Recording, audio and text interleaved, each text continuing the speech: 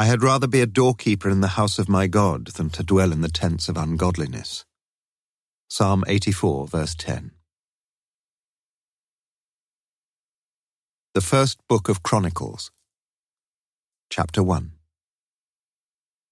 Limply the Reverend Lionel Lawson shook the last smoothly gloved hand, the slim hand of Mrs. Emily Walsh Atkins, and he knew that the pews in the old church behind him were now empty. It was always the same, whilst the other well-laundered ladies were turning their heads to chat of fates and summer hats, whilst the organist played his exit voluntary, and whilst the now discassocked choir boys tucked their T-shirts into flare-line jeans, Mrs. Walsh Atkins invariably spent a few further minutes on her knees in what had sometimes seemed to Lawson a slightly exaggerated obeisance to the Almighty. Yet, as Lawson knew full well, she had plenty to be thankful for. She was 81 years old, but managed still to retain an enviable agility in both mind and body. Only her eyesight was at last beginning to fail.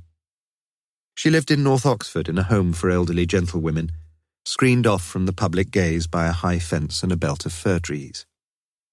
Here, from the front window of her living room, redolent of faded lavender and silver polish, she could look out onto the well-tended paths and lawns where each morning the resident caretaker unobtrusively collected up the Coca-Cola tins, the odd milk bottle, and the crisp packets thrown over by those strange, unfathomably depraved young people who, in Mrs. Walsh Atkins' view, had little right to walk the streets at all, let alone the streets of her own beloved North Oxford.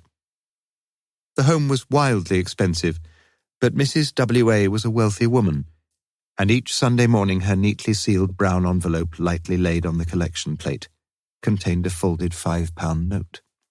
"Thank you for the message, Vicar. God bless you." This brief dialogue, which had never varied by a single word in the 10 years since Lawson had been appointed to the parish of St. Frideswide, was the ultimate stage in non-communication between a priest and his parishioner. In the early days of his ministry, Lawson had felt vaguely uneasy about the message, since he was conscious that no passage from his sermons had ever been declaimed with particularly evangelistic fervour, and in any case the role of some divinely appointed telegram boy was quite inappropriate, indeed quite distasteful, to a man of Lawson's moderately high church leanings. Yet Mrs. Walsh Atkins appeared to hear the humming of the heavenly wires, whatever his text might be, and each Sunday morning she reiterated her gratitude to the unsuspecting harbinger of goodly tidings. It was purely by chance that after his very first service, Lawson had hit upon those 3 simple monosyllables, magical words, which again this Sunday morning Mrs. Walsh Atkins happily clutched to her bosom, along with her Book of Common Prayer, as she walked off with her usual sprightly gait towards St. Giles, where her regular taxi driver would be waiting in the shallow lay-by beside the Martyrs' Memorial. The vicar of St. Frideswide looked up and down the hot street. There was nothing to detain him longer, but he appeared curiously reluctant to re-enter the shady church. A dozen or so Japanese tourists made their way along the pavement opposite, their small, bespectacled cicerone reciting in a whining, staccato voice the city's ancient charms, his sing-song syllables still audible as the little group sauntered up the street past the cinema, where the management proudly presented to its patrons the opportunity of witnessing the intimacies of continental-style wife-swapping.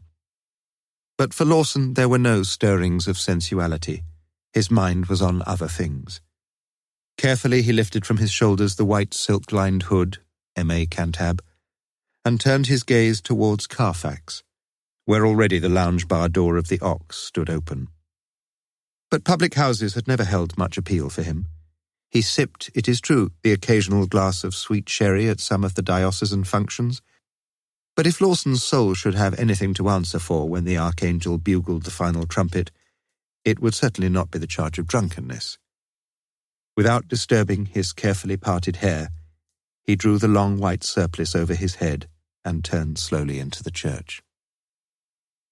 Apart from the organist, Mr. Paul Morris, who had now reached the last few bars of what Lawson recognised as some Mozart, Mrs. Brenda Josephs was the only person left in the main body of the building. Dressed in a sleeveless green summer frock, she sat at the back of the church, a soberly attractive woman in her mid or late 30s, one bare browned arm resting along the back of the pew, her fingertips caressing its smooth surface. She smiled dutifully as Lawson walked past, and Lawson, in his turn, inclined his sleek head in a casual benediction. Formal greetings had been exchanged before the service, and neither party now seemed anxious to resume that earlier perfunctory conversation. On his way to the vestry, Lawson stopped briefly in order to hook a loose hassock into place at the foot of a pew, and as he did so he heard the door at the side of the organ bang shut. A little too noisily, perhaps? A little too hurriedly. The curtains parted as he reached the vestry, and a gingery-headed, freckle-faced youth almost launched himself into Lawson's arms. "Steady, boy, steady, what's all the rush?" "Sorry, sir, I just forgot." His breathless voice trailed off, his right hand clutching a half-consumed tube of fruit gums drawn furtively behind his back. "I hope you weren't eating those during the sermon." "No, sir." "Not that I ought to blame you if you were. I can get a bit boring sometimes, don't you think?" The pedagogic tone of Lawson's earlier words had softened now, and he laid his hand on the boy's head and ruffled his hair lightly. Peter Morris, the organist's only son, looked up at Lawson with a quietly cautious grin. Any subtlety of tone was completely lost upon him, yet he realized that everything was all right, and he darted away along the back of the pews. "Peter!" The boy stopped in his tracks and looked round. "How many times must I tell you you're not to run in church?" "Yes, sir. No, sir." "And don't forget the choir outing next Saturday." "Course not, sir." Lawson had not failed to notice Peter's father and Brenda Josephs talking together in animated whispers in the north porch. But Paul Morris had now slipped quietly out of the door after his son, and Brenda, it seemed, had turned her solemn attention to the font. Dating from 1345, it was, according to the laconic guidebook, number 1 of the things to note. Lawson turned on his heel and entered the vestry. Harry Josephs, the vicar's warden, had almost finished now. After each service he entered against the appropriate date 2 sets of figures in the church register. First, the number of persons in the congregation, rounded up or down to the nearest 5. Second, the sum taken in the offertory, meticulously calculated to the last halfpenny. By most reckonings, the Church of St. Frideswide's was a fairly thriving establishment. Its clientele was chiefly drawn from the more affluent sectors of the community, and even during the university vacations the church was often half full. It was to be expected, therefore, that the moneys to be totalled by the vicar's warden, then checked by the vicar himself, and thereafter transferred to the church's number 1 account with Barclays Bank in the High, were not inconsiderable. This morning's takings, sorted by denominations, lay on Lawson's desk in the vestry. 1 £5 note, about 15 £1 notes, a score or so of 50p pieces, and further sundry piles of smaller coinage, neatly stacked in readily identifiable amounts. "Another goodly congregation, Harry?" Goodly was a favourite word in Lawson's vocabulary.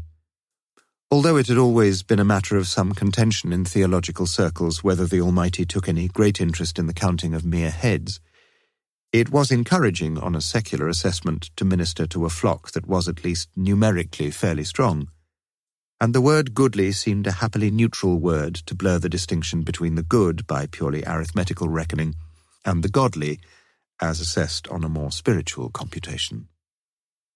Harry nodded and made the entries. "Just check the money quickly, if you will, sir. I made it 135 in the congregation, and I make it £57.12 in the collection." "No halfpennies today, Harry? I think some of the choir boys must have taken my little talk to heart." With the dexterity of a practised bank clerk, he riffled through the pound notes, and then passed his fingers over the piles of coins like a bishop blessing heads at a confirmation service. The addition of moneys was correct. "One of these days, Harry, you're going to surprise me and make a mistake." Joseph's eyes darted sharply to Lawson's face, but the expression there, as the minister put his signature to the right-hand column of the church register, was one of bland benignity. Together, vicar and warden placed the money in an ancient Huntley and Palmer biscuit tin. It looked an unlikely repository for any great store of wealth, but when at one of its recent meetings the church council had discussed the problem of security, no one had come up with any brighter suggestion, except for the possibility that a slightly later vintage of a similar tin might perhaps more firmly corroborate the notion that the receptacle open to view on the back seat of Joseph's Allegro contained nothing more precious than a few ginger snaps and arrowroots left over from a recent social. "I'll be off then, Vicar. The wife will be waiting." Lawson nodded and watched his warden go. Yes, Brenda Josephs would be waiting. She had to be. 6 months previously, Harry had been found guilty on a charge of drunken driving, and it was largely through Lawson's plea for mitigation that the magistrate's sentence of a £50 fine and 1 year's suspension had seemed so comparatively lenient. The Josephs' home was in the village of Wolvercote, some 3 miles north of the city centre, and buses on Sundays were a rarer sight than £5 notes on a collection plate. The small vestry window looked out on the south side of the church, and Lawson sat down at the desk and stared blankly into the graveyard, where the grey, weathered tombstones tilted at their varied angles from the vertical, their crumbling legends long since overgrown with moss or smoothed away by centuries of wind and rain. He both looked and felt a worried man, for the simple truth was that there should have been 2 £5 notes in the collection that morning. Was there just a possibility, though, that Mrs. Walsh-Atkins had at last exhausted her store of £5 notes and put 5 separate £1 notes into the collection? If she had, though, it would have been the first time for, years and years. No, there was a much more probable explanation, an explanation that disturbed Lawson greatly. Yet there was still the slimmest chance that he was mistaken. Judge not that ye be not judged. Judge not, at least until the evidence is unequivocal. He took out his wallet and from it drew a piece of paper on which earlier that same morning he had written down the serial number of the £5 note, which he himself had sealed in a small brown envelope and placed in the morning collection. And only 2 or 3 minutes ago he had checked the last 3 numbers of the £5 note which Harry Josephs had placed in the biscuit tin. They were not the numbers he had written down. Something of this sort Lawson had suspected for several weeks, and now he had proof of it. He should, he knew, have asked Josephs to turn out his pockets on the spot. That was his duty both as a priest and as a friend. Friend?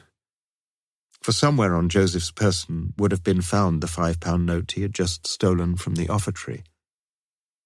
At last Lawson looked down at the piece of paper he had been holding and read the serial number printed on it. AN 5040546. Slowly he lifted his eyes and stared across the churchyard once more. The sky had grown suddenly overcast, and when, half an hour later, he walked down the vicarage in St. Ebbs, the air was heavy with the threat of rain. It was as if someone had switched off the sun. Chapter 2. Although he pretended still to be asleep, Harry Josephs had heard his wife get up just before 7, and he was able to guess her movements exactly.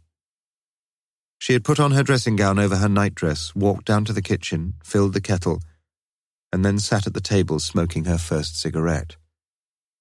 It was only during the past 2 or 3 months that Brenda had started smoking again, and he was far from happy about it.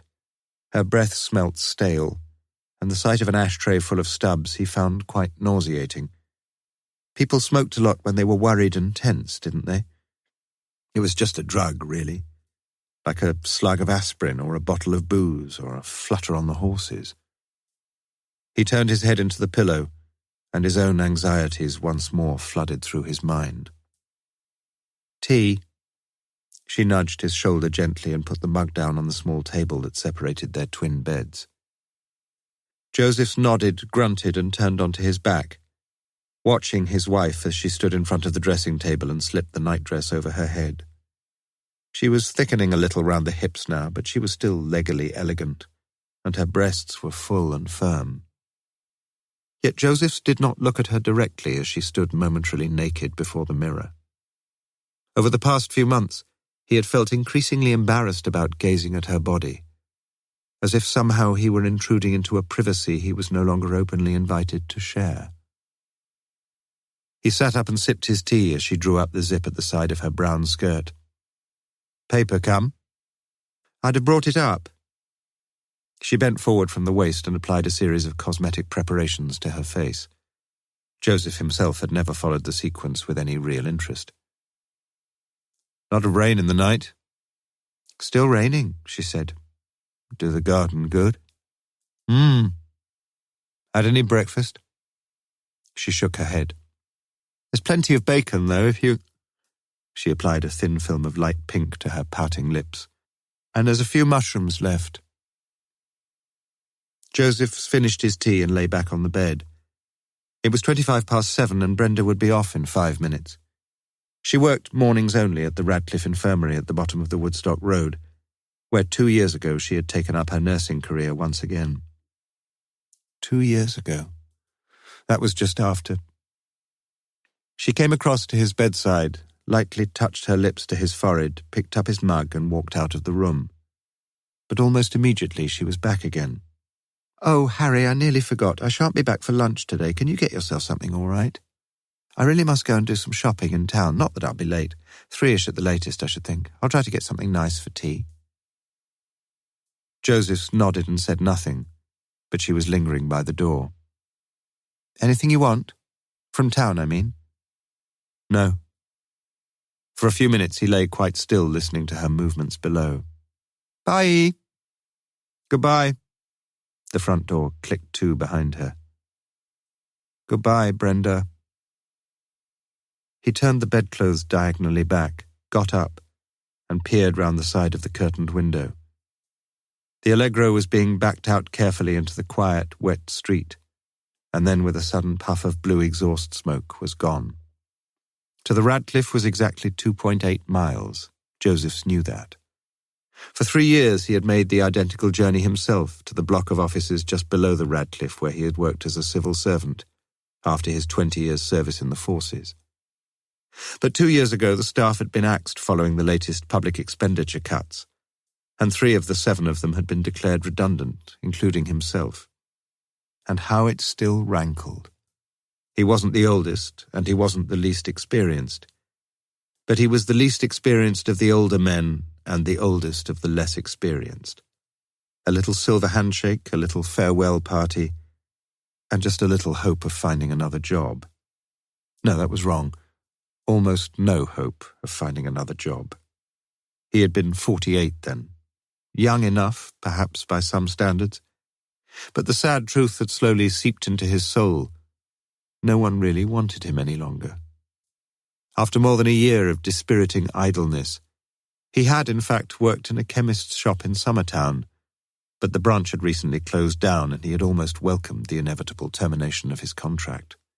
He, a man who had risen to the rank of captain in the Royal Marine Commandos, a man who had seen active service against the terrorists in the Malayan jungles, standing politely behind the counter handing over prescriptions to some skinny, pale-faced youth or other who wouldn't have lasted 5 seconds on one of the commando assault courses. And as the manager had insisted, saying, "Thank you, sir," into the bargain. He shut the thought away and drew the curtains open. Just up the road, a line of people queued at the bus stop, their umbrellas raised against the steady rain which filtered down on the straw-coloured fields and lawns. Lines he had learnt at school drifted back into his mind, serving his mood and seeming to fit the dismal prospect before him. And ghastly through the drizzling rain, on the bald street breaks the blank day. He caught the 10:30 a.m. bus into Summertown, where he walked into the licensed betting office and studied the card at Lingfield Park. He noticed that by some strange coincidence, the organist was running in the 2:30 and poor old Harry in the 4 o'clock. He wasn't usually over-influenced by names, but when he recalled his lack of success through undue reliance on the form book, He suspected that it might have been more profitable if he had been. In the anti-post betting odds, the organist was one of the co-favourites, and poor old Harry wasn't even quoted. Josephs walked along the series of daily newspapers affixed to the walls of the office. The organist was napped in a couple of them. Poor old Harry seemed to have no support whatsoever. Josephs allowed himself a rueful grin. Probably neither of them was destined to be first past the post, but why not? Take a chance, Harry boy. He filled in a square white betting slip and pushed it over the counter with his money. Lingfield Park, 4 p.m, £2 win, poor old Harry. A year or so previously, after purchasing 2 tins of baked beans from a supermarket, he had been given change for £1 instead of for the £5 note he knew he had handed over. His protestations on that occasion had necessitated a full till check and a nervy half-hour wait before the final justification of his claim, and since that time he had been more careful, always memorising the last 3 numbers of any £5 note he tendered. He did so now, and repeated them to himself as he waited for his change. 546, 546, 546. The drizzle had virtually stopped when at 11:20 a.m. he walked unhurriedly down the Woodstock Road. 25 minutes later, he was standing in one of the private car parks at the Radcliffe, where he spotted the car almost immediately. Threading his way through the closely parked vehicles, he soon stood beside it and looked through the offside window. The mileometer read 25622. That tallied. It had read 619 before she left. And if she now followed the normal routine of any sensible person, she would walk down into Oxford from here, and when she got home, the mileometer would read 625626 at the most. Finding a suitable vantage point behind a moribund elm tree, he looked at his watch and waited. At 12:02, the celluloid doors leading to ENT outpatients flapped open, and Brenda Josephs appeared and walked briskly to the car. He could see her very clearly. She unlocked the door and sat for a few seconds leaning forward and viewing herself in the driving mirror, before taking a small scent bottle from her handbag and applying it to her neck, first to one side, then to the other. Her safety belt remained unfastened as she backed none too expertly out of the narrow space, then the right blinker on as she drove out of the car park and up to the Woodstock Road, then the orange blinker flashing left, as she edged into the traffic departing north and away from the city centre. He knew her next moves. Up to the Northern Ring Road roundabout, there cutting through 5 Mile Drive, and then out onto the Kidlington Road. He knew his own move, too.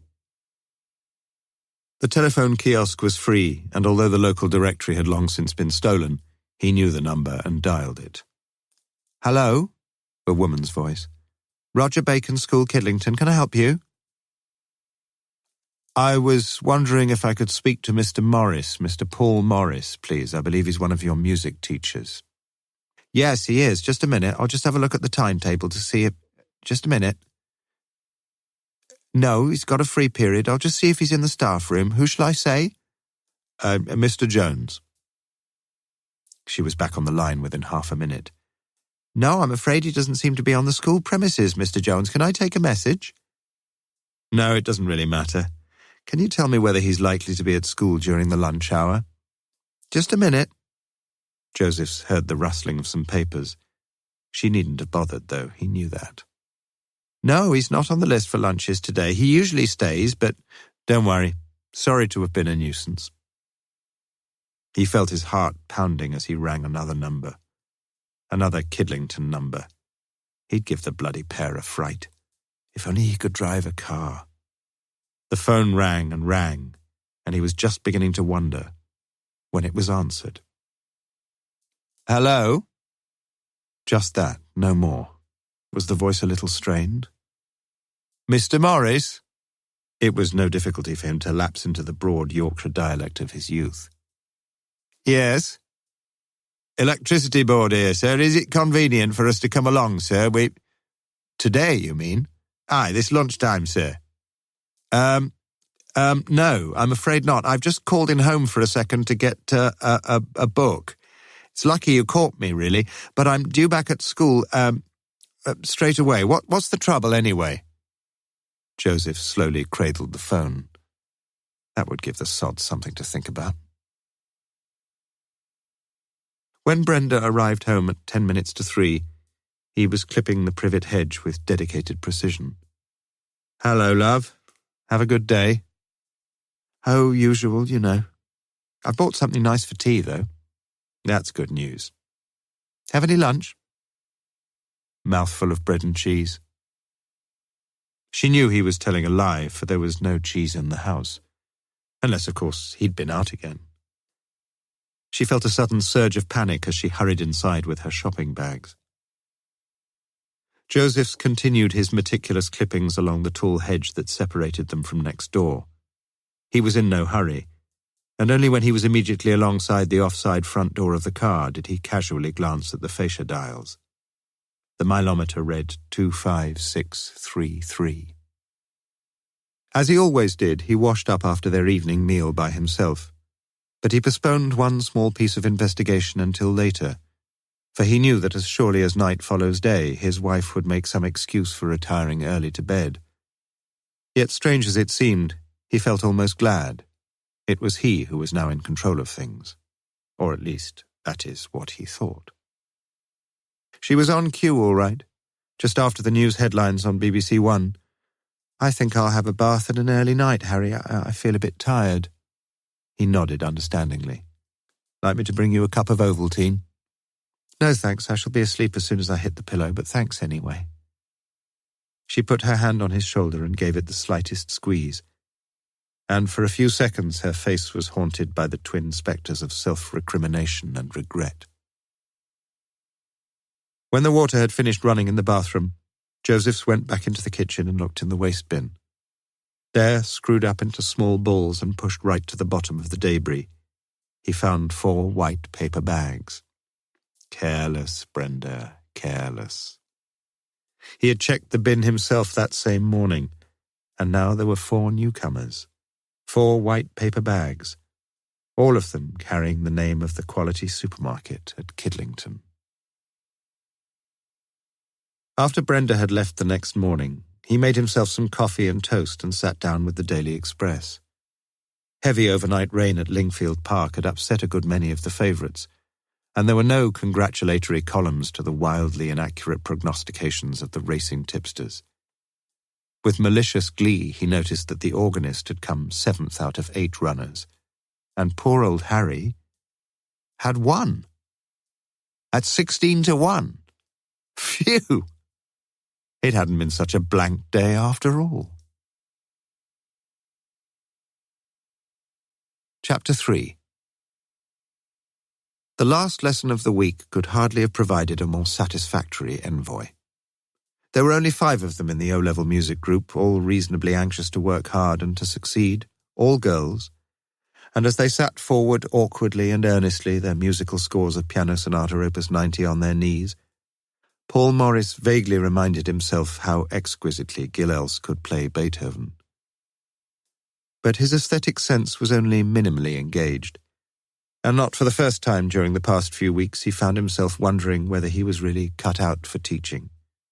Doubtless these particular pupils would all get decent O-level grades, for he had sedulously drilled the set works into them, their themes, their developments and recapitulations. But there was, he knew, little real radiance either in his own exposition of the works or in his pupils' appreciation of them. And the sad truth was that what until so recently had been an all-consuming passion was now becoming little more than pleasurable background listening, from music to Muzak, in 3 short months. Morris had moved from his previous post, it was almost 3 years ago now, primarily to try to forget that terrible day when the young police constable had come to tell him that his wife had been killed in a car accident. When he had gone along to the primary school to collect Peter and watched the silent, tragic tears that sprang from the boy's eyes, and when he had wrestled with that helpless, baffled anger against the perversity and cruelty of the fates which had taken his young wife from him, an anger which over those next few dazed and despairing weeks had finally settled into a firm resolve at all costs to protect his only child, whenever and wherever he could. The boy was something, the only thing, that he could cling to. Gradually, too, Maurice had become convinced that he had to get away, and his determination to move anywhere, had grown into an obsession, as weekly the Post's vacant columns in the Times educational supplement reminded him of new streets, new colleagues, a new school, perhaps even a new life. And so finally he had moved to the Roger Bacon Comprehensive School on the outskirts of Oxford, where his breezy interview had lasted but 15 minutes, where he'd immediately found a quiet little semi-detached to rent, where everyone was very kind to him, but where his life proved very much the same as before, at least until he met Brenda Josephs. It was through Peter that he had established contact with St. Frideswide. One of Peter's friends was a keen member of the choir, and before long Peter had joined too. And when the aged choir master had finally retired, it was common knowledge that Peter's father was an organist, and the invitation asking him to take over was accepted without hesitation. Gilels was lingering pianissimo over the last few bars when the bell sounded the end of the week's schooling. One of the class, a leggy, large-boned, dark-haired girl, remained behind to ask if she could borrow the record for the weekend. She was slightly taller than Maurice, and as he looked into her black-penciled, languidly amorous eyes, he once more sensed a power within himself which until a few months previously he could never have suspected. Carefully he lifted the record from the turntable and slipped it smoothly into its sleeve. "Thank you," she said softly. "Have a nice weekend, Carol." "You too, sir." He watched her as she walked down the steps from the stage and clattered her way across the main hall in her high, wedge-heeled shoes. How would the melancholy Carol be spending her weekend, he wondered. He wondered, too, about his own. Brenda had happened just 3 months ago. He had seen her on many occasions before, of course, for she always stayed behind after the Sunday morning service to take her husband home. But that particular morning had not been just another occasion. She had seated herself not as usual in one of the pews at the back of the church, but directly behind him in the choir stalls, and as he played, he'd watched her with interest in the organ mirror, her head slightly to one side, her face set in a wistful, half-contented smile. As the deep notes died away around the empty church, he had turned towards her. "Did you like it?" She had nodded quietly and lifted her eyes towards him. "Would you like me to play it again?" "Have you got time?" "For you, I have." Their eyes had held then, and for that moment they were the only two beings alive in the world. "Thank you," she whispered. Remembrance of that first brief time together was even now a source of radiant light that shone in Maurice's heart. Standing by his side, she had turned over the sheet music for him, and more than once her arm had lightly brushed his own. That was how it had begun, and how, he told himself, it had to end. But that couldn't be. Her face haunted his dreams that Sunday night, and again through the following nights she would give his sleeping thoughts no rest. On the Friday of the same week he had rung her at the hospital, a bold, irrevocable move. Quite simply he had asked her if he could see her sometime, that was all, and just as simply she had answered, "Yes, of course you can." Words that re-echoed round his brain like the joyous refrain of the seraphim. In the weeks that followed, the frightening truth had gradually dawned on him. He would do almost anything to have this woman for his own. It was not that he bore any malice against Harry Josephs. How could he? Just a burning, irrational jealousy which no words from Brenda, none of her pathetic pleas of reassurance could assuage. He wished Josephs out of the way. Of course he did. But only recently had his conscious mind accepted the stark reality of his position. Not only did he wish Josephs out of the way, he would be positively happy to see him dead. "You staying much longer, sir?" It was the caretaker, and Maurice knew better than to argue. It was 4:15, and Peter would be home. The regular Friday evening fish and chips, liberally vinegared and blotched with tomato sauce, were finished, and they stood together at the kitchen sink, father washing, son drying. Although Maurice had thought long and hard about what he would say, it was not going to be easy. He had never before had occasion to speak to his son about matters connected with sex.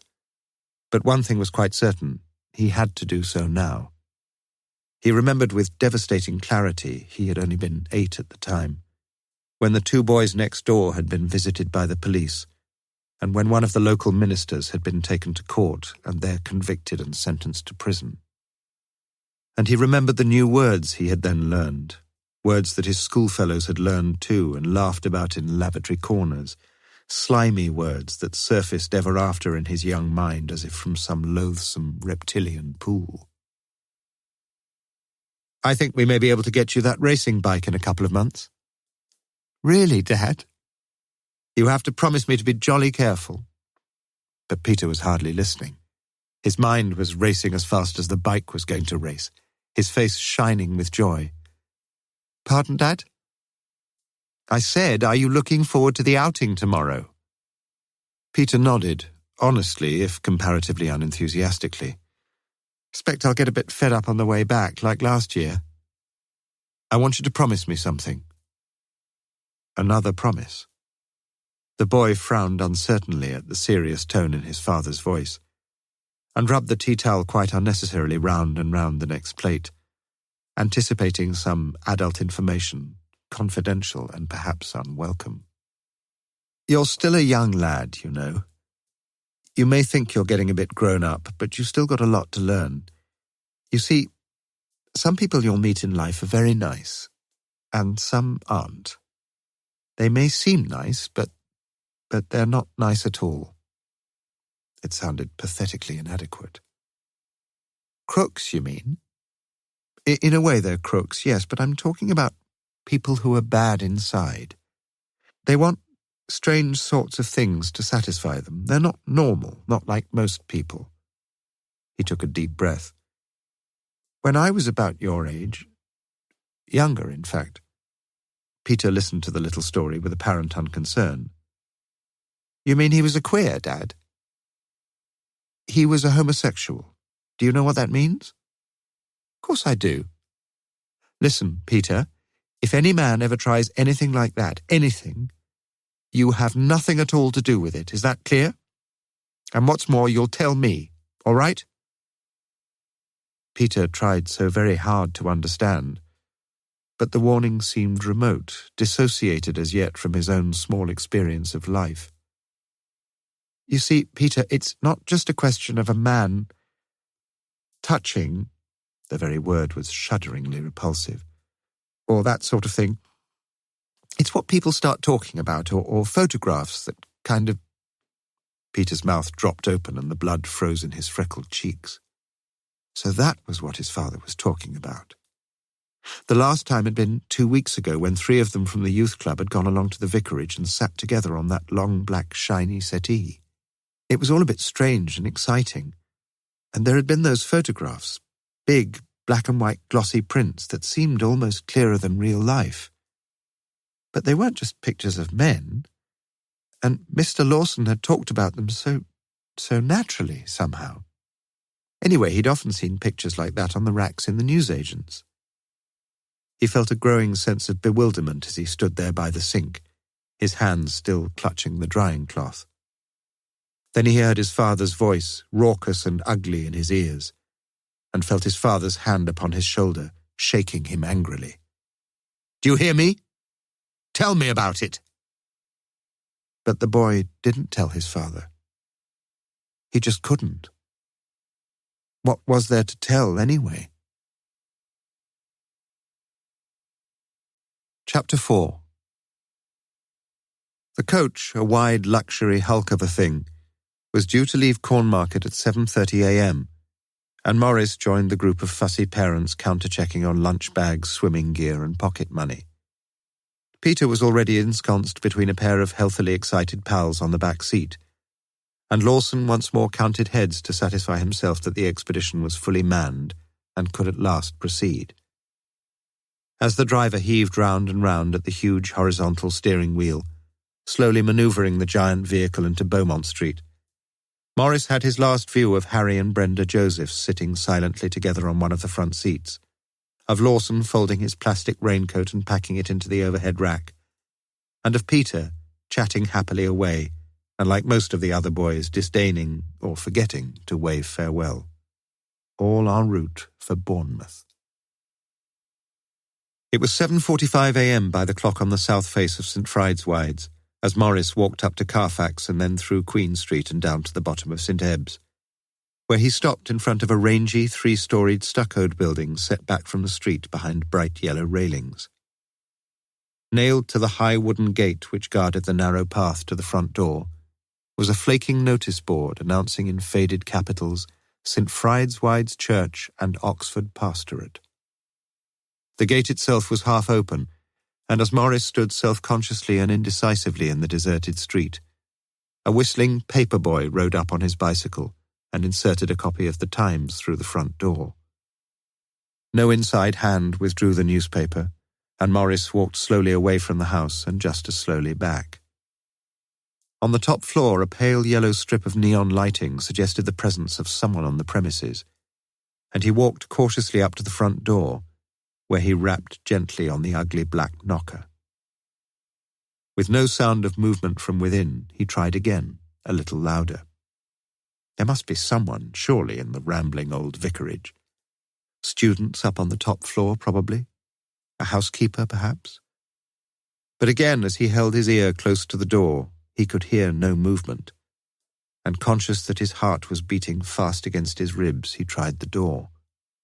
It was locked. The back of the house was enclosed by a wall some 8 or 9 feet high, but a pair of gates with no parking amateurishly painted in white across them promised access to somewhere, and turning the metal ring, Morris found the gate unlocked. He stepped inside. A path led alongside the high stone wall beside an ill-tended stretch of patchy lawn, and quietly closing the gates behind him, Morris walked up to the back door and knocked with a quiet cowardice. No answer. No sound. He turned the doorknob. The door was unlocked. He opened it and went inside. For several seconds he stood stock still in the wide hallway, his eyes unmoving as an alligator's. Across the hall, the Times protruded downwards through the front door letterbox, like the tongue of some leering gargoyle. The whole house as still as death. He forced himself to breathe more naturally and looked around him. A door on his left was standing ajar, and he tiptoed across to look inside. "Anyone there?" The words were spoken very softly, but they gave him an odd surge of confidence, as though, should anyone be there, he was obviously trying to be noticed. And someone was there, or had been until very recently. On a formica-topped table lay a knife, stickily smeared with butter and marmalade, a solitary plate strewn with toast crumbs, and a large mug containing the dregs of cold tea. The remains, no doubt, of Lawson's breakfast. But a sudden shudder of fear climbed up Morris's spine as he noticed that the grill on the electric cooker was turned on full, its bars burning a fierce orange red. Yet there was the same eerie stillness as before, with only the mechanical tick-tock of the kitchen clock to underline the pervasive silence. Back in the hallway, he walked quietly across to the broad staircase, and as lightly as he could, climbed up to the landing. Only one of the doors was open, but one was enough. A black leather settee was ranged along one side of the room, and the floor was fully carpeted. He walked noiselessly across to the roll-top desk beside the window. It was locked, but the key lay on the top. Inside, 2 neatly written sheets of paper, on which he read the text and notes for some forthcoming sermon, lay beneath a paper knife, curiously fashioned in the shape of a crucifix, the slitting edge, as it seemed to Morris, wickedly and quite needlessly sharp. He tried first the drawers on the left, all of them gliding smoothly open and all of them apparently fulfilling some innocent function, and the same with the top 3 drawers on the right. But the bottom one was locked, and the key to it was nowhere to be seen. As a prospective burglar, Morris had anticipated the stubbornness of locks and bolts only to the extent of a small chisel which he now took from his pocket. It took him more than 10 minutes, and when finally the bottom drawer lay open, the surrounding oblong frame was irreparably chipped and bruised. Inside lay an old chocolate box, and Morris was slipping off the criss-cross of elastic bands when a slight sound caused him to whip round, his eyes wide with terror. Standing in the doorway was a man with a lathered face, his right hand holding a shaving brush, his left clutching a dirty pink towel about his neck. For a second, Morris felt a shock that partly paralysed his terror, for his immediate impression was that the man was Lawson himself. Yet he knew he must be mistaken, and the logic that for a moment had threatened to disintegrate was swiftly reasserting itself. The man was about the same height and build as Lawson, yes, but the face was thinner and the hair was greyer, nor was the man's voice, when finally he spoke, in any way like Lawson's own, but a voice and a mode of expression that seemed to mask a curious combination of the cultured and the coarse. "May I ask what the hell you're doing here, mate?" Morris recognised him then. He was one of the dropouts who sometimes congregated in Bond Square or Brasenose Lane. Indeed, Lawson had brought him to church a few times, and there was a whisper of rumour that the 2 men were related. Some had even suspected that the man was Lawson's brother. At Bournemouth, the sun shone brightly out of a clear sky, but the wind was chill and blustery, and Brenda Joseph, seated in an open deck chair, envied the other holiday-makers who sat so snugly, it seemed, behind their striped windbreaks. She felt cold and bored, and more than a little disturbed by that little remark of Harry's on the coach. Pity Morris couldn't make it. That was all. That was all. The boys had thrown themselves around with phenomenal energy, playing beach football, Harry had organised that, running into the sea, clambering up and down the rocks, guzzling coke, guttling sandwiches, crunching crisps, then back into the sea. But for her, what an empty, fruitless day. She was officially the nurse of the party, for invariably someone would feel sick or cut his knee. But she could have been with Paul all day. All day, no risk either. Oh, God, she couldn't bear to think of it. The farther stretches of the sea twinkled invitingly in the sun, but along the shoreline the crashing breakers somersaulted into heavy spray. It was no day for tentative paddlers, but huge fun for the boys who were still leaping tirelessly against the waves, Lawson with them, white-skinned as a fish's underbelly, laughing, splashing, happy. It all seemed innocent enough to Brenda, and she couldn't really believe all that petty church gossip. Not that she liked Lawson much, but she didn't dislike him either. In fact, she'd thought more than once that Lawson must suspect something about herself and Paul. But he'd said nothing, so far. Harry had gone for a walk along the esplanade, and she was glad to be left to herself. She tried to read the newspaper, but the sheets flapped and billowed in the breeze, and she put it back into the carrier bag, alongside the flask of coffee, the salmon sandwiches, and her white bikini. Yes, pity about the bikini. She had become increasingly conscious of her body these past few months, and she would have enjoyed seeing the young lads gawping up at her bulging breasts. What was happening to her? When Harry returned an hour or so later, it was quite clear that he had been drinking, but she made no comment.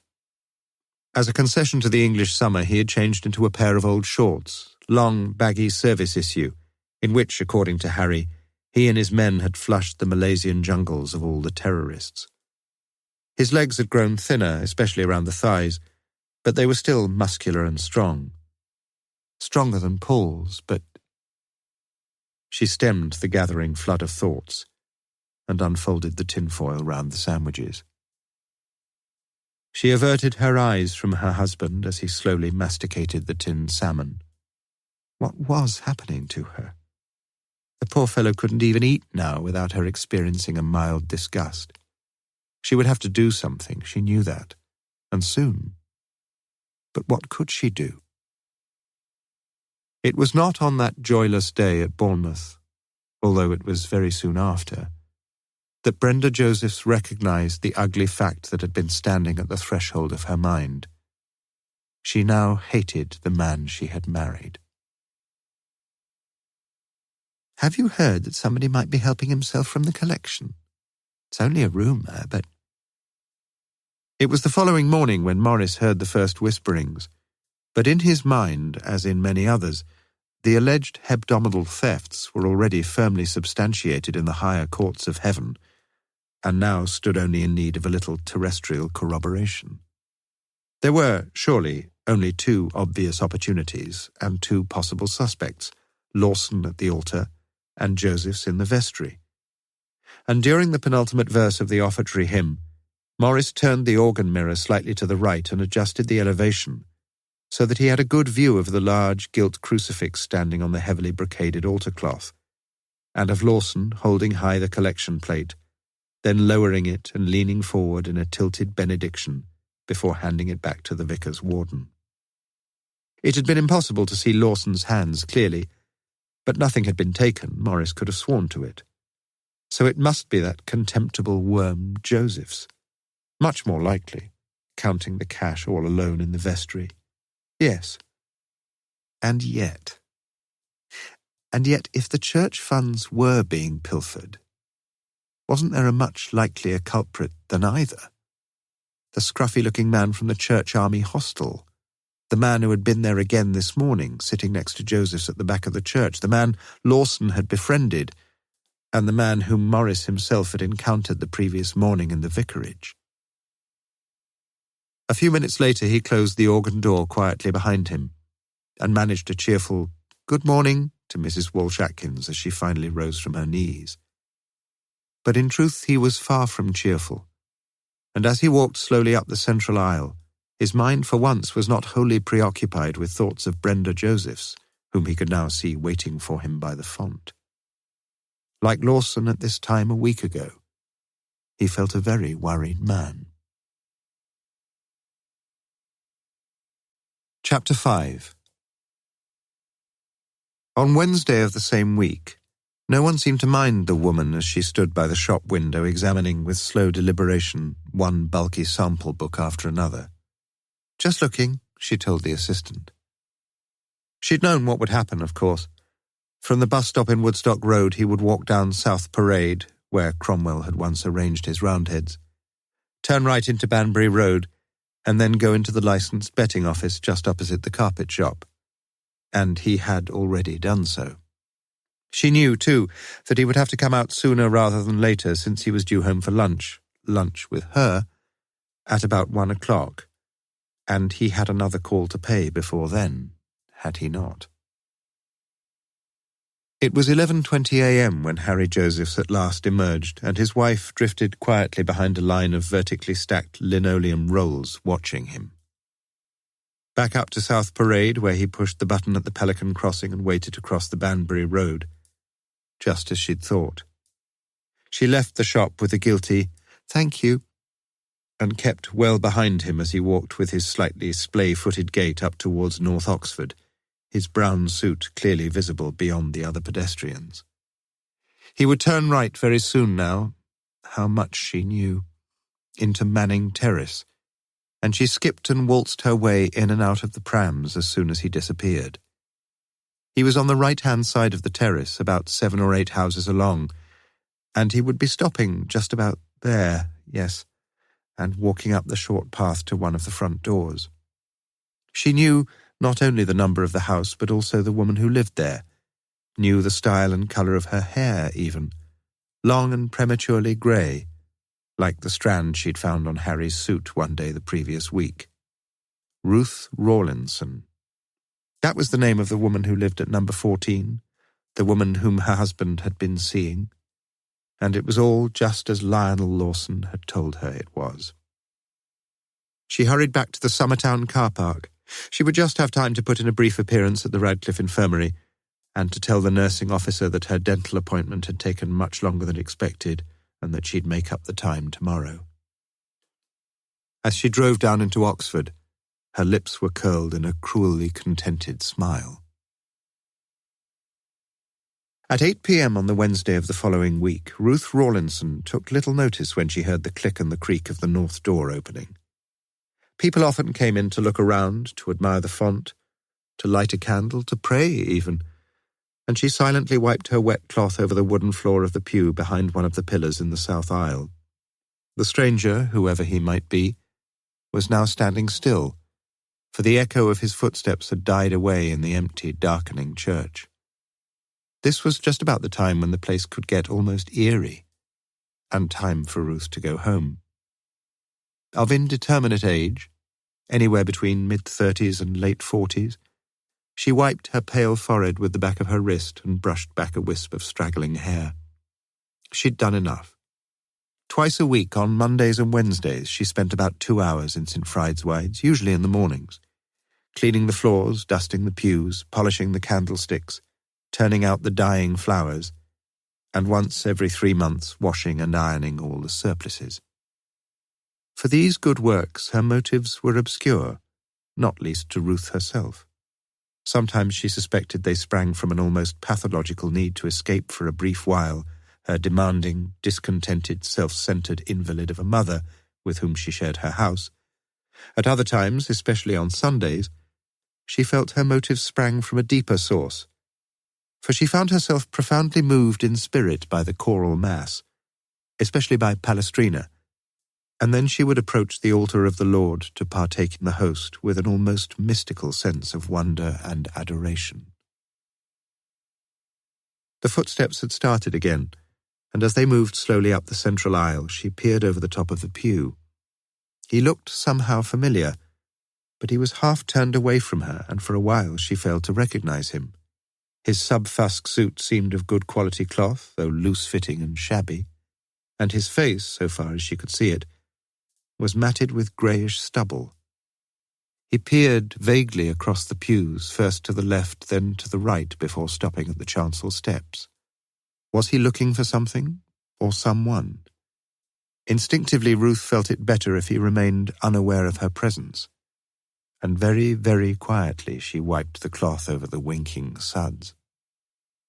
The north door clicked and groaned again, and she dipped the soapy cloth more boldly into the dirty water, but almost immediately her body froze over the bucket. "You came, then? Keep your voice down. There's nobody here." The newcomer walked down the central aisle, and the two men met halfway. They spoke in hushed voices, but the few snatches of their conversation that carried to Ruth's ears were readily and frighteningly comprehensible. "Given you more than enough already, and you're not getting a penny more. Told you, Mr. Morris, it's just to tide me over, that's all. And I'm sure you wouldn't want me to tell my brother." The voice seemed a curious combination of the cultured and the coarse. The ugly word blackmail rose to the surface of Ruth's mind. But before she could learn more, the door had opened again to admit a small group of tourists, one of whom, in a nasal twang, was soon admiring that cute little font. Half of the long school holiday had now passed, and the August sun shone gloriously. Brenda and Harry Josephs were in Tenby for a week. Lawson had just come back from a brief holiday in Scotland. Peter Morris was away at scout camp, and his father was decorating the staircase, amongst other things. It was at 1:30 p.m. that he was sitting in the Old Bull at Deddington and deciding that he oughtn't to drink any more. After all, he had to drive home, and he had the additional responsibility of a passenger. "I think we ought to go now," he said. Carol nodded and drained her third babysham. From the start she had felt embarrassment at being with him, and things hadn't been helped much by the way he'd been speaking to her.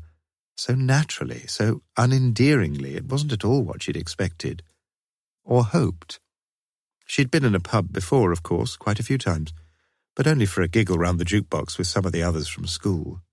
But this, The whole thing had been a ghastly mistake somehow, and yet it could have been so very different. The car was parked at the far end of the tarmac behind the pub, and Morris politely unlocked and opened the door for his passenger before getting into the driver's seat and fitting the key into the ignition. "You won't say anything at all about this, will you?" "Of course I won't."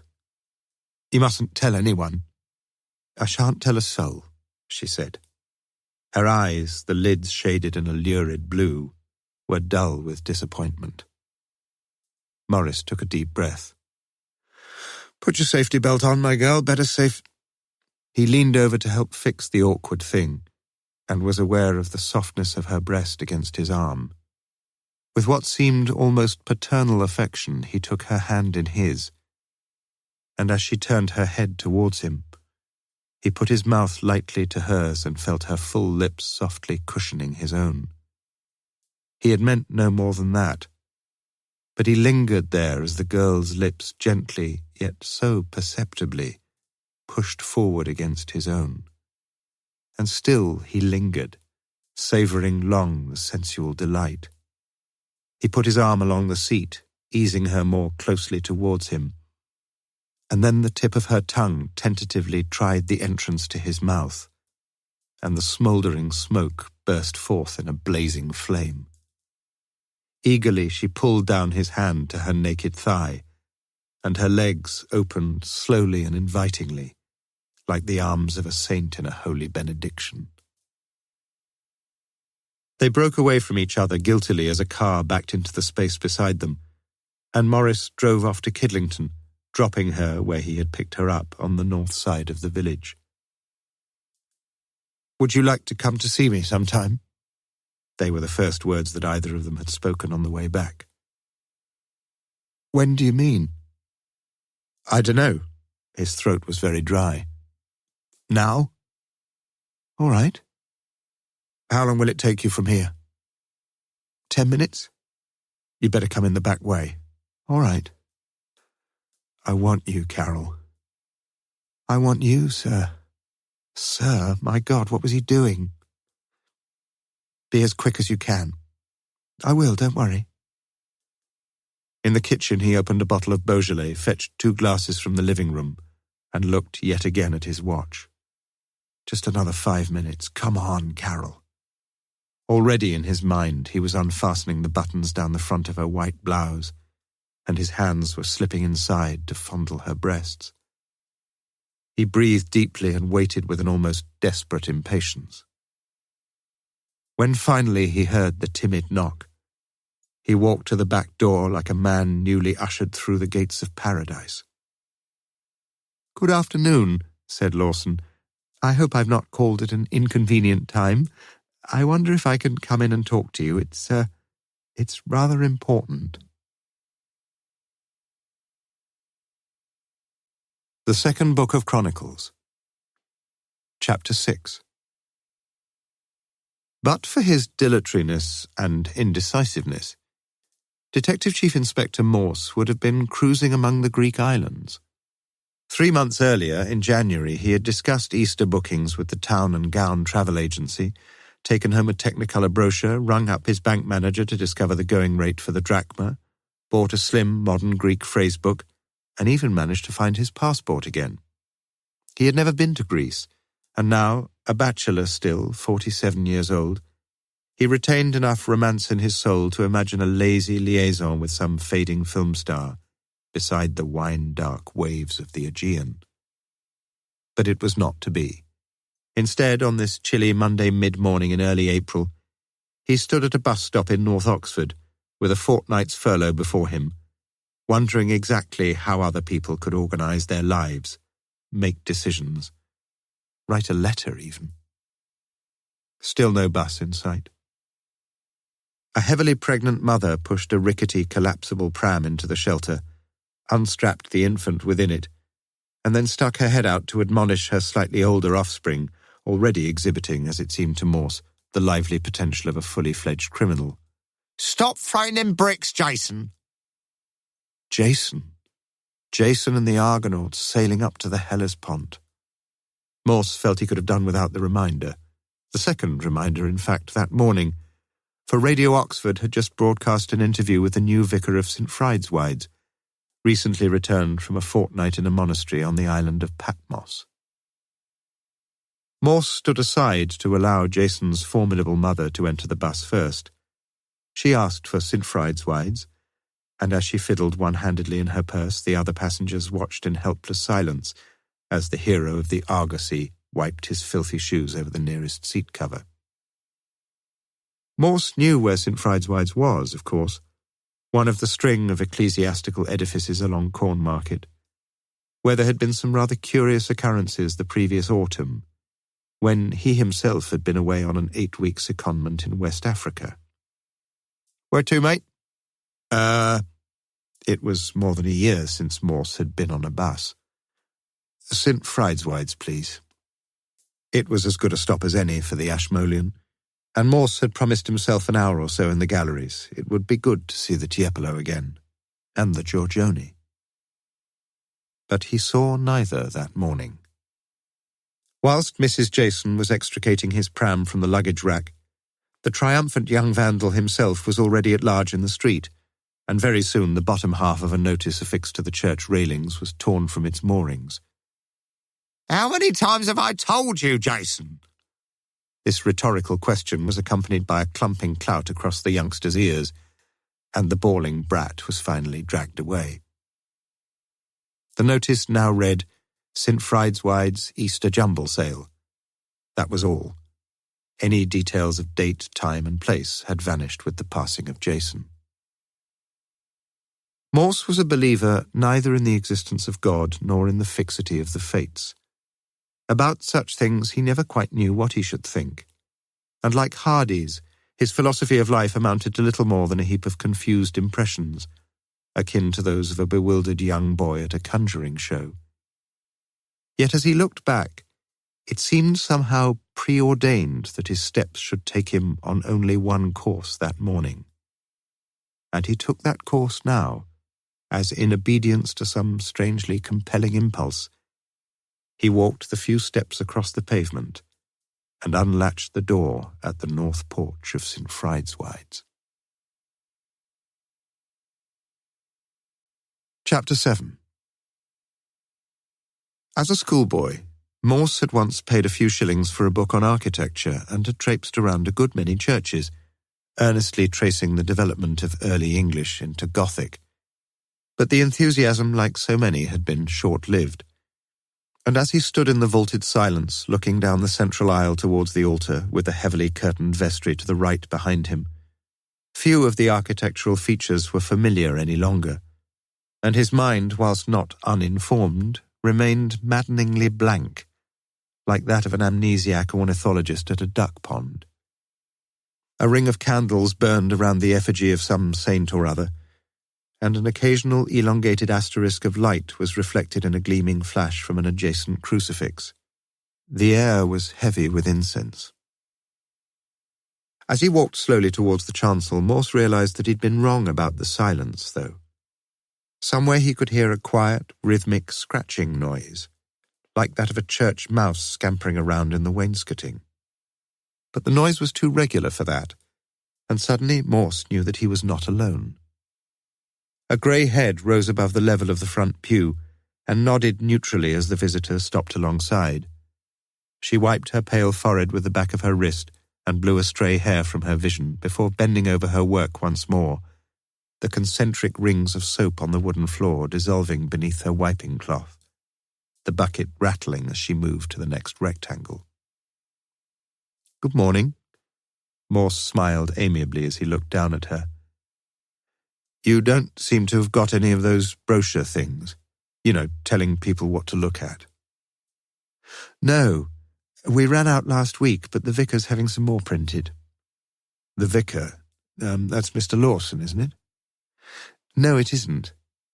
Her large brown eyes looked up at him cautiously, and she suddenly seemed a good deal younger than he'd thought. "It's Mr. Micklejohn. He's been here since last November." "I must have been thinking of one of the other churches." "No, Mr. Lawson was here." She hesitated. He died last October." Oh dear, I'm sorry about that. For a few seconds there was silence between them. I think you knew he was dead, said the woman quietly. Morse blinked at her happily. Did I? You're another of those reporters, aren't you? Morse shook his head and told her. He was a police officer attached to the Thames Valley Police HQ in Kidlington, not to the City Police in St Aldate's. He'd heard vaguely about the case, but had never been on it himself. In fact, he'd been out of the country at the time. Were you involved in any way? He asked. As a matter of fact, I was, yes. Pardon? She spoke so very quietly now that Morse took a step nearer to her. I was here in the church on the night of the murder. I see. Do you mind telling me something about it? She dried her hands along her faded blue jeans, worn almost threadbare at the knees, and stood up. Wait a minute. There was a natural elegance about her walk, and Morse's eyes followed her with a slightly quickened interest as she disappeared somewhere at the back of the church, and re-emerged a minute later carrying a brown handbag. She had taken the opportunity to arrange her straggling hair, and Morse began to realize that she must once have been an attractive woman. Here you are. She handed him a cheap brown envelope containing several cuttings from the Oxford Mail, and Morse sat down in the pew opposite her and carefully unfolded the thin sheets. The first cutting was dated Tuesday the 27th of September of the previous year. Church warden murdered during service. Whilst the congregation was singing the last hymn, Mr. H.A. Josephs was last night stabbed to death in the vestry of St. Frideswide Church, Cornmarket. Chief Inspector Bell of the Oxford City Police, who is in charge of the murder inquiries, told our reporter that Mr. Josephs, one of the two church wardens at St. Frideswide's, had just taken the collection and was almost certainly counting it as he was attacked.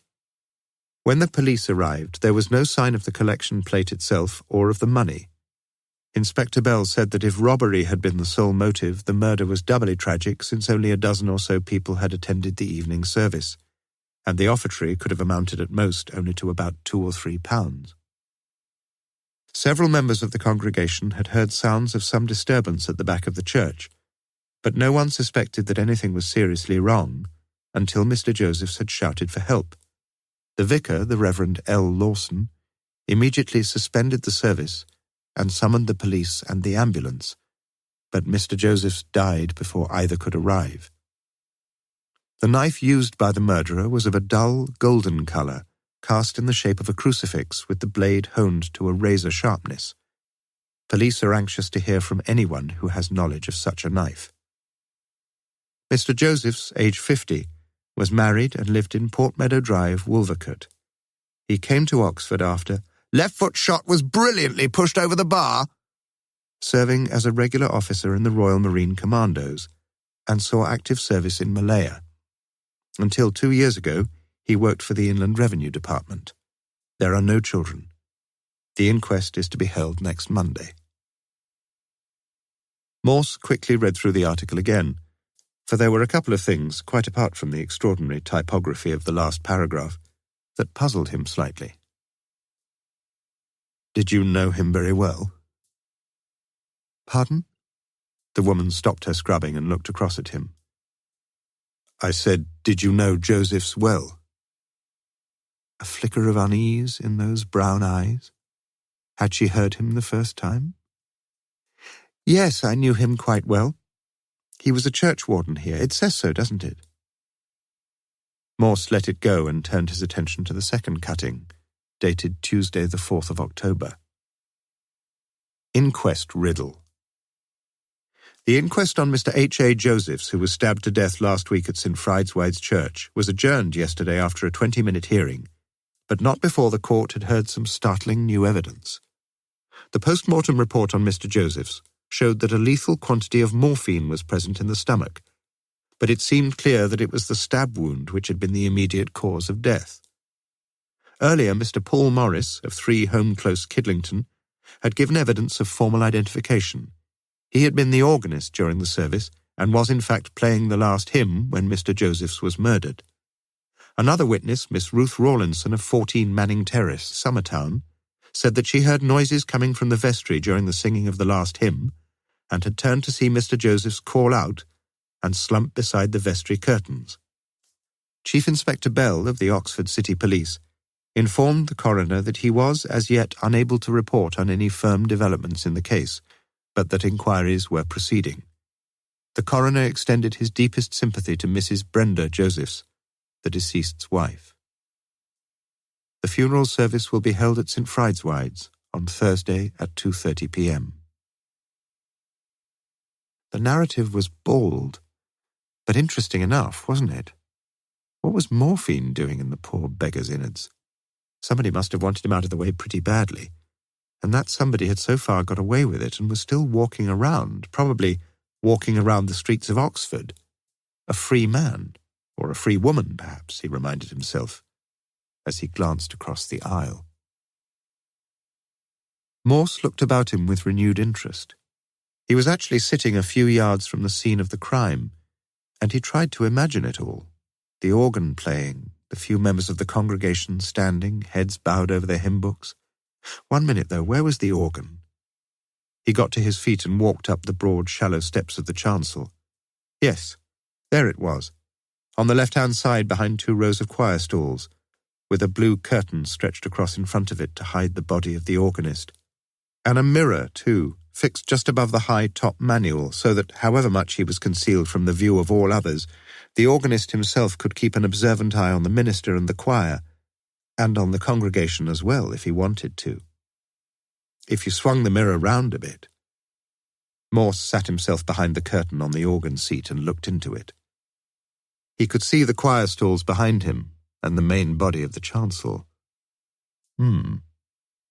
Then, like a nervous learner before starting off on a driving test, he began adjusting the mirror, finding that it moved easily and noiselessly, up and down, right and left, wherever he wanted it. First to the right and slightly down, and he found himself looking straight at the intricately woven gold design on the front of the green altar cloth. And then to the left and down, and he could see the head and shoulders of the cleaning woman, her elbows circling sedulously over the soapy suds. Then further still to the left and up slightly, almost as far as the mirror would go. And Morse suddenly stopped, a needle-sharp sensation momentarily flashing across his temples. So very clearly he could now see the front curtains of the vestry, could even see the fold where they would swing back to let the choir on its way, the fold where they had once opened, perhaps only slightly, to reveal the figure of a man shouting desperately above the swell of the organ notes, a man with a knife stuck firm and deep through his back, a man with only a moment or two to live. What if the organist, Morris, wasn't it, had actually been looking at the vestry curtains during those fatal seconds? What if he'd seen something? Something like... The rattle of the pail brought his airborne fancies down to earth. What possible reason could Morris have had for turning the mirror to such an improbable angle as he played the last hymn? Forget it. He turned on the smooth bench and looked over the curtain. The cleaner was packing up by the look of things, and he hadn't read the other cuttings yet. But before he got off the bench, his mind again took wing and was floating as effortlessly as a kittiwake keeling over the cliffs. It was the organ curtain. He was himself a man of just over medium height, but even someone 3 or 4 inches taller would be fairly well concealed behind that curtain. The back of the head would be showing, but little else. And if Morris was a small man, he would have been almost completely concealed. Indeed, as far as the choir and congregation were concerned, the organist might not have been Morris at all. He walked down the chancel steps. "Mind if I keep these cuttings? I'll post them back to you, of course." The woman shrugged. "All right." It seemed a matter of little concern to her. "I don't know your name, I'm afraid," began Morse. But a small middle-aged man had entered the church and was walking briskly towards them. "Morning, Miss Rawlinson." Miss Rawlinson, one of the witnesses at the inquest. Well, well. And the man who had just come in was doubtless Morris, the other witness, for he had already seated himself at the organ where a few switches were clicked on, and where a whir of some hidden power was followed by a series of gruff bass blasts, as if the instrument were breaking wind. "As I say, I can post 'em," said Morse, "or pop 'em through your letterbox. 14 Manning Road, isn't it?" Manning Terrace. "Oh, yes," Morse smiled at her good-naturedly. "Memory's not what it was, I'm afraid. They tell me we lose about 30,000 brain cells a day once we're past 30. Just as well we all have plenty to start with, Inspector." There was perhaps just a hint of mockery in her steady eyes, but Morse's light-heartedness had evoked no reciprocal response. "I'll just have a quick word with Mr. Morris before—" "That's not Mr. Morris." "Pardon?" "That's Mr. Sharp. He was deputy organist when Mr. Morris was here." "And Mr. Morris isn't here any longer," said Morse slowly. She shook her head. "Do you know where he's gone?" Did she? Again there seemed some hesitation in the eyes. "No, I don't. He's left the district. He left last October." "Surely he must have—" "He left his post at the school and, well, he just went." "But he must have—" She picked up the bucket and prepared to leave. "Nobody knows where he went." But Morse sensed she was lying. "It's your duty to tell me, you know, if you've any idea at all where he went." He spoke now with a quiet authority, and a flush arose in the woman's cheeks. "It's nothing really, just that he left at the same time as someone else, that's all." "And it was fairly easy to put two and two together?" She nodded. "Yes. You see, he left Oxford the same week as Mrs. Joseph." Chapter 8. Morse left the church and strolled over to the snack bar. "One coffee, please," he said to the girl lounging by the pay desk. "If you go and sit down, one of the girls will come." Oh. It all seemed a roundabout business. He sat and stared abstractedly through the large window, flecked now with drizzle, and watched the people walking to and fro along Cornmarket. Immediately opposite him, fencing in the church and the churchyard, were the sharply pointed, black-painted railings of St. Frideswide, against which a bearded, damp-looking tramp was leaning uncertainly, a bottle of something hanging loosely in his left hand. "Order, please." It was the same waitress. "You just had it," snapped Morse. "I'm sorry, sir, but—" "Forget it, love." He left and walked back across the street. "How goes it, brother?" The tramp looked at Morse warily through an incongruous pair of dark sunglasses. Unsolicited interest in his well-being was quite clearly no everyday occurrence. "Could do with a cup of tea, Gov." Morse pushed a couple of 10-pence pieces into a surprisingly clean hand. "Do you usually stand here?" "Nah, usually behind Brasenose College. Makes a change though, don't it?" "Some nice, kind people come out of the church, do they?" "Sometimes." "You know the minister here?" "Nah, tell it to push off like it's not this one. You're the other one, though. Real gent he was, Gov. Sometimes he'd take you down the vicarage and give you a real square meal, he would." "Is he the one who died?" The tramp looked at Morse with what could have been a glint of suspicion behind the dark lenses, and took a swig on the bottle. "Christ, you could say that again, mister." He shuffled along the railings towards Carfax, and was gone. Morse crossed the road yet again, and walked past the snack bar, past a well-stocked bicycle shop, past the cinema, and then turned left into the curving sweep of Beaumont Street. Momentarily he debated between the Ashmolean, just opposite on his right, and the Randolph, immediately on his left. It wasn't a fair contest. The cocktail bar was already quite full as Morse waited rather impatiently for a group of Americans to sort out their gins and tonics. The barmaid wore a low-cut dress, and Morse watched with what he told himself was a fascinated indifference as she finally leaned forward over the beer pump to pull his order. She was too young, though. no more than 20-odd. And Morse was beginning to formulate the philosophy that men were attracted to women of roughly their own age. Well, give or take 10 years or so either way. He sat down, savoured his beer, and took out cutting number 3 from his pocket. It was dated Wednesday, the 19th of October. Tragic fall from church tower. Yesterday morning, the Reverend Lionel Lawson fell to his death from the tower of St. Frideswide Church in Cornmarket. Only 10 minutes earlier, he had conducted the regular 7:30 a.m. communion service, and 2 members of the congregation were among the first to discover the tragedy.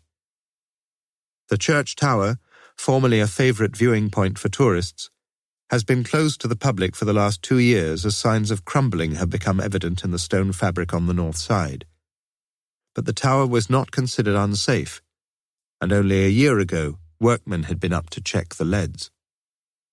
Mr. Lawson, a bachelor aged 41, had been vicar of St. Frideswide's for almost 11 years.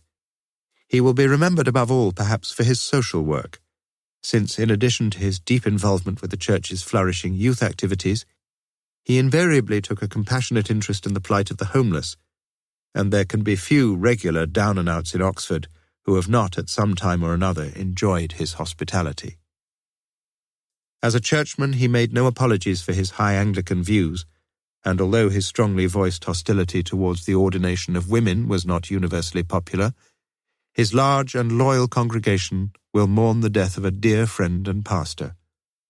He studied theology at Christ's College, Cambridge, and later at St. Stephen's House, Oxford. Only last month, Mr. H.A. Josephs, church warden of St. Frideswide's, was found stabbed to death in the church vestry. Morse looked at the last sentence again and wondered why the reporter had deemed it his duty to stick it in. Wasn't there a bit too much of that post hoc propter hoc suspicion about it? Yet a murder followed very shortly afterwards by a suicide was by no means uncommon, and the reporter would hardly have been the only one to suspect some causal connection. For if Lawson had somehow managed to murder Josephs, then it was surely only honourable and proper for a servant of the Lord to be stricken so sorely in conscience as to chuck himself off the nearest or most convenient pinnacle, was it not? Morse drained his beer, fiddled in his pockets for some more change, and looked vaguely around him. A woman had just walked up to the bar, and he studied her back view with growing interest. A good deal nearer his own age than the barmaid, certainly. Black leather, knee-length boots, slim figure, tight-belted, light fawn raincoat, spotted red headscarf. Nice. On her own, too. Morse sauntered up beside her and heard her order a dry martini, and the thought crossed his mind that all he had to do was to pay for her drink, ask her over to his lonely corner, and talk of this and that in a quiet, unassuming, intelligent, fascinating, masterly way. And then, who knows? But a middle-aged customer had risen from his seat and clapped a hand on her shoulder. "I'll get that, Ruth, love. You sit down." Miss Rawlinson unfastened her headscarf and smiled. Then, as she appeared to notice Morse for the first time, the smile was gone. She nodded, almost curtly it seemed, and turned away. After his third pint, Morse left the cocktail bar and from the foyer rang through to the city police station. But Chief Inspector Bell was on holiday, he was told, in Spain. It was a long time since Morse had undertaken any extended exercise, and he decided on impulse to walk up to North Oxford. Only half an hour if he stepped it out. As if to deride his decision, bus after bus passed him, Cutteslowe buses, Kidlington buses, and the eternally empty park and ride buses subsidised at huge cost by the city fathers in the vain hope of persuading shoppers to leave their cars on the outskirts. But Morse kept walking. As he came up to the Marston Ferry crossroads, he watched, almost mesmerised, as a northbound car pulled out of the inside lane into the path of an overtaking motorcycle. The rider was thrown slithering to the other side of the road, where his white helmet hit the curb with a sickening thwack, and where the near-side wheel of a southbound lorry, for all its squealing brake power, ran over the man's pelvis with an audible crunch. Others on that scene showed, perhaps for the first time in their lives, a desperate courage born of the hour. Figures knelt by the dying man, and coats were laid over his crushed body. A young man with greasy shoulder-length hair took upon himself the duties of a traffic policeman. A doctor was on his way from the Summertown Health Centre on the corner. The ambulance and police were already being summoned. But Morse felt his stomach tighten and twist in a spasm of pain. A light sweat had broken out on his forehead, and he thought he was going to vomit as he averted his eyes and hurried away. The sense of his inadequacy and cowardice disgusted him, but the physical sickness prowling in his bowels drove him on, farther and farther up the road, past the Summertown shops, and at last to his home. Even the Levite had taken a quick look before passing by on the other side. What it was about road accidents that threw him so completely off balance, Morse had never quite been able to understand. Many a time he had been on the scene of a murder and examined a brutally mutilated corpse, with an ugly distaste, certainly, but with nothing worse. Why was it, then? Perhaps it was something to do with the difference between death and the process of dying. Certainly of dying in a writhing agony after a road accident. Yes, it was the accidental angle of things.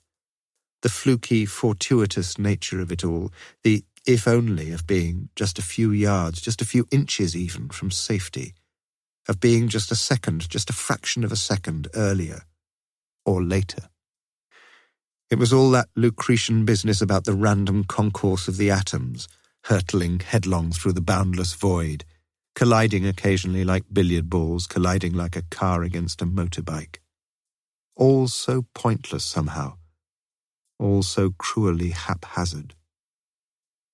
Occasionally Morse considered the ever-decreasing possibility of having a family himself, and he knew that he might be able to face some terrible illness in those he loved, but never an accident. In the distance sounded the urgent two-tone siren of an ambulance, like some demented mother wailing for her children. Morse picked up his 1 pint of milk and shut the door of his bachelor flat behind him. Not the best of starts to a holiday. He selected Richard Strauss's Vier letzte Lieder, but a sudden thought flashed through his mind, and he put the record down again. In the Randolph, he had quickly read through cutting number 4, the newspaper account of the inquest on Lawson. Little of interest there, he'd thought. But had he been right? He read it through again now. The poor fellow had obviously been a terrible sight, his body violently crushed by his fall, his skull. Yes, that is what had clicked in Morse's mind as he had lifted the lid of the record player. If he himself had been unwilling to look at the face of a dying motorcyclist, had those two witnesses looked as closely as they should have done at that sadly shattered skull? All he needed now was a little information from the official report of the coroner's hearing. And knowing the coroner very well, he could get that information straight away, that very afternoon. 10 minutes later, he was asleep. Chapter 9. Avoiding the man's look, Ruth Rawlinson finished her second martini and stared at the slice of lemon at the bottom of her glass. Another? No, I mustn't. Really, I've had 2 already. Go on, enjoy yourself. We only live once, you know. Ruth smiled sadly. It was just the sort of thing her mother kept saying. You're missing out on life, Ruthie dear. Why don't you try to meet more people? Have a good time. Her mother. Her grumbling, demanding, crippled mother, but still her mother. And she, Ruth, her only child, 41 years old, almost 42, a virgin until so recently, and then not memorably deflowered. Same again, then? He was on his feet, her glass held high in his hand. Why not? She felt pleasantly warm somewhere deep down inside her, and she could always go to bed for a few hours when she got home. Monday afternoon was her mother's weekly bridge session, and nothing short of a nuclear attack on North Oxford could ever disturb those four mean old women as they grubbed for penalty points and overtricks at the small green baize table in the back room. "You'll have me drunk if you're not careful," she said. "What do you think I'm trying to do?" She knew him fairly well now, and she watched him as he stood at the bar in his expensively cut suit, a few years older than herself, with 3 teenage children and a charming, intelligent, trusting wife. And he wanted her. Yet for some reason she didn't want him. She couldn't quite bear the thought of being intimate with him. Not, she reminded herself, that she really knew what intimacy was all about. Her eyes wandered round the room once more, in particular to a point in the farthest corner of the room.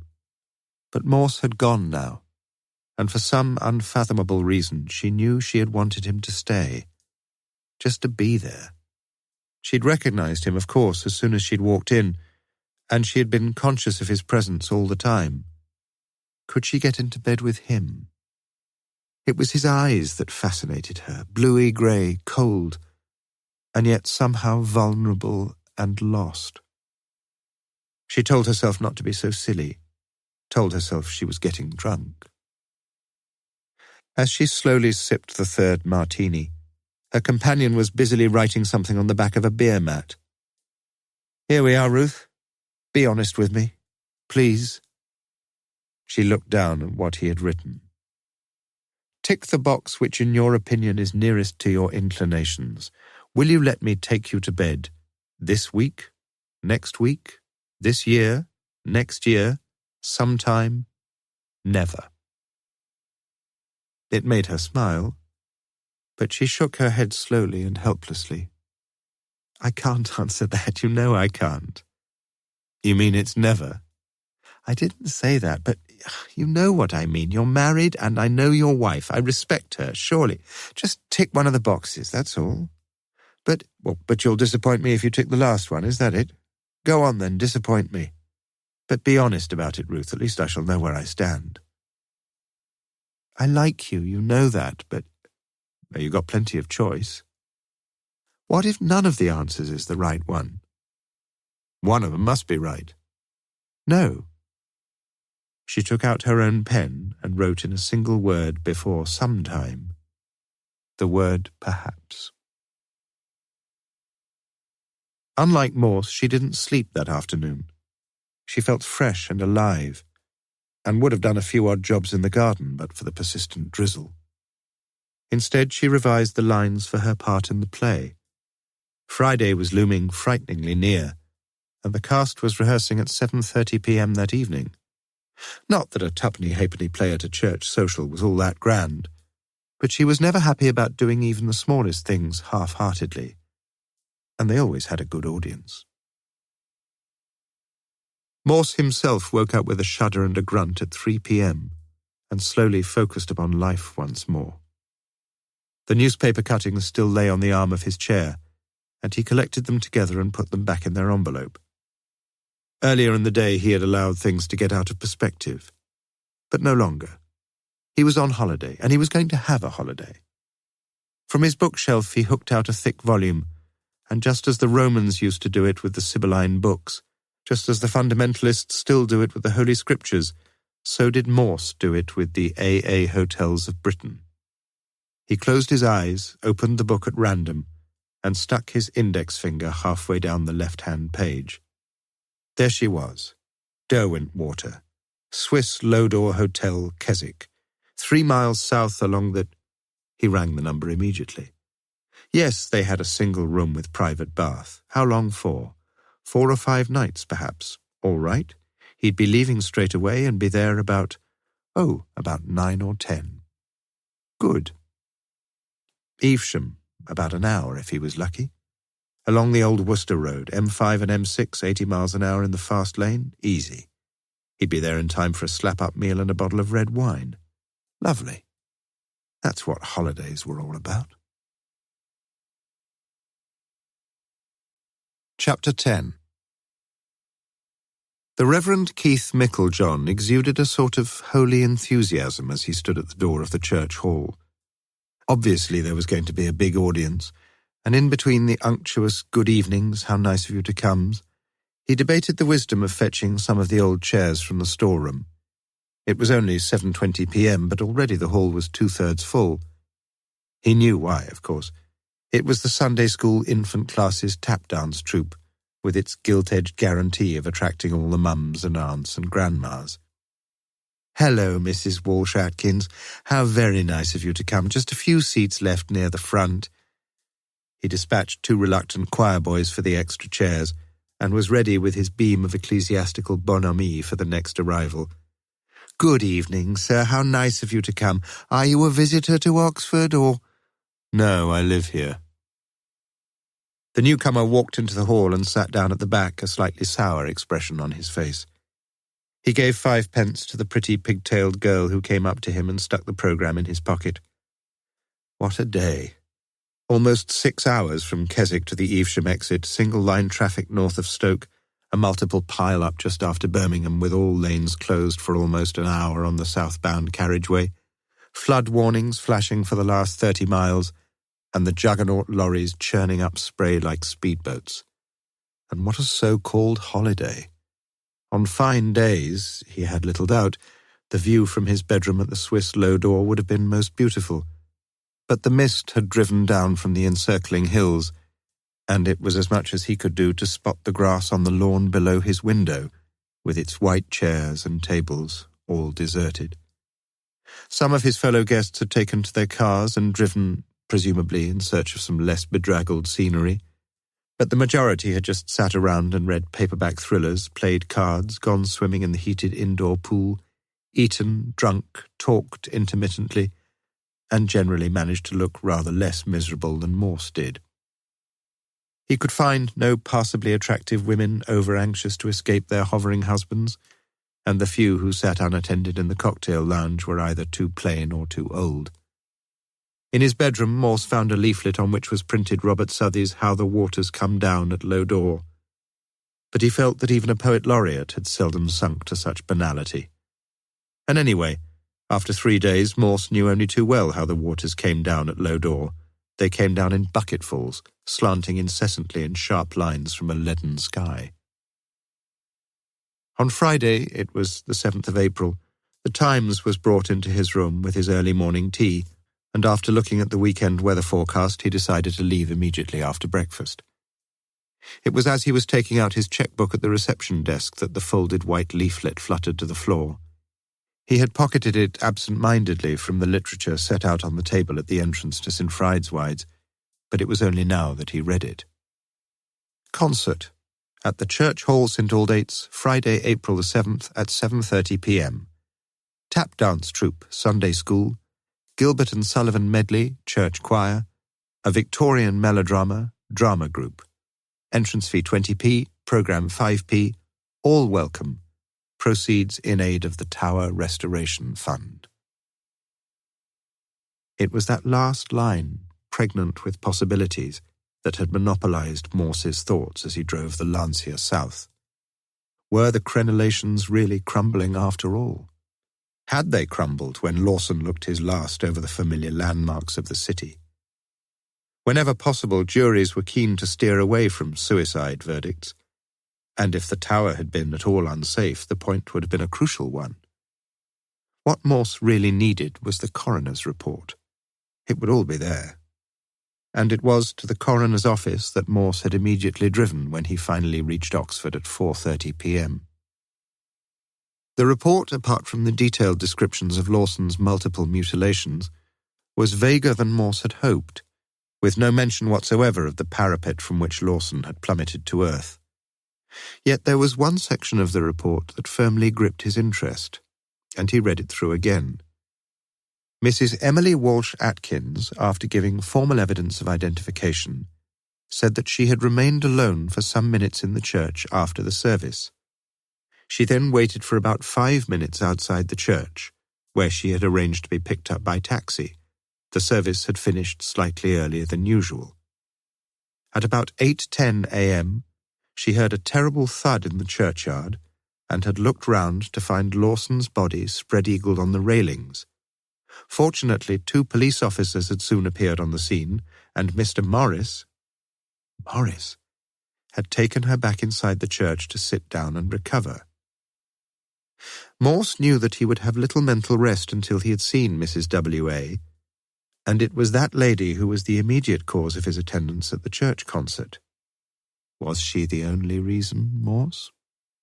He had just missed her at the Home for Aging Gentlefolk, but they knew where she'd gone.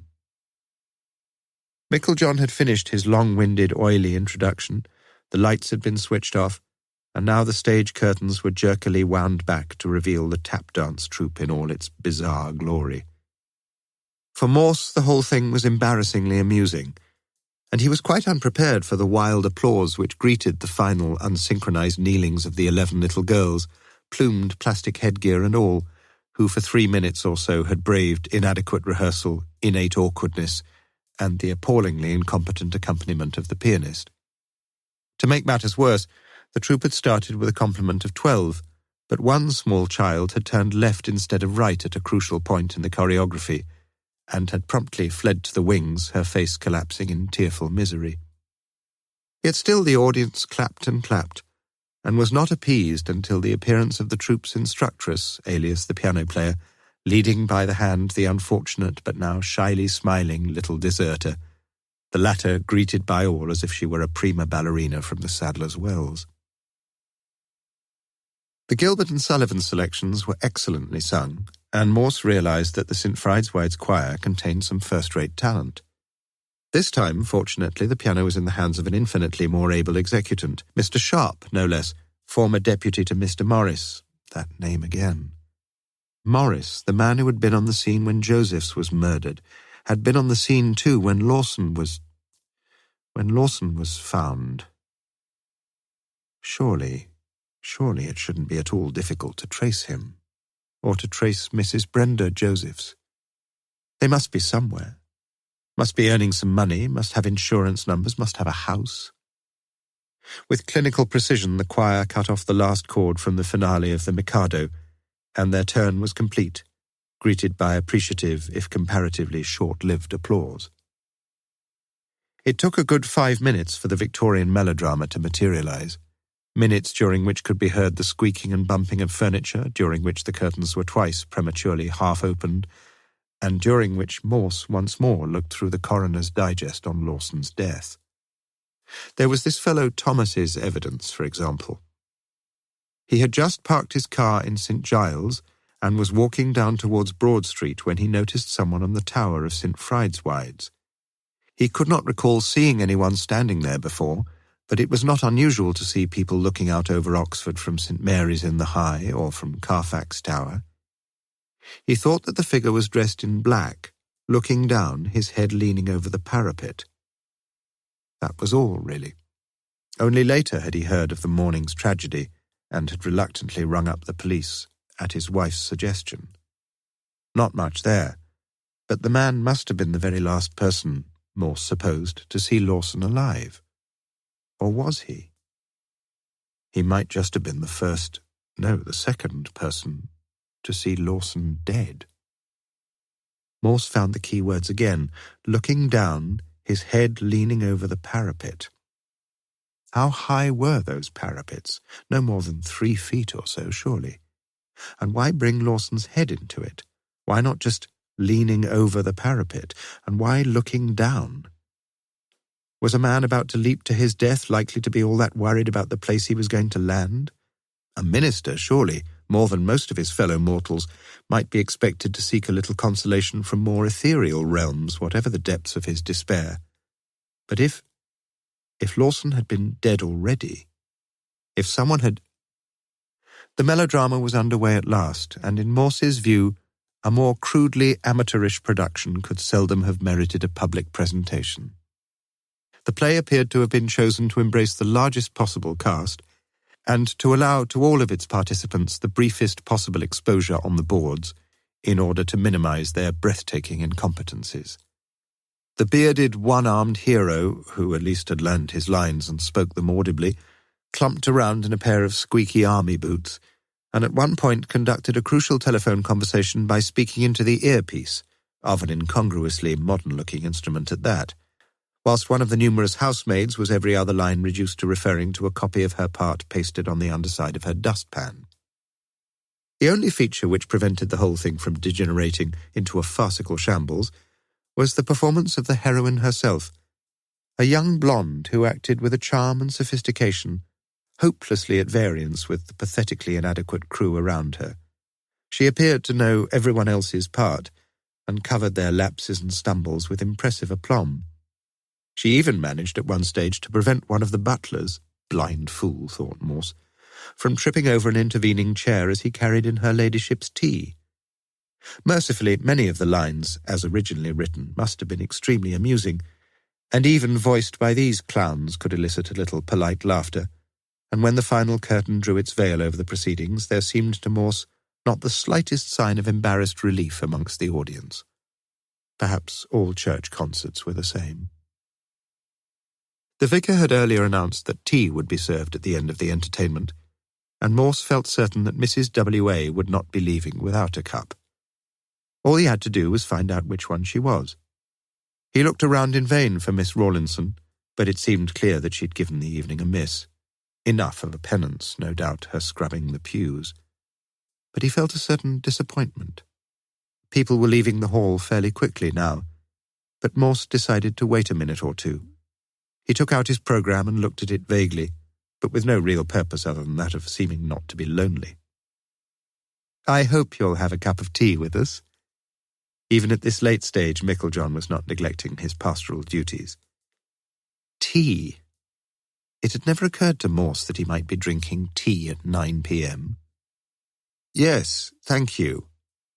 I wonder if you happen to know a Mrs. Walsh Atkins.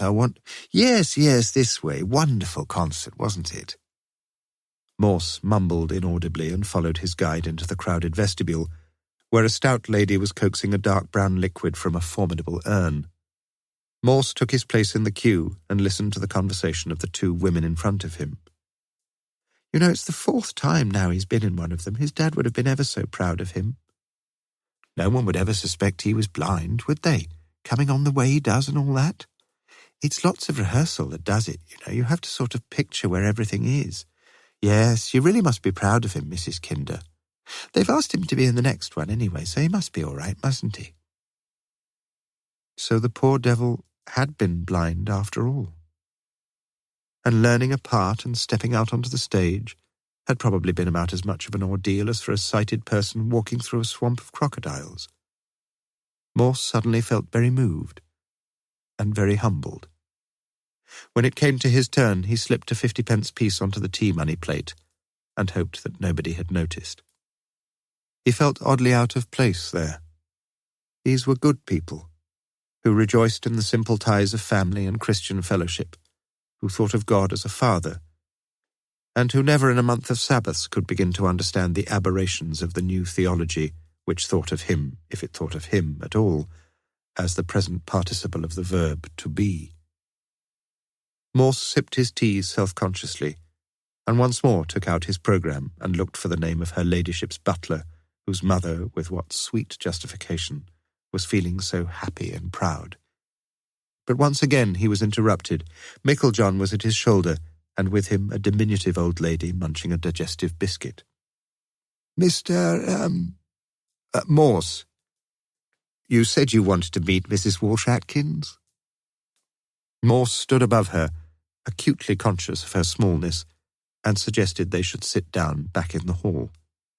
He explained who he was, why he was there, and what he wanted to know, and she readily told him of her own part in that dreadful day's events when she'd found Lawson dashed to pieces from the tower, repeating virtually verbatim the words she had used at the inquest.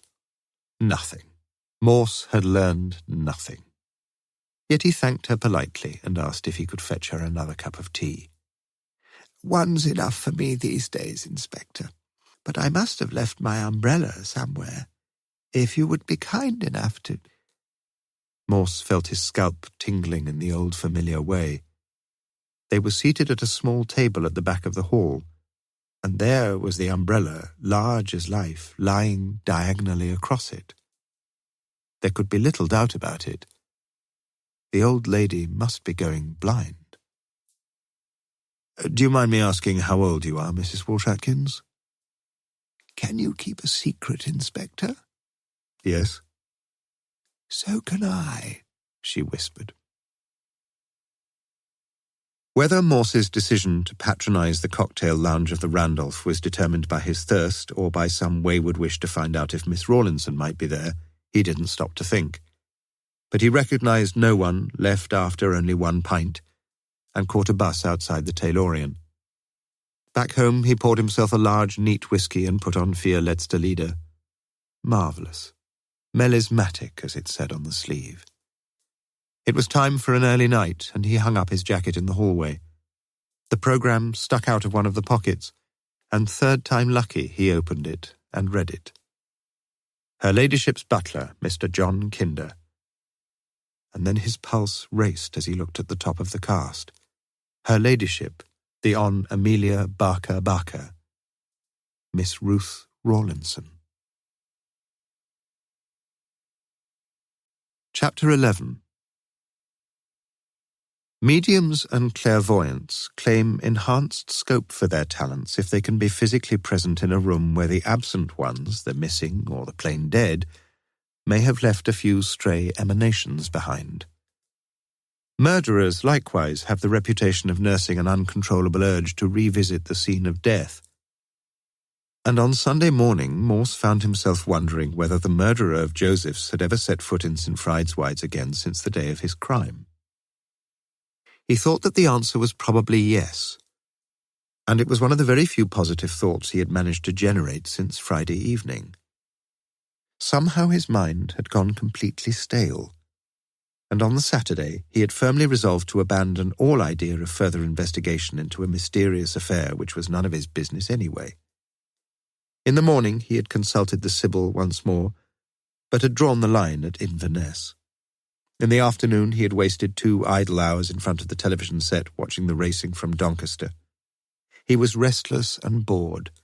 There were so many books he could read, so many records he could play, and yet he could summon up no enthusiasm for anything. What did he want? His listless mood persisted through to Sunday morning, when not even the few erotic titbits in the news of the world could cheer him. He sprawled gloomily in his armchair, his eyes vaguely scanning the multicoloured spines along the bookshelves. Baudelaire might match his mood, perhaps. What was that line about the prince in La Fleur du Mal? Riche mais impuissant, jeune et pourtant très vieux. And quite suddenly Morse felt better. Bloody nonsense. He was neither impotent nor senile. Far from it. It was time for action. He rang the number, and she answered. Hello? Miss Rawlinson? Speaking. You may not remember me. I met you in St. Frideswide's last Monday. I remember. I was, thinking of going to church this morning. Our church, you mean? Yes. You'd better get a move on. It starts at 10:30. Oh, I see. Well, thank you very much. You're very interested in us all of a sudden, Inspector. There was a suggestion of friendly amusement in her voice, and Morse wanted to keep her on the phone. Did you know I came to the social on Friday evening? Of course. Morse felt a silly, juvenile joy about that of course. Keep going, lad. I didn't see you afterwards. In fact, I didn't realize that it was you in the play. Amazing what a blonde wig does, isn't it? Who is it? Someone called behind her voice. Pardon? Said Morse. It's all right, that was my mother asking who you are. Oh, I see. Well, as I say, you'd better hurry up if you're going. Are you going? Perhaps I could give you... No, not this morning. Mother's had one of her asthma attacks and I can't leave her. Oh. Morse hid his disappointment beneath a cheerful farewell and said, bugger it, as he cradled the phone. He was going, though. It wasn't Ruth Rawlinson he wanted to see. He just wanted to get the feel of the place, to pick up a few of those stray emanations. He told himself that it didn't matter 2 hoots whether the Rawlinson woman was there or not. Looking back on his first church attendance for a decade, Morse decided that it was quite an experience. St. Frideswide's must, he thought, be about as spiky as they come in the Anglican varieties. True, there was no Peter's Pence at the back of the church, no bulletin from the pulpit proclaiming the infallibility of His Holiness, but in other respects there seemed little that separated the church from the Roman fold. There'd been a sermon, all right, devoted to St. Paul's humourless denunciation of the lusts of the flesh, but the whole service had really centred round the Mass. It had not started all that well for Morse, who, 2 minutes late, had inadvertently seated himself in the pew reserved for the church warden, and this had necessitated an awkward, whispered exchange as the people knelt to confess their wrongdoings. Fortunately, from his vantage point at the rear, Morse was able to sit and stand and kneel in concert with the rest, although many of the crossings and genuflections proved equally beyond his reflexes as his inclinations. What amazed him more than anything was the number of the cast assembled around the altar, each purposefully pursuing his part, the celebrant, the deacon, the sub-deacon, the incense swinger and the boat boy, the 2 acolytes and the 4 torch-bearers, and conducting them all, a youngish, mournful-faced master of ceremonies, his hands sticking out horizontally before him in a posture of perpetual prayer. It was almost like a floor show, with everyone so well trained, bowing, crossing, kneeling, rising, with a synchronized discipline which, as Morse saw it, could profitably have been emulated by the tap dance troupe. To these manoeuvres, the equally well-disciplined congregation would match its own reactions, suddenly sitting as suddenly on its feet again, and occasionally giving mouth to mournful responses. The woman seated next to Morse had soon spotted him for the greenhorn that he was, and was continually thrusting the appropriate page of the proceedings under his nose. She herself sang in a shrill soprano, and was so refined in her diction that the long O vowels issued forth as bleating eos. Thus all the O Lords became ew Lords, and 3 times at the start of the service, whilst Micklejohn walked briskly up and down the aisles, sprinkling everything in sight with holy water, she had implored the Almighty to wash her from her sins and make her whiter, yea, whiter than snow. But there was one thing in Morse's favour. He knew most of the hymns, and at one point he thought he almost managed to drown the holy, holy, holy on his right. And he learned something, too. From Micklejohn's notices for the week's forthcoming attractions, it was clear that this Mass business was rather more complicated than he'd imagined. There must be 3 types, it seemed, low, high, and solemn. And if, as Morse suspected, the low variety wasn't all that posh, if no choir was involved, no organist even, then what in heaven's name was Morris doing in church when the unhappy Lawson dashed himself to pieces from the tower? People perhaps did sometimes go to church because they wanted to, but anyway, it might be worthwhile finding out a bit more about those different masses. And there was something else, something very suggestive indeed. With the exception of Morse himself, all the congregation partook of the blessed bread and the blessed wine, ushered quietly and firmly to the chancel rails by that same churchwarden who had so nearly lost his seat, and who, doubtless by venerable tradition, was himself the very last to receive the sacrament. Joseph's had been churchwarden. Joseph's must have been the last to kneel at the chancel rails on the evening of his death. Joseph's had drunk some of the communion wine that same night, and Joseph's, so the pathologist said, had finished up with some very queer things in his stomach. Was it possible? Was it possible that Joseph's had been poisoned at the altar? From his observation of the final part of the ritual, it was clear to Morse that any celebrant with a chalice in his hands could wreak enormous havoc if he had the inclination to do so, for when he'd finished, he could get rid of every scrap of evidence. Nor did he need any excuse for this, for it was part of the drill. Rinse the cup and wipe it clean and stick it in the cupboard till the next time. Yes, it would be tricky, of course, with all those other stagehands standing around like they were now. But on the evening of Joseph's murder, the cast must surely have been very much smaller. Again, it was something worth looking into. There was another snag, though, wasn't there? It seemed that the celebrant himself was called upon to drain the dregs that were left in the chalice, and to do it in front of the whole congregation. But couldn't he just pretend to do that? Pour it down the piscina later? Or again, there might have been nothing left in the chalice at all. There were so very many possibilities, and Morse's fancies floated steeple high as he walked out of the cool church into the sunlit reach of Cornmarket.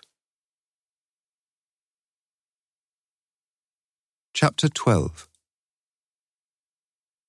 It was some relief for Morse to recognise the fair countenance of reason once more, and she greeted him serenely when he woke clear-headed on Monday morning and told him that it would be no bad idea to have a quiet look at the problem itself before galloping off towards a solution. Basically, there were only two possibilities.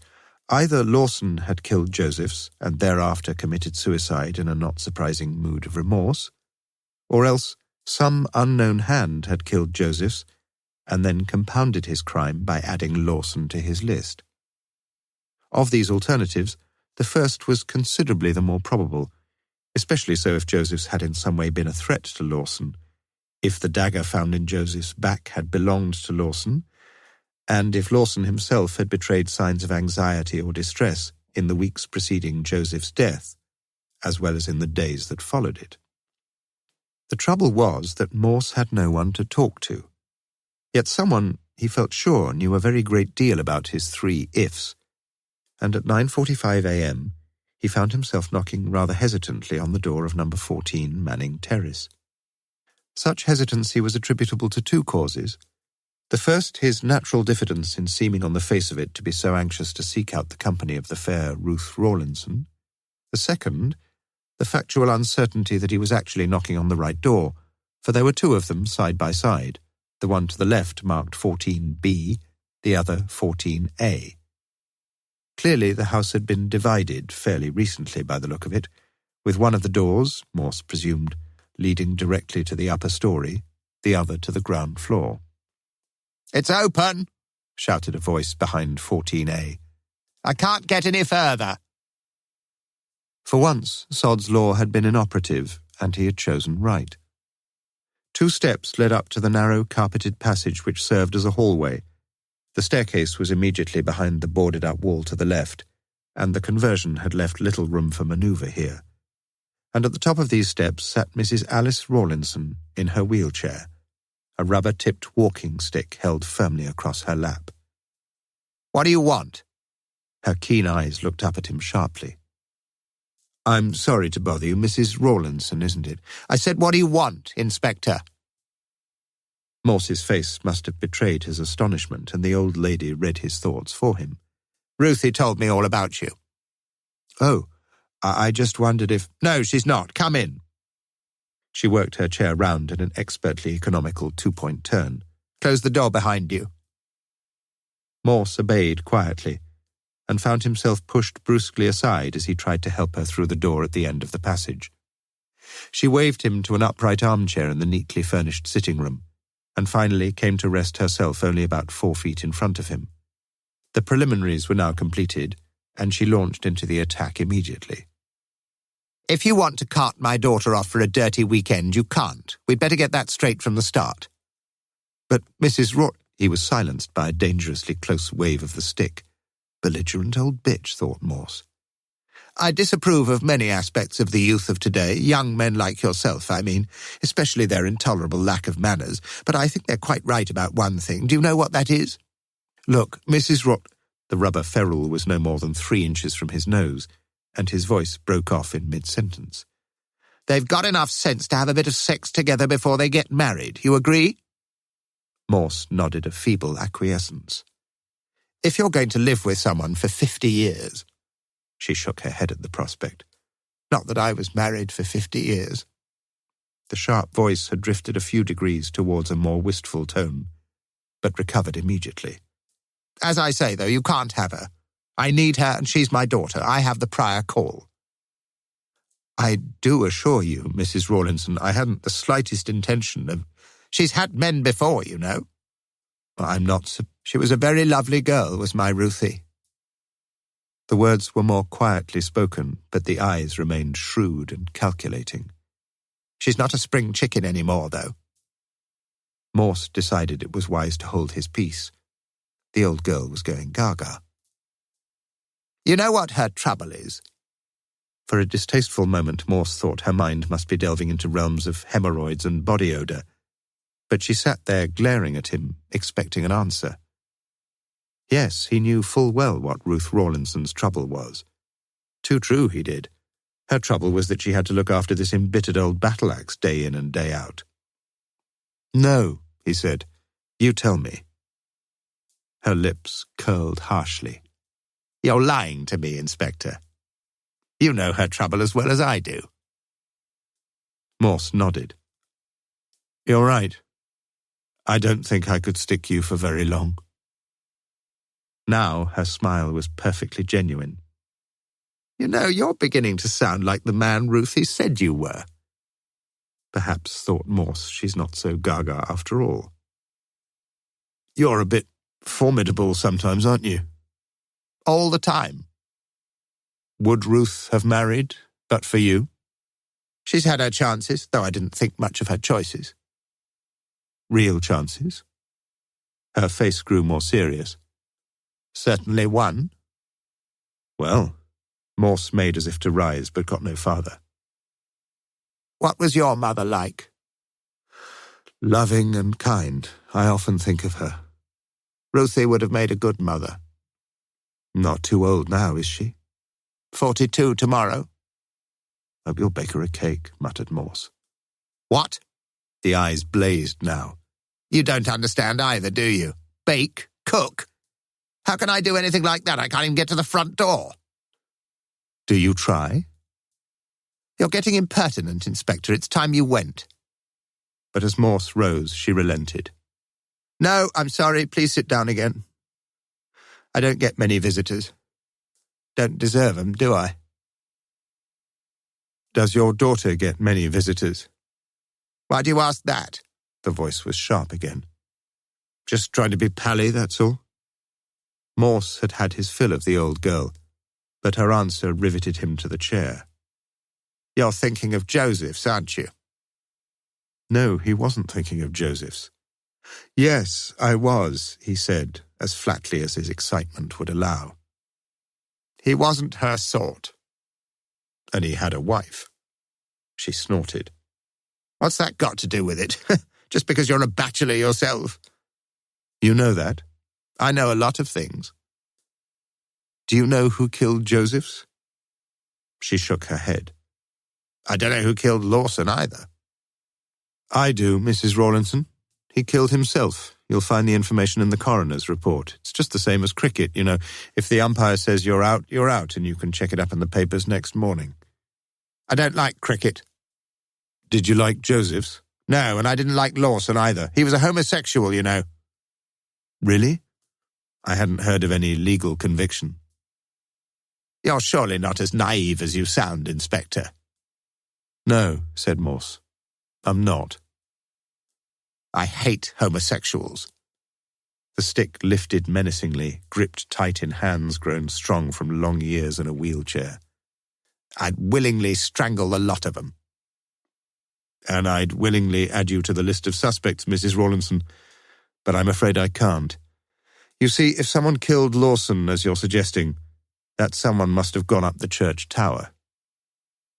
"Unless Lawson was killed in the church and someone else carried him up there." It was an idea, and Morse nodded slowly, wondering why he hadn't thought of it himself. "I'm afraid I shall have to kick you out, Inspector. It's my bridge day, and I always spend the morning brushing up on a few practice hands." She was winning every trick here, too, and Morse acknowledged the fact. Ruth was fixing the lock on her bicycle when she looked up to see Morse standing by the door, and her mother sitting at the top of the steps behind him. "Hello," said Morse. "I'm sorry I missed you, but I've had a nice little chat with your mother." I really came to ask if you'd come out with me tomorrow night." With her pale face and her untidy hair, she suddenly seemed very plain, and Morse found himself wondering why she'd been so much on his mind. "It's your birthday, isn't it?" She nodded vaguely, her face puzzled and hesitant. "It's all right," said Morse. "Your mother says it'll do you good. In fact, she's very pleased with the idea, aren't you, Mrs. Rawlinson?"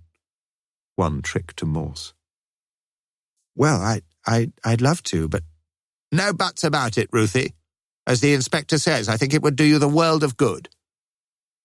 "I'll pick you up about 7 then," said Morse. Ruth gathered up her string shopping bag and stood beside Morse on the threshold. "Thank you, Mother, that was kind of you, but—" Turning to Morse, "I'm sorry, I can't accept your invitation. I've already been asked out by someone else." Life was a strange business. A few seconds ago she'd looked so ordinary, yet now she seemed a prize just snatched from his grasp, and for Morse the day ahead loomed blank and lonely. As it did, if only he had known, for Ruth. Chapter 13. "What the hell do you want?" growled Chief Inspector Bell of the City Police. A fortnight in Malaga, which had coincided with a strike of Spanish hotel staff, had not brought him home in the sweetest of humours, and the jobs he had gladly left behind him had, as ever, not gone away. But he knew Morse well. They were old sparring partners. "The Spanish brothel still doing a roaring trade?" "Had the wife with me, didn't I?" "Tell me something about this Lawson business." "Damned if I will. The case is closed and it's got nothing to do with you." "How are the kids?" "Ungrateful little buggers, shan't take 'em again." "And the Lawson case is closed?" "Locked and bolted." "No harm in just—" "I've lost the key." "All kids are ungrateful, especially mine." "Where's the file?" "What do you want to know?" "Well, who killed Josephs for a start?" "Lawson did." Morse blinked in some surprise. "You mean that?" Bell nodded. "The knife that killed Josephs belonged to Lawson. The woman who charred for him had seen it several times on his desk in the vicarage." "But Lawson was nowhere near Josephs when—" Morse stopped in his tracks, and Bell continued. "Josephs was just about dead when he was knifed. Acute morphine poisoning, administered, as they say, at the altar of the Lord. What about that, Morse? Josephs was a church warden, and he was always last at the altar rail, and he finished up with some pretty queer things in his belly, right? Seems pretty obvious, then, that—" It was a strange experience for Morse. Déjà vu. He found himself only half listening to Bell's explanation. No, not Bell's, his own explanation. "Rinse the utensils, wipe them clean, stick them in the cupboard till next time. Easy. Proof, though? No." "But how did Lawson—" "He's standing in front of the altar waiting for the last hymn to finish. He knows Josephs is counting up the collection in the vestry as he always does, and Lawson's expecting him to be lying there unconscious, dead probably by now. But suddenly Josephs shouts for help and Lawson comes swooping down the aisle in his Batman outfit," "Chasuble," mumbled Morse, "and covers him up under his what's-it. He keeps the others, there aren't many of them anyway, away from the vestry, sends for help, and then when he's alone, he sticks his knife in Joseph's back just to make sure." "I thought the collection was pinched." Bell nodded. "There was one of those down-and-out fellows at the service. Lawson had helped him occasionally, put him up at the vicarage, given him his old suits, that sort of thing. In fact, this fellow had been kneeling next to Joseph's at the communion rail." "So he could have put the stuff in the wine." Bell shook his head.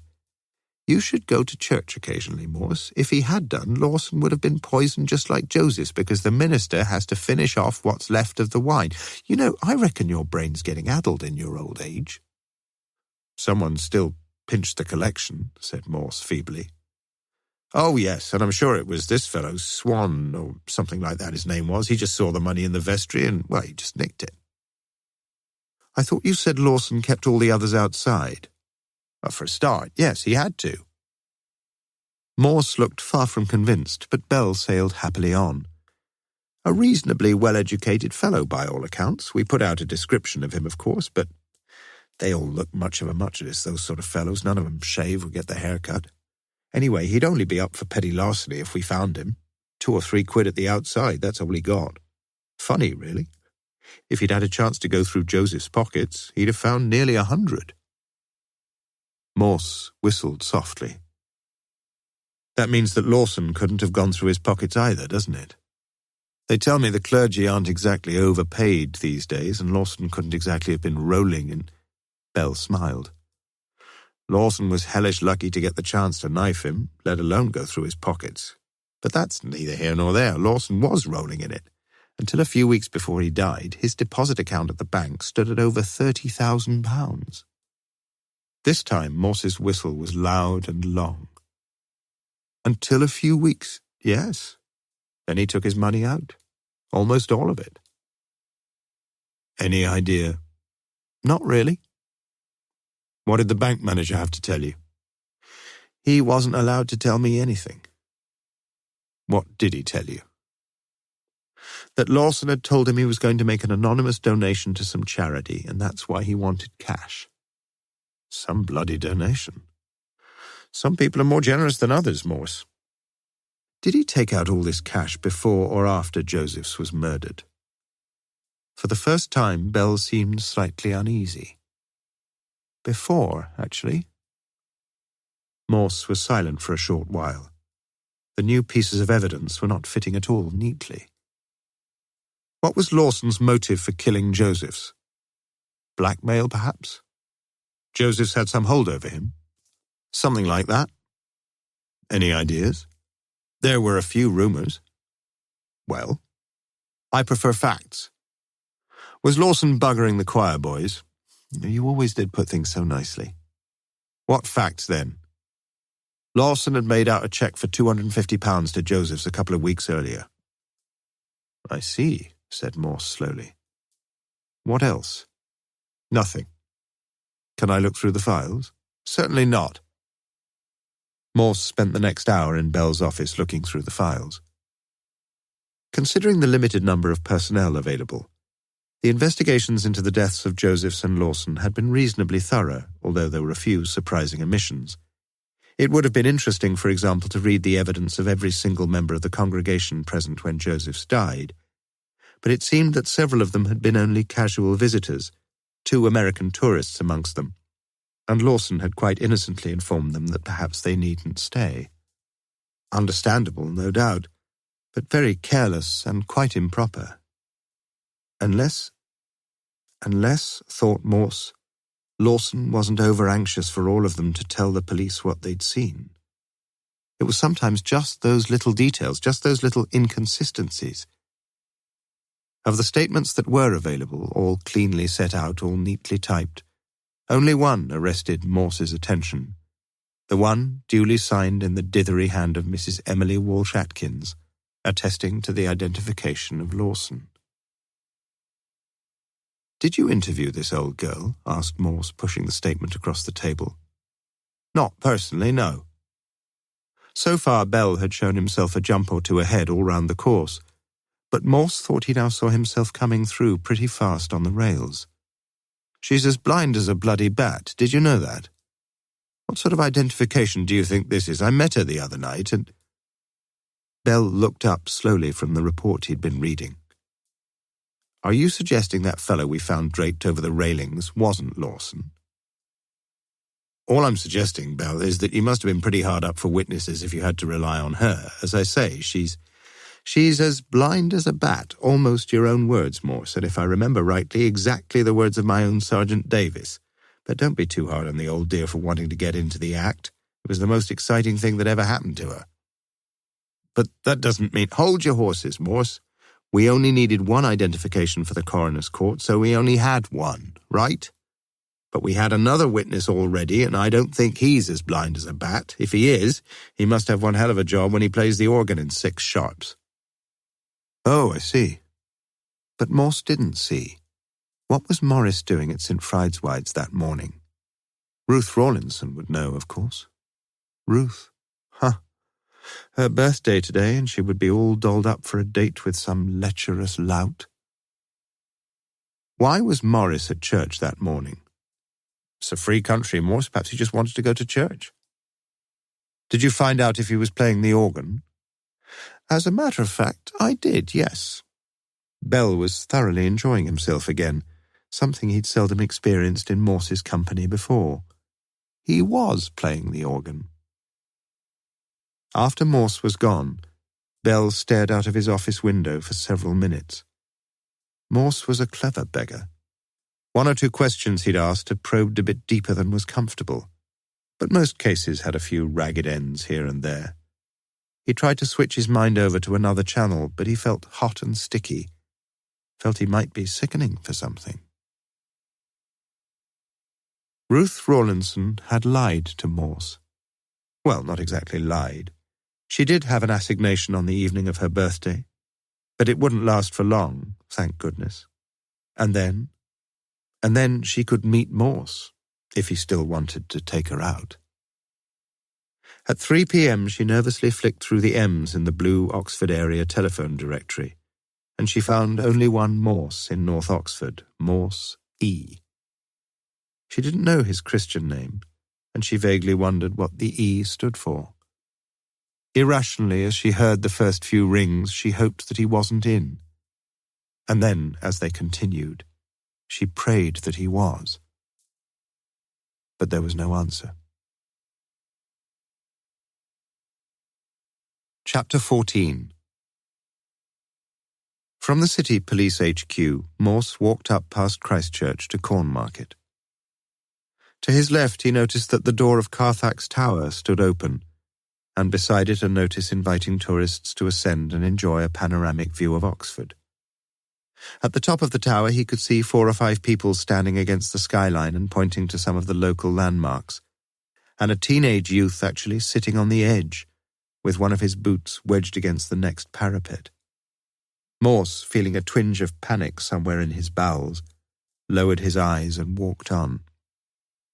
He joined the small bus queue just outside Woolworth, thinking again of what he'd just been reading. The life histories of Josephs and Lawson, the accounts of their deaths, the subsequent investigations. But for the moment the filters of his brain could separate out no new nugget of precious information, and he turned towards St. Giles and looked up at the tower of St. Frideswide's. No one up there, of course. Just a minute. Had anyone been up there, recently? Suddenly a curious thought came into his mind. But no, it must be wrong. There'd been something in Bell's file about it. Each November a group of volunteers go up to sweep the leaves. It had just been a thought, that's all. A Banbury Road bus nudged into the queue and Morse sat upstairs. As they passed St. Frideswide's, he looked up again at the tower and made a guess at its height, 80, 90 feet. The trees ahead of him in St. Giles had that long-distance look of green about them as the leaves began to open. And the bus, as it pulled into the lay-by outside the Taylorian Institute, was scraping against some of their budded branches, when something clicked in Morse's mind. How tall were the trees here? 40, 50 feet? Not much more, certainly. So how in the name of gravity did the autumnal leaves ever manage to dance their way to the top of St. Frideswide's tower? Wasn't there perhaps a simple answer, though? They didn't. The November leaf-sweeping brigade had no need to go up to the main tower at all. They just cleared the lower roofs over the aisle and the Lady Chapel. That must be it. And so the curious thought grew curiouser still. Since the time of Lawson's death, when doubtless Bell's minions had sieved every leaf and every fragment of stone, had anyone been up to the roof of the tower? The bell pinged for the bus to stop at the Summertown shops, and simultaneously another bell rang in Morse's mind, and he joined the exodus. In Bell's notes, it was all bells now, there'd been a few tactful mentions of Joseph's weakness for gambling on the horses, and the intelligent early suggestion, before Bell's visit to Joseph's bank manager, that the £100 or so found in the dead man's wallet might have had a fairly simple provenance, the licensed betting office in Summertown. Morse pushed open the door and immediately registered some surprise. It was more like a branch of Lloyd's Bank than the traditional picture of a bookmaker's premises. A counter faced him along the far wall, with a low grille running the length of it, behind which 2 young women were taking money and stamping betting slips. Round the 3 other walls, the racing pages of the daily newspapers were pinned, and in front of them were placed black plastic chairs where clients could sit and study the form guides and consider their own fancies or the tipster's selections. There were about 15 people there, all men, sitting or standing about, their minds keenly concentrated on the state of the going, the weights and the jockeys, their ears intent on the loudspeaker which every few minutes brought them the latest news of the betting direct from the courses. Morse sat down and stared vacantly at a page of the Sporting Chronicle. To his right, a smartly dressed Chinaman twisted the knob on a small machine affixed to the wall and tore off a betting slip. And from the corner of his eye, Morse could see exactly what he wrote. 3.35 Newmarket, £20 win, the fiddler. Phew. Surely most of the punters here had to be satisfied with a modest 50p or so each way. He turned his head and watched the Chinaman at the pay-in counter. 4 crisp fivers fanned out neatly in his right hand. Watched the girl behind the grill as she accepted the latest sacrifice with the bland indifference of a Buddhist deity. 2 minutes later, the loudspeaker woke up again, and without enthusiasm, an impersonal voice announced the off. Announced, after a period of silence, the order of the runners at the 4-furlong marker, then the winner, the second, the third, the fiddler not amongst them. To Morse, who as a boy had listened to the frenetically exciting race commentaries of Raymond Glendenning, the whole thing seemed extraordinarily flat, more like an auctioneer selling a Cézanne at Sotheby's. The Chinaman resumed his seat beside Morse and began to tear up his small yellow slip with the exaggerated delicacy of one who practices the art of origami. "No luck," ventured Morse. "No," said the Chinaman with a polite oriental inclination of the head. "You lucky sometimes?" "Sometime." Again the half-smile, the gentle inclination of the head. "Come here often?" "Often." And as if to answer the query on Morse's face, "Me pretty rich man, you think so?" Morse took the plunge. "I used to know a fellow who came in here most days, a fellow called Josephs. Used to wear a brown suit, about 50. "Here now?" "No, he died about 6 months ago. Murdered, poor chap." "Ah, you mean Harry?" "Yes, poor Harry, I know him. We often talk. He murdered, yes. Me very sorry." "He won quite a bit on the horses, I've heard. Still, some of us are luckier than others." "Oh, you're wrong. Harry, very unlucky man. Always just not there quite." "He lost a lot of money, you mean?" The Chinaman shrugged. "Perhaps he rich man." His narrow eyes focused on the 4 o'clock card at Newmarket, his right hand reaching up automatically for the knob on the war machine. Probably Josephs had been losing money pretty consistently, and not the sort of money he could hope to recoup from the unemployment exchange. Yet he'd got money from somewhere, by some means. Morse considered a little wager of his own on the Chinaman's next selection, but squint as he would, he couldn't quite see the name, and he left and walked thoughtfully up the hill. It was a pity. A few minutes after Morse had let himself into his flat, the little Chinaman stood smiling a not particularly inscrutable smile at the payout counter. He hadn't really got his English syntax sorted out yet, but perhaps he'd coined as fitting an epitaph for Harry Josephs as any, with those 5 disjointed adverbs. Always just not there quite. Chapter 15. "No, I'm sorry, Inspector, he isn't." It was 7:10 and Mrs. Lewis regretted the interruption to the Archers. She hoped that Morse would either come in or go away. "Oxford are playing tonight and he's gone to watch them." The rain had been falling steadily since tea time, and still pattered the puddles in the Lewis's front drive. "You must be mad," said Morse. "It's working with you, Inspector. Are you coming in?" Morse shook his head and a raindrop dripped from his bare head onto his chin. "I'll go and see if I can find him." "You must be mad," muttered Mrs. Lewis. Morse drove carefully through the rain up to Headington, the windscreen wipers sweeping back and forth in clean arcs across the spattered window. It was these damned holidays that upset him. Earlier this Tuesday evening he had sat in his armchair, once again in the grip of a numbing lethargy that minute by minute grew ever more paralysing. The Playhouse offered him a Joe Orton farce hailed by the critics as a comedy classic. No. The Moulin Rouge announced that the torrid Sandra Bergson was leading a sexy, savage, insatiable all-girl gang in On the Game, an X-trailer no doubt advertising a U film. No. Every prospect seemed displeasing, and even women temporarily seemed vile. Then he'd suddenly thought of Sergeant Lewis. It had been no problem parking the Lancia in Sandfield Road, and Morse now pushed through the stiff turnstile into the Manor Road ground. Only a faithful sprinkling of bedraggled spectators standing along the west side terrace, their umbrellas streaked with rain. But the covered terrace at the London Road end was tightly packed with orange and black-scarved youngsters, their staccato "Oxford!" clap, clap, clap, intermittently echoing across the ground. One row of brilliant floodlights was suddenly switched on, and the wet grass twinkled in 1,000 silvery gleams.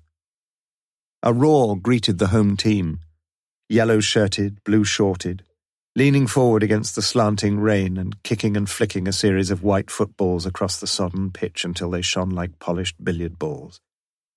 Behind him, as Morse turned, was the main stand, undercover and underpopulated, and he walked back to the entrance and bought himself a transfer ticket.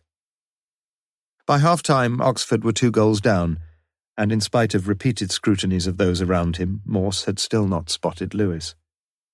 Throughout the first half, when the centre of the pitch and the 2 goal mouths had churned up into areas of squelchy morass reminiscent of pictures of Passchendaele, Morse's thoughts had given him little rest. An improbable, illogical, intuitive notion was growing ever firmer in his mind, a mind now focused almost mesmerically on the Tower of St. Frideswide, and the fact that he himself was quite unable to check his forebodings served only to reinforce their probability. He needed Lewis badly. There could be no doubt of that. Greeted by a cacophony of whistles and catcalls, his black top and shorts shining like a skin-diver's suit, the referee came out to inspect the pitch again, and Morse looked at the clock by the giant scoreboard. 8:20 p.m. Was it really worth staying? A firm hand gripped his shoulder from behind. "You must be mad, sir." Lewis clambered over the back of the seat and sat himself down beside his chief. Morse felt indescribably happy. "Listen, Lewis, I want your help. What about it?" "Any time, sir, you know me. But aren't you what—" "Any time?" A veil of slow disappointment clouded Lewis's eyes. "You don't mean—" He knew exactly what Morse meant. "We've lost this one anyway." "Bit unlucky, weren't we, in the first half?" "What are you like on heights?" asked Morse. Like the streets around the football ground, St. Giles was comparatively empty, and the 2 cars easily found parking spaces outside St. John's College. "Fancy a beef burger, Lewis?" "Not for me, sir. The wife will have the chips on." Morse smiled contentedly. It was good to be back in harness again, good to be reminded of Mrs. Lewis's chips. Even the rain had slackened, and Morse lifted his face and breathed deeply, ignoring Lewis's repeated questions about their nocturnal mission. The large west window of St. Frideswide's glowed with a sombre yellow light, and from inside could be heard the notes of the organ, muted and melancholy. "We going to church?" asked Lewis, and in reply Morse unlatched the north door and walked inside.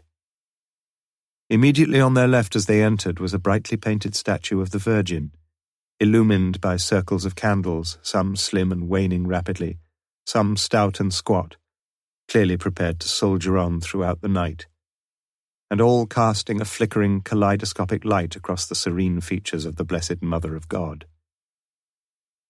Coleridge was very interested in candles, said Morse. But before he could further enlighten Lewis on such enigmatic subject matter, a tall, shadowy figure emerged from the gloom, swathed in a black cassock. "I'm afraid the service is over, gentlemen." "That's handy," said Morse. "We want to go up the tower." "I beg your pardon?" "Who are you?" asked Morse brusquely. "I am the verger," said the tall man, "and I'm afraid there's no possibility whatsoever of your going up to the tower." 10 minutes later, with the verger's key and the verger's torch, and the verger's warning that the whole thing was highly irregular, Morse found himself on the first few steps of the ascent, a narrow, steep, scalloped stairway that circled closely upwards to the tower above. With Lewis immediately behind, he shone the torch ahead of him, and increasingly breathless from exertion and apprehension, gritted his teeth and climbed. 55, 56, 57. On the 63rd step, a narrow window loomed on the left, and Morse shut his eyes, hugging the right-hand wall ever more closely. And 10 steps higher, steps still religiously counted, he reached the inexorable conclusion that he would climb 1 step higher, make an immediate U-turn, descend to the bottom, and take Lewis for a pint in the Randolph. A cold sweat had broken out on his forehead, and the planes registering the vertical and horizontal realities were merging and sliding, and slanting into a terrifying tilt. He craved only one thing now, to stand foursquare on the solid ground outside this abominable tower, and to watch the blessedly terrestrial traffic moving along St. Giles. To stand, no, to sit there, to lie there even, the members of his body seeking to embrace at every point the solid, fixed contours of the flat and comforting earth. "Here you are, Lewis. You take the torch. I'm right behind you." Lewis set off ahead of him, easily, confidently, 2 steps at a time, upwards into the spiralling blackness, and Morse followed. Above the bell chamber, up and up, another window and another dizzying glimpse of the ground so far below, and Morse, with a supreme effort of will, thought only of 1 step upwards at a time, his whole being concentrating itself into the purely physical activity of lifting each leg alternately, like a victim of locomotor ataxia. "Here we are, then," said Lewis brightly, shining the torch on a low door just above them. "This must be the roof, I think." The door was not locked, and Lewis stepped through it, leaving Morse to sit down on the threshold, breathing heavily, his back tight against the door jamb and his hands tight against his clammy forehead. When finally he dared to look about him, he saw the tessellated coping of the tower framed against the evening sky, and then, almost fatally, he saw the dark clouds hurrying across the pale moon, saw the pale moon hurrying behind the dark clouds, saw the tower itself leaning and drifting against the sky, and his head reeled vertiginously, his gut contracted, and twice he retched emptily, and prayed that Lewis had not heard him. From the north side of the tower, Lewis looked down and across the broad, tree-lined expanse of St. Giles. Immediately below him, some 80 or 90 feet, he guessed, he could just make out the spiked railing that surrounded the north porch, and beyond it the moonlit graves in the little churchyard. Nothing much of interest. He shone the torch across the tower itself. Each of the 4 sides was about 10 or 12 yards in length, with a gully running alongside the outer walls, and a flat, narrow walk about a yard in width between these walls and the leaded roof, which rose from each side in a shallow pyramid, its apex some 8 or 9 feet high, on which a wooden post supported a slightly crooked weather vane. He walked back to the door. "You all right, sir?" "Yes, fine. Just not so fit as you, that's all." "You'll get a touch of the old Farmer Giles sitting there, sir." "Find anything?" Lewis shook his head. "You looked all round?" "Not exactly, no, but why don't you tell me what we're supposed to be looking for?" Then, as Morse made no reply, "You sure you're all right, sir?" Go and have a look all the way round, will you? I'll be all right in a minute." "What's wrong, sir?" "I'm scared of bloody heights, you stupid sod," snarled Morse. Lewis said nothing more. He'd worked with Morse many times before, and treated his outbursts rather as he had once treated the saddeningly bitchy bouts of temper from his own teenage daughters. Nevertheless, it still hurt a bit. He shone the torch along the southern side of the tower and slowly made his way along. Pigeon droppings littered the narrow walk, and the gully on this side was blocked somewhere, for 2 or 3 inches of water had built up at the southeast corner. Lewis took hold of the outer fabric of the tower as he tried to peer round the east side, but the stonework was friable and insecure. Gingerly he leaned his weight against the slope of the central roofing and shone the torch round. "Oh, Christ," he said softly to himself. There, stretched parallel to the east wall, was the body of a man. Although even then Lewis realized that the only evidence for supposing the body to be that of a man was the tattered, sodden suit in which the corpse was dressed, and the hair on the head, which was not that of a woman. But the face itself had been picked almost clean to the hideous skull. And it was upon this non-face that Lewis forced himself to shine his torch again. Twice in all, but no more. Chapter 16. At lunchtime on the following day, Morse sat alone in the Bulldog just opposite Christchurch and scanned an early copy of the Oxford Mail. Although the main headline and 3 full columns of the front page were given over to Component Strike Hits Cowley Men, Body Found on Church Tower had been dramatic enough news to find itself halfway down the left-hand column. But Morse didn't bother to read it. After all, he'd been sitting there in Bell's office a couple of hours previously when one of the Mail's correspondents had run through, and when Bell's replies had been guarded and strictly factual. "No, we don't know who he is. Yes, I did say a he. What? Quite a long time. Yes, quite a long time. I can't say at the minute, no. They're holding the post-mortem this afternoon. Good headline for you, eh? PM this PM? No, I can't tell you who found him. Could be a link-up, I suppose, yes. No, that's the lot. Ring up tomorrow, if you like. I might have a bit more for you then." At the time, Morse had felt that this last suggestion was a bit on the optimistic side, and he still felt so now. He turned to the back page and read the sports headline, "United come unstuck on pitch like glue," but he didn't read that account either. The truth was that he felt extremely puzzled and needed time to think. Nothing had been found in the dead man's pockets, and the only information imparted by the dark grey suit, the underclothing and the light blue tie was Burton, St. Michael and Munro spun, respectively. Morse himself had declined to view what Bell had called a sticky, putrescent mess, and had envied the perky sang-froid of the police surgeon who reported that whoever he wasn't quite such a gruesome sight as some of the bodies they used to fish out of the water at Gravesend. One thing was clear, it was going to be a tricky job to identify the corpse. Tricky for Bell, that was. And Bell had not been in the best of humours as he glared across the table at Morse and reminded him that he must have some idea who the fellow was. It was Morse who had taken Lewis to the exact spot, wasn't it? And if he was pretty sure he was going to find a corpse, he must have got a jolly good idea whose corpse it was. But Morse hadn't. It was as simple as that. A peculiar combination of circumstances had concentrated his thoughts onto the tower of St. Frideswide, and all he'd done, whatever Bell suspected, was to obey a compelling instinct which had proved too strong even for his chronic acrophobia. But he'd not expected to find a corpse up there, had he? Or had he? When Lewis had shouted the grim discovery over the roof to him, Morse's mind had immediately jumped to the shadowy figure of the tramp and his miserably thin pickings from the collection plate. All along he'd felt that it should have been comparatively easy for the police to pick up such a character. People like that had to depend almost entirely on charitable and welfare services of some kind, and were usually well known to the authorities wherever they went. Yet extensive inquiries had led nowhere. And might there not have been a very, very simple reason for that?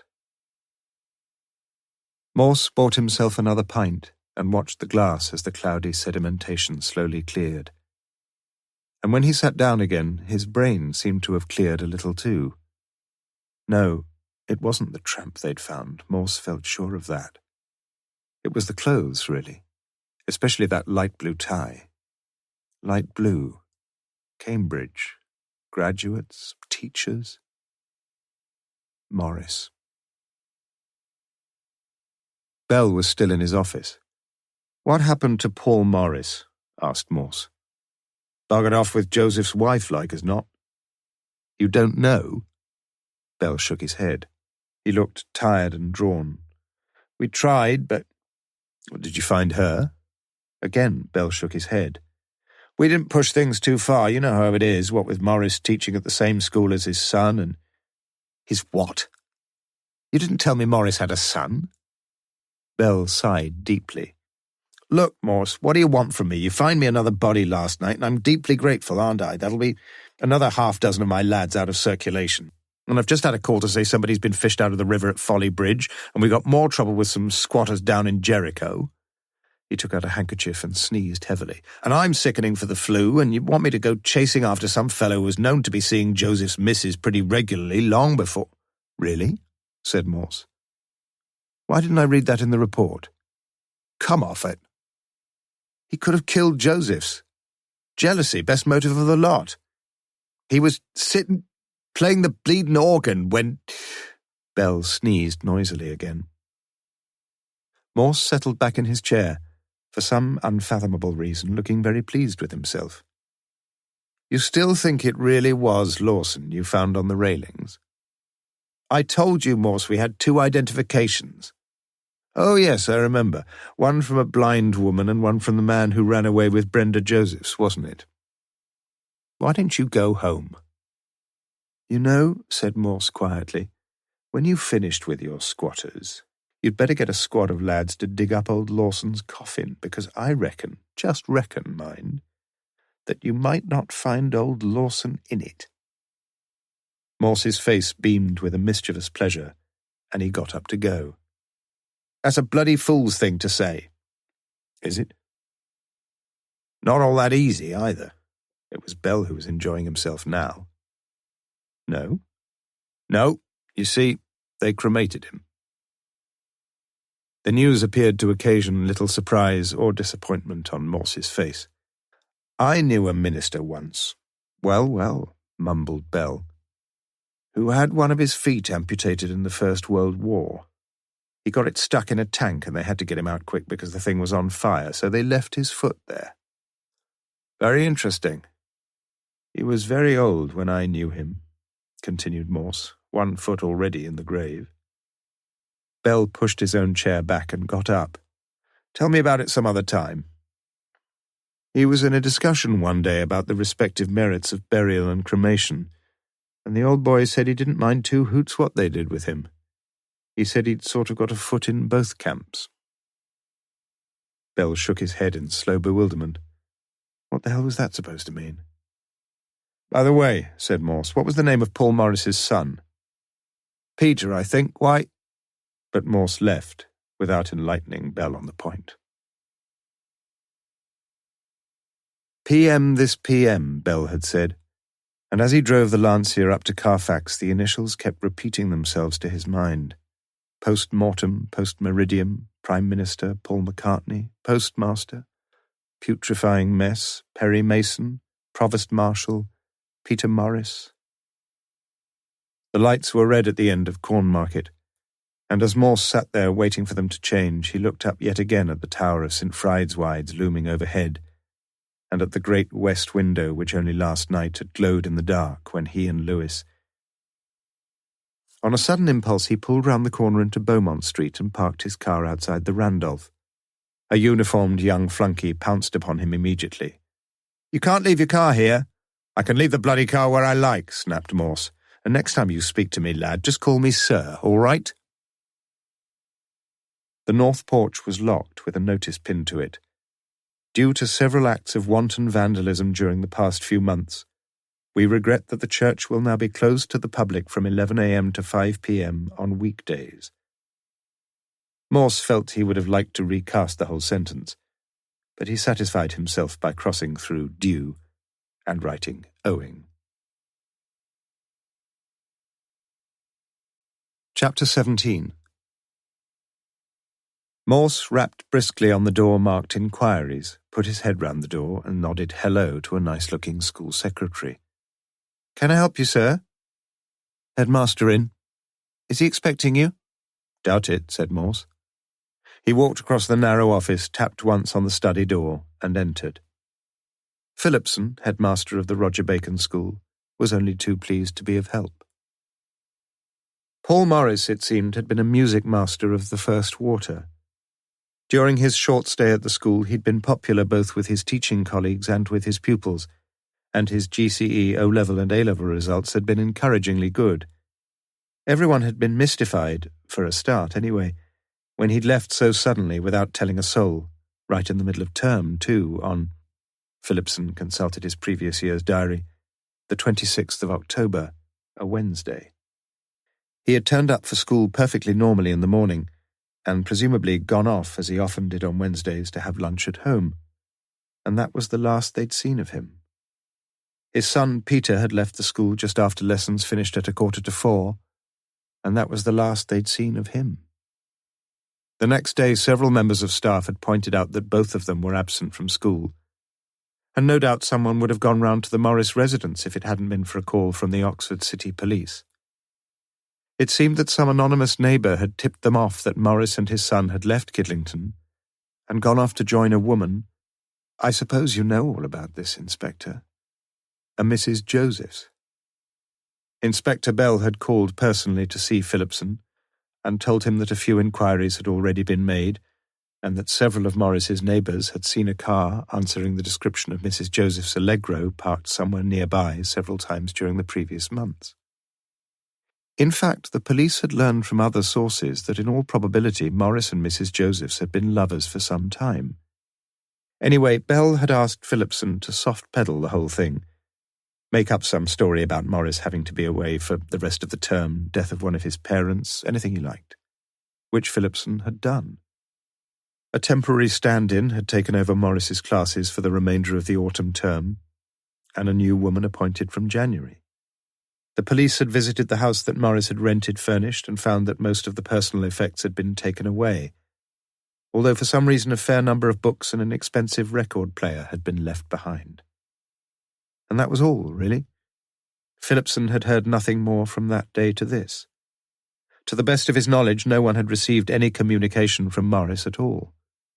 He had not applied for a reference, and perhaps, in the circumstances, was unlikely to do so. Not once had Morse interrupted Phillipson, and when finally he did say something, it was totally irrelevant. "Any sherry in that cupboard, headmaster?" 10 minutes later, Morse left the headmaster's study and leaned over the young secretary's shoulder. "Making out a cheque for me, miss?" Mrs. Clark." She wound the yellow cheque from the typewriter carriage, placed it face downwards on her desk, and glared at Morse defiantly. His lack of manners when he'd come in had been bad enough, but "You look pretty when you're cross," said Morse. Phillipson called her through to his study. "I've got to go out, Mrs. Clark. Take Chief Inspector Morse along to the first year 6th music group, will you? And wash up these glasses when you get back, please." Tight-lipped and red-cheeked, Mrs. Clark led the way along the corridors and up to the music room door. "In there," she said. Morse turned to face her and laid his right hand very gently on her shoulder, his blue eyes looking straight into hers. "Thank you, Mrs. Clark," he said quietly. "I'm awfully sorry if I made you angry. Please forgive me." As she walked back down the steps, she felt suddenly and marvellously pleased with life. Why had she been so silly? She found herself wishing that he would call her back about something. And he did. "When do the staff get their cheques, Mrs. Clark?" "On the last Friday in the month. I always type them the day before." "You weren't typing them just now, then?" "No, we're breaking up tomorrow, and I was just typing an expenses cheque for Mr. Phillipson. He had a meeting in London yesterday." "I hope he's not on the fiddle." She smiled sweetly. "No, Inspector, he's a very nice man." "You're very nice too, you know," said Morse. She was blushing as she turned away. and Morse felt inordinately envious of Mr. Clark as he watched the secretary's legs disappearing down the stairs. Last Friday in the month, she'd said. That would have been the 28th of October, and Morris had left 2 days before his cheque was due. Very strange. Morse knocked on the music room door and entered. Mrs. Stewart stood up immediately and made as if to turn off the record player, but Morse held up his right hand, waved it slightly, and sat down on a chair by the wall. The small class was listening to Fauré's Requiem, and with an almost instant ecstasy, Morse closed his eyes and listened again to the ethereal sweep of the In Paradisum, Aeternam habeas requiem, that thou mayest have eternal rest. Too quickly the last notes died away into the silence of the room, and it occurred to Morse that rather too many people had all too recently had a premature dose of that eternal rest thrust forcibly upon them. The score stood at 3 at the minute, but he had a grim foreboding that soon it might be 4. He introduced himself and his purpose, and was soon surveying the 7 girls and the 3 boys who were in the first year of their A-level music course. He was making inquiries about Mr. Morris. They'd all known Mr. Morris. There were various business matters which had to be cleared up, and the police weren't sure where Mr. Morris had gone to. Did any of them know anything at all about Mr. Morris that might just possibly be of any help? The class shook their heads and sat silent and unhelpful. So Morse asked them a lot more questions, and still they sat silent and unhelpful. But at least 2 or 3 of the girls were decidedly decorative, especially one real honey at the back, whose eyes seemed to flash the inner secrets of her soul across the room at him. Morris must have looked at her lustfully just once in a while. Surely so. But he was getting nowhere slowly, that was obvious, and he changed his tactics abruptly. His target was a pallid-looking, long-haired youth in the front row. "Did you know Mr. Morris?" "Me?" The boy swallowed hard. "He taught me for 2 years, sir." "What did you call him?" "Well, I called him Mr. Morris." The rest of the class smirked silently to each other as if Morse must be a potential idiot. "Didn't you call him anything else?" "No." "You never called him Sir?" "Well, of course, but you don't seem to realize the seriousness of this business, lad, so I'll have to ask you again, won't I? What else did you call him?" "I don't quite see what you mean." "Didn't he have a nickname?" "Well, most of the teachers—" "What was his?" "It was one of the other boys who came to the rescue. Some of us used to call him Dapper." Morse directed his gaze towards the new voice and nodded wisely. "Yes, so I've heard. Why was it, do you think?" It was one of the girls now, a serious-looking soul with a large gap between her front teeth. "He always dressed very nicely, sir." The other girls tittered and twittered amongst themselves and nudged each other knowingly. "Any more contributions?" It was the third boy who took up the easy theme. "He always wore a suit, you see, sir, and most of the staff, well," more sniggering, "well, you know, most of them have beards, the men, I mean." A great guffaw from the class now. "And wear jeans and sweaters and all that, but Mr. Morris, he always wore a suit and looked, well, smart like." "What sort of suits did he wear?"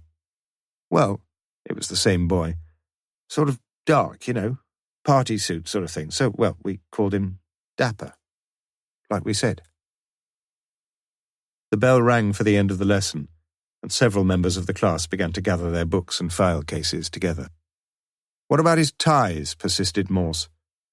But the psychological moment had passed, and the colour of Morris's ties seemed to have faded from the collective memory.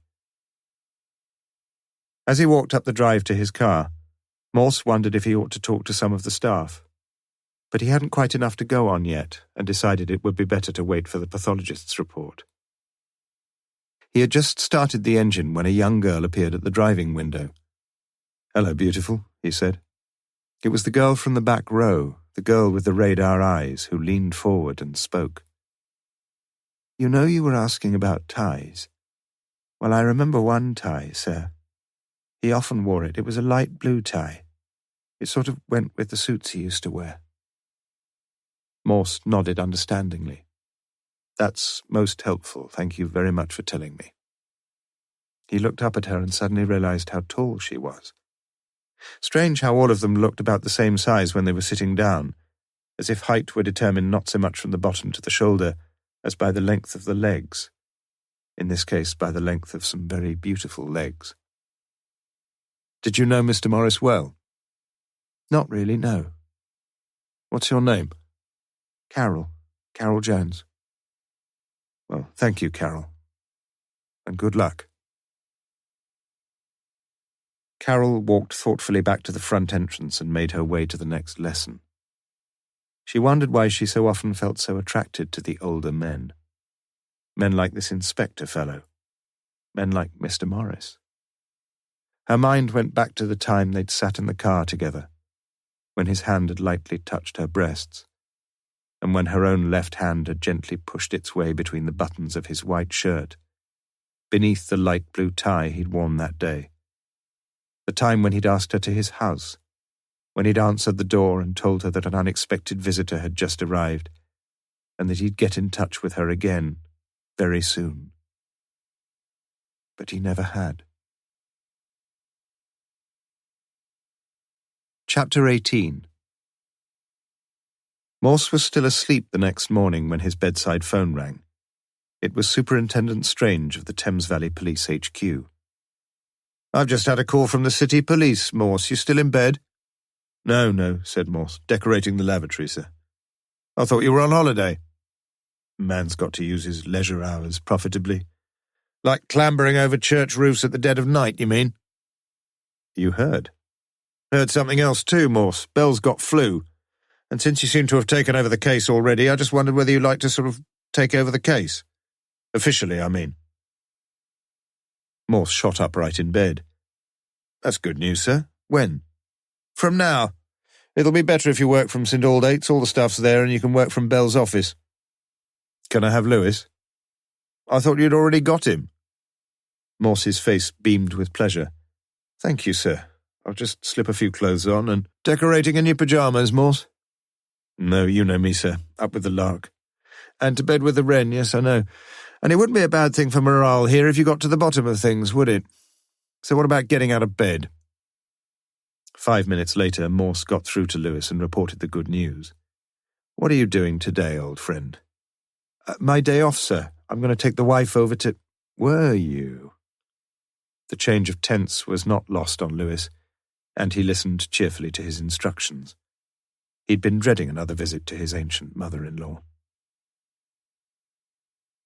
The Lancia took only 1.5 hours to cover the 80-odd miles to Stamford in Lincolnshire, where the Lawson clan had lived for several generations. The speedometer had several times exceeded 85 miles per hour as they drove along, up through Brackley, Silverstone and Towcester, then bypassing Northampton and twisting through Kettering, before looking down from the top of Easton Hill onto the town of Stamford, its grey stone buildings matching the spires and towers of its many old churches. En route, Morse had cheerfully sketched in the background of the St. Frideswide's murders. But the sky had grown overcast and leaden, and the sight of thousands of dead elm trees along the Northamptonshire roads seemed a sombre reminder of reality. "They say those trees commit suicide," Lewis had ventured at one point. "They secrete a sort of fluid to try to—" "It's not always easy to tell suicide from murder," muttered Morse. By late afternoon, the two men had uncovered a fairly solid body of information about the late and, it seemed, little lamented Lionel Lawson.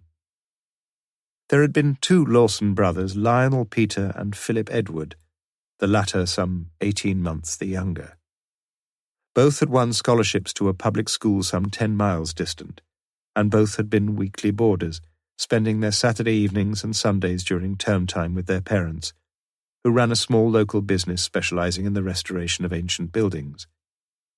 Academically, it appeared the 2 boys were more than competent, with Philip potentially the abler, if also the lazier and less ambitious.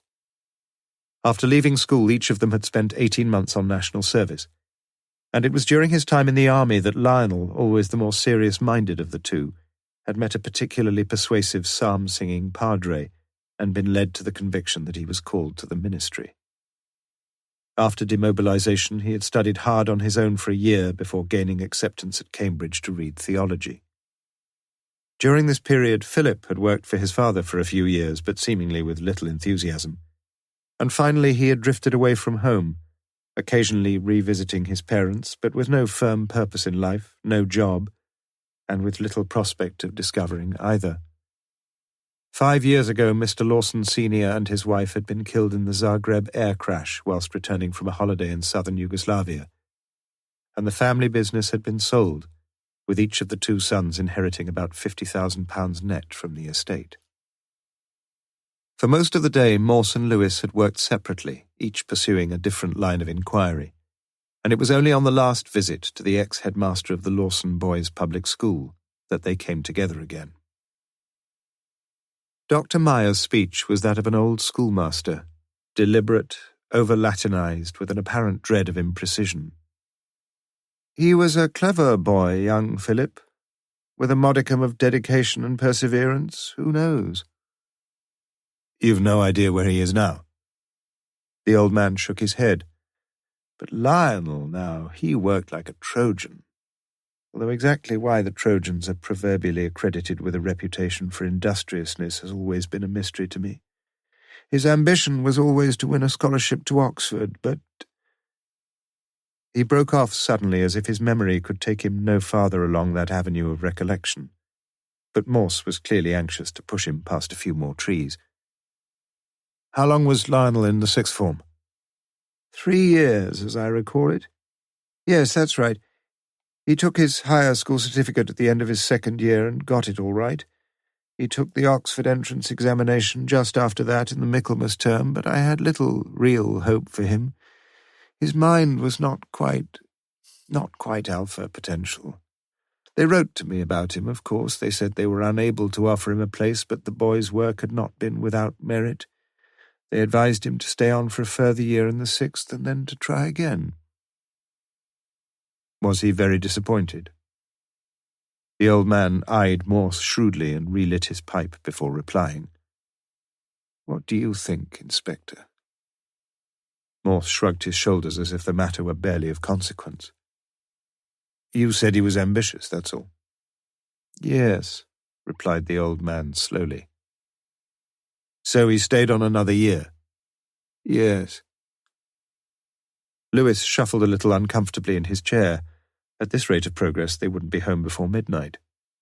It was as if Morse and Meyer were at the snooker table, each of them playing his safety shots. Your turn, Morse. He took his higher again. Meyer nodded. He didn't do quite so well as in the previous year, if I remember rightly. But that is not unusual. You mean he was more worried about preparing for his Oxford entrance? That was probably the reason. But he didn't make it to Oxford? No. Something seemed to be puzzling Morse. Lewis could see that. Was he on to something? But it appeared not. Morse had got to his feet and was pulling on his coat. Nothing else you can tell me about him? Meyer shook his head and prepared to see his visitors out. He was a short man and now well over 80, yet there was still an air of authority in his bearing, and Lewis could well understand what he'd heard earlier in the day, that Meyer had ruled his school with a rod of iron, and that pupils and staff alike had trembled at his coming. Nothing at all, repeated Morse as they stood at the door. There's nothing more I can tell you, no. Was there slightly more emphasis on the can than there need have been? Lewis wasn't sure. He was lost as usual anyway. For the first part of their return journey, Morse seemed wrapped in thought, and when he finally did say something, Lewis could only wonder what those thoughts had been. What was the exact day when Lionel Lawson left school? Lewis looked through his notebook. November the 8th. Morse nodded slowly. Tell me when you spot a phone box. When, 10 minutes later, Morse got back into the car, Lewis could see that he was very pleased with himself. Are you letting me in on this one, sir?" "Of course." Morse looked sideways at his sergeant in mild surprise. "We're partners, aren't we? We do things together, you and me, or you and I, as I've no doubt old man Meyer would say. You see, young Lionel Lawson was an ambitious little swat, right? He's not been over-endowed by the Almighty with all that much up top, but he makes up for it by sheer hard work. More than anything else, he wants to go up to Oxford, and why not? It's a fine ambition. Let's just recap on Master Lionel, then. He tries once, and he fails. But he's a sticker. He stays on for another year of grind on his set books and all the rest of it, and all the time he's being groomed by his masters for his entrance exam. I shouldn't think he's too bothered about not doing so well in his other exams that summer. He's set his sights on higher things. Remember, he's already done 3 years in the sixth form, and he goes back in the autumn term because that's when the entrance exams are always taken. He's all ready for the final furlong, agreed? But he didn't make it. No, you're right, but he didn't fail to get in, Lewis. And that's the interesting point. Lawson L. left school on November the 8th, you tell me. And I'll tell you something. That year, the entrance papers were sat in the first week of December. I just rang up the registry at Oxford. And Lawson L. didn't sit the examination. Perhaps he changed his mind. And perhaps somebody changed it for him. A light flickered dimly in the darkness of Lewis's mind. He was expelled, you mean? That's about it, I reckon. And that's why old man Meyer was so cagey. He knew a good deal more than he was prepared to tell us. But we have no real evidence. Evidence? No, we haven't, but you've got to use a bit of imagination in this job, Lewis, haven't you? So let's use a bit. Tell me, why do boys usually get expelled from public schools? Drugs? They had no drugs in those days. I don't know, sir. I never went to a public school, did I? There was none of that Greek and Latin stuff for me. We had enough trouble with the 3 R's. It's not the 3 R's we're worried about now, Lewis. It's the 3 B's.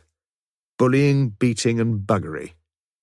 And Lawson L., from what we've learned of him, was a quietly behaved little chap, and I doubt he got expelled for bullying or beating. What do you think? Lewis shook his head sadly. He'd heard this sort of thing before. You can't just make up these things as you go along, sir. It's not fair. As you wish. Morse shrugged his shoulders, and the needle on the speedometer touched 90 miles per hour as the Lancia skirted Northampton on the eastern bypass. Chapter 19. Back in Oxford at about 4:30 p.m. that same afternoon, 2 men were walking slowly down Queen Street from Carfax. The elder, and slightly the taller of the two, a growth of greyish stubble matting his long, vacant face, was dressed in an old blue pinstriped suit which hung loosely on his narrow frame. In his right hand he carried a bull-necked flagon of woodpecker cider. The younger man, bearded and unkempt, anywhere in age it seemed between his mid-40s and mid-50s, wore a long army-issue greatcoat, buttoned up to the neck, its insignia long since stripped off or lost. He carried nothing. At Bond Square they turned into the circle of grass that surrounds the stone cenotaph, and sat down on a green-painted bench beneath one of the great trees girdling the tiny park. Beside the bench was a wire waste-paper basket, from which the younger man pulled out a copy of the previous day's edition of the Oxford Mail. The elder man unscrewed the liquor with great deliberation, and having taken a short swig of its contents, wiped the neck of the bottle on his jacket sleeve before passing it over. "Anything in the paper?" "Nah." Shoppers continuously criss-crossed one another in the pedestrian precinct in front of the park, many of them making their way down the covered arcade between the light beige brickwork of the Selfridges building and the duller municipal stone of the public library. A few casual glances swept the only 2 people seated on the park benches, glances without pity, interest, or concern. Lights suddenly blazed on in the multi-storied blocks around, and the evening was ushered in. "Let's look at it when you've finished," said the elder man, and immediately without comment the paper changed hands. The bottle too was passed over, almost rhythmically between them, neither man drinking more than a mouthful at a time. "This is what they were talking about at the hostel." The elder man pointed a thin, grubby finger at an article on the front page, but his companion made no comment, staring down at the paving stones. "They found some fellow up the top of that tower, just opposite..." But he couldn't quite remember what it was opposite to, and his voice trailed off as he slowly finished the article. "Poor sod," he said finally. "We're all poor sods," rejoined the other.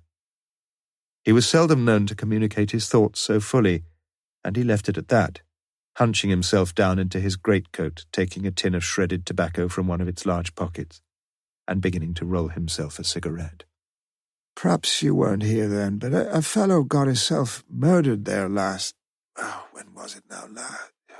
The memory's going. Anyway, a few days later, the minister there, he chucks himself off the bloody tower. Makes you think."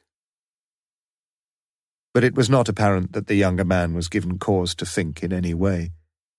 He licked the white cigarette paper from left to right, repeated the process, and stuck the ill-fashioned cylinder between his lips. "What was his name? Christ, when you get hold of your memory. What was his name?" He wiped the neck of the bottle again and passed it over. "He knew the minister there. I wish I could think of... He was some sort of relation or something. He used to stay at the vicarage sometimes. What was his name? You don't remember him?" "Nah, I wasn't here then, was I?" "He used to go to the services." "Ah!" He shook his head as if refusing credence to such strange behaviour. "You ever go to church?" "Me, nah." "Not even when he was a lad?" "Nah." A smartly dressed man carrying a briefcase and umbrella walked past them on his way from the railway station. "Got a couple of bob for a cup of tea, mister?" It was a long sentence for the younger man, but he could have saved his breath. "I've not seen him around at all recently," continued the other. "Come to think of it, I've not seen him since the minister chucked himself... Were you there when the police came round to the hostel?" "Nah." The elder man coughed violently and from his loose, rattling chest spat out a gob of yellowish phlegm onto the paving. He felt tired and ill, and his mind wandered back to his home and the hopes of his early years. "Gives the paper here," said his companion. Through thin, purplish lips, the elder man was now whistling softly the tune To the Old Folks at Home, lingering long over the melody like a man whose only precious pleasure now is the maudlin stage of drunkenness. "Way down upon the..." Suddenly he stopped. "Swan something. Swan Pole. That was it. Funny sort of name. I remember we used to call him Swanee. Did you know him?" "Nah." The younger man folded the Oxford Mail carefully and stuck it through the front of his coat. "You ought to look after that cough of yours," he added, with a rare rush of words, as the elder man coughed up again revoltingly and got to his feet. "I think I'll be getting along.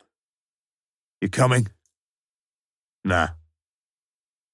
The bottle was now empty, but the man who remained seated on the bench had money in his pockets, and there may have been a glint of mean gratification in his eyes. But those eyes were shielded from public view behind an incongruous pair of dark glasses, and seemed to be looking in the opposite direction as the elder man shuffled unsteadily away. It was colder now, but the man on the bench was gradually getting used to that. It was the first thing he'd discovered. After a time you learn to forget how cold you are. You accept it, and the very acceptance forms an unexpected insulation. Except for the feet. Yes, except for the feet. He got up and walked across the grass to look at the inscriptions on the stone obelisk. Among the buglers and privates whose deeds were commemorated thereon, he noticed the odd surname of a young soldier killed by the mutineers in Uganda in 1897. The name was Death. Chapter 20. At 4:30 p.m. on the Friday of the same week, Ruth Rawlinson wheeled her bicycle through the narrow passageway and propped it against the side of the lawn-mower in the cluttered garden shed. Really, she must tidy up that shed again soon. She took a white Sainsbury carrier bag from the cycle basket and walked back round to the front door. The Oxford Mail was in the letterbox, and she quietly withdrew it. Just a little bit today, but still on page 1. Corpse still unidentified. Police still have no positive clue about the identity of the body found on the tower roof of St. Frideswide's church. Chief Inspector Morse today repeated that the dead man was probably in his late 30s and revealed that he was wearing a dark grey suit, white shirt and light blue tie. Anyone who may have any information is asked to contact the St. Aldate's Police Station, Oxford 49881. Inquiries have not as yet established any link with the still unsolved murder of Mr. Harry Josephs in the same church last year. Ruth's body gave an involuntary little jerk as she read the article. Anyone who may have... Oh, God. She had information enough, hadn't she? Too much information. And the knowledge was weighing ever more heavily upon her conscience. And was Morse in charge now? As she inserted the Yale key, Ruth realized yet again how sickeningly predictable would be the dialogue of the next few minutes.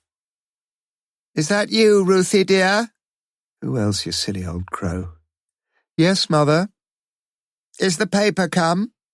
You know it's come. Your sharp old ears don't miss a scratch, do they? Yes, Mother. Bring it with you, dear.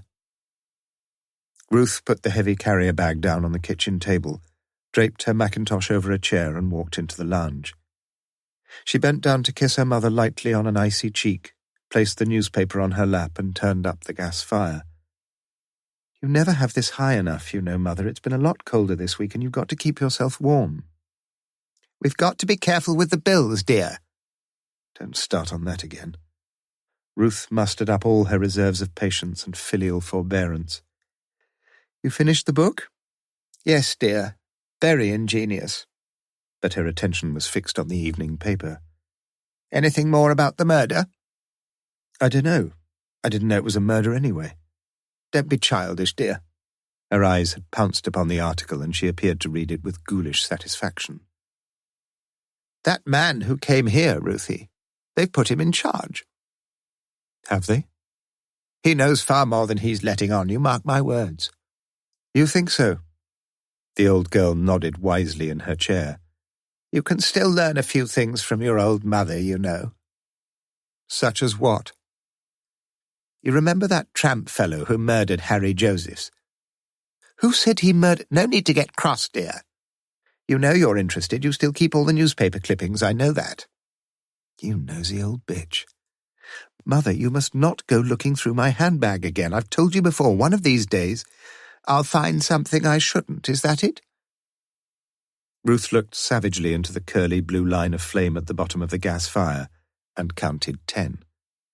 There were some days now when she could hardly trust herself to speak. Well, that's who it is, said her mother. Pardon? The man up the tower, dear. It's the tramp.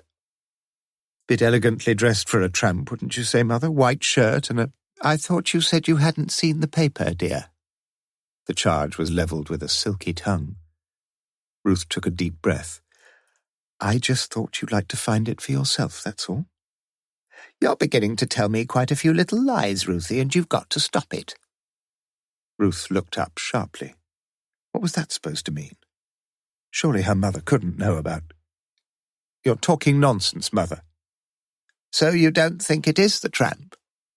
A tramp wouldn't be wearing clothes like that. People can change clothes, can't they? You've been reading too many detective stories.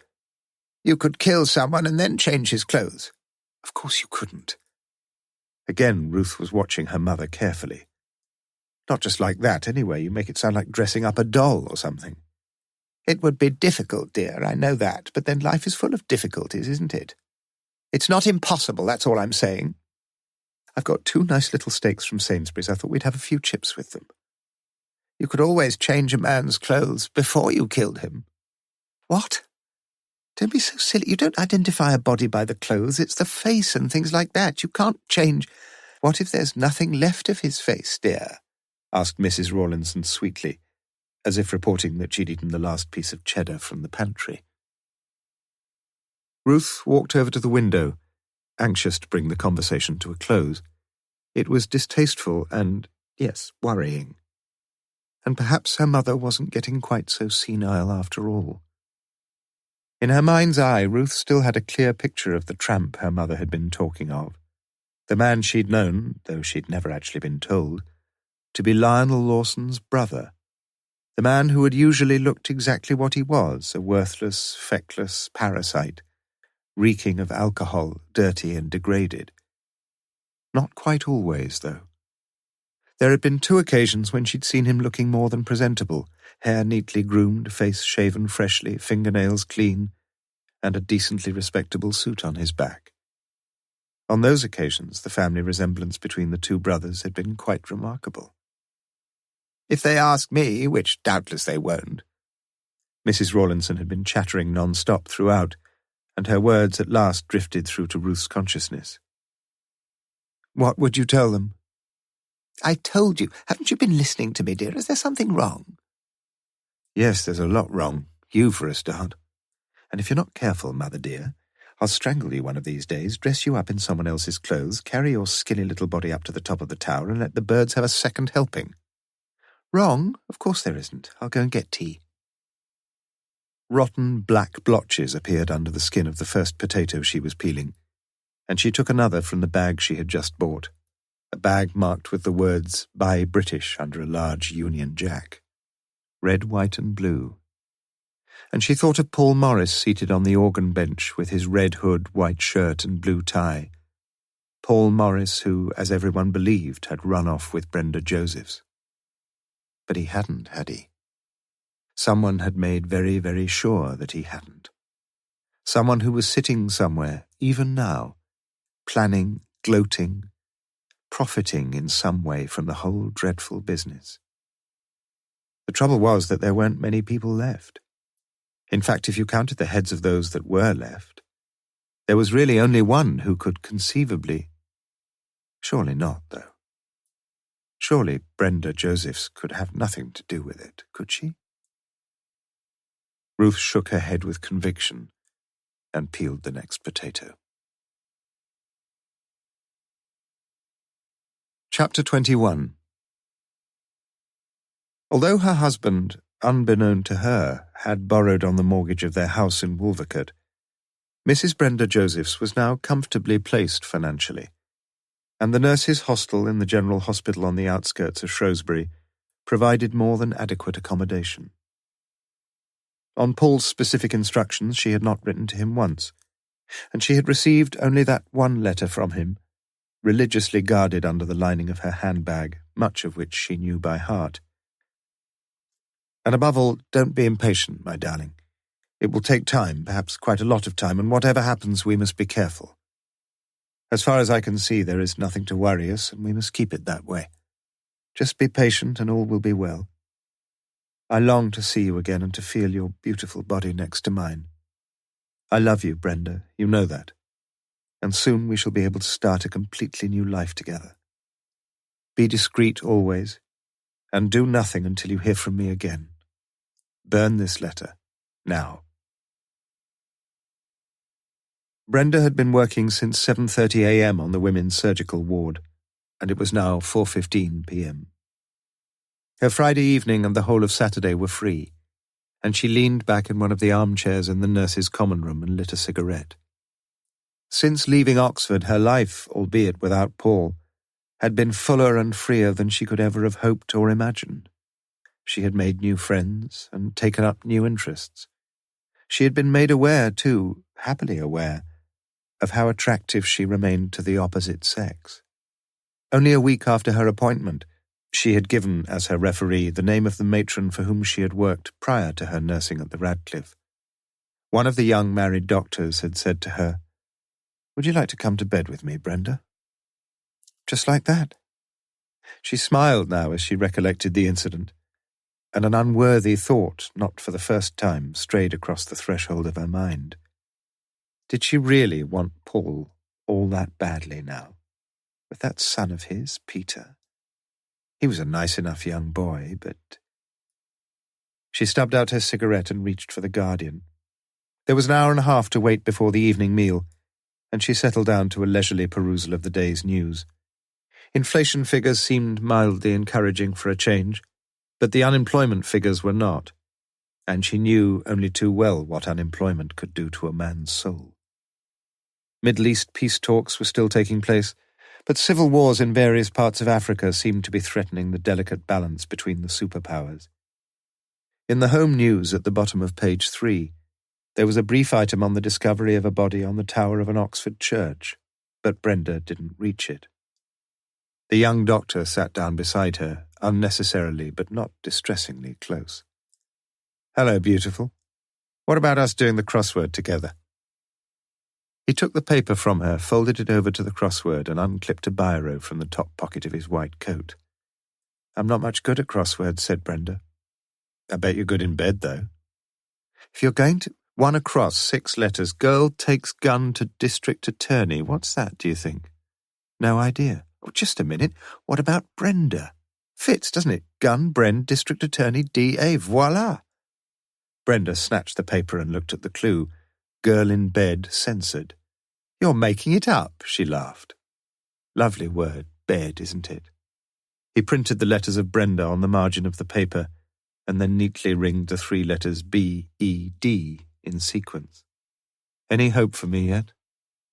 "You're a married man." "And you ran away." He underlined the 3 remaining letters, R-A-N, and turned impishly towards her. "No one'll know. We'll just nip up to your room and... Don't be silly. I'm not silly. I can't help it, can I, if I lust after you every time I see you in your uniform?" His tone was light and playful, but he suddenly became more serious as the door opened and 2 young nurses came in. He spoke softly now. "Don't get cross with me if I keep trying, will you? Promise?" "Promise," whispered Brenda. He wrote band into the squares for 1 across and read out the clue for 1 down. But Brenda wasn't listening. She didn't wish to be seen sitting so closely to the young doctor as this, and soon made up an excuse to go to her room, where she lay back on her single bed and stared long and hard at the ceiling. The door was locked behind her, and no one would have known, would they? Just as he'd said. If only... She could hardly bring herself to read her own thoughts. If only he'd just walk up the stairs, knock on the door, and ask her again in his simple, hopeful, uncomplicated way. She knew that she would invite him in and lie down, just as she lay there now, gladly unresistant as he unfastened the white buttons down the front of her uniform. She felt tired, and the room was excessively stuffy, the radiator too hot to touch. Gradually she dozed off, and when she awoke her mouth was very dry. Something had woken her, and now she heard the gently reiterated knock-knock at the door. How long had she slept for? Her watch told her it was 5:45 p.m. She fluffed her hair, straightened her uniform, lightly smeared on a little lipstick, and with a little flutter of excitement in her tummy, walked across to the door of her room, newly painted in dazzling white gloss. It was lying by the same door that a member of the cleaning staff found her the next morning. Somehow she had managed to crawl across from the centre of the small room, and it was clear that her fingers had groped in vain for the handle of the door, for the lower panels were smeared with the blood coughed up from her throat.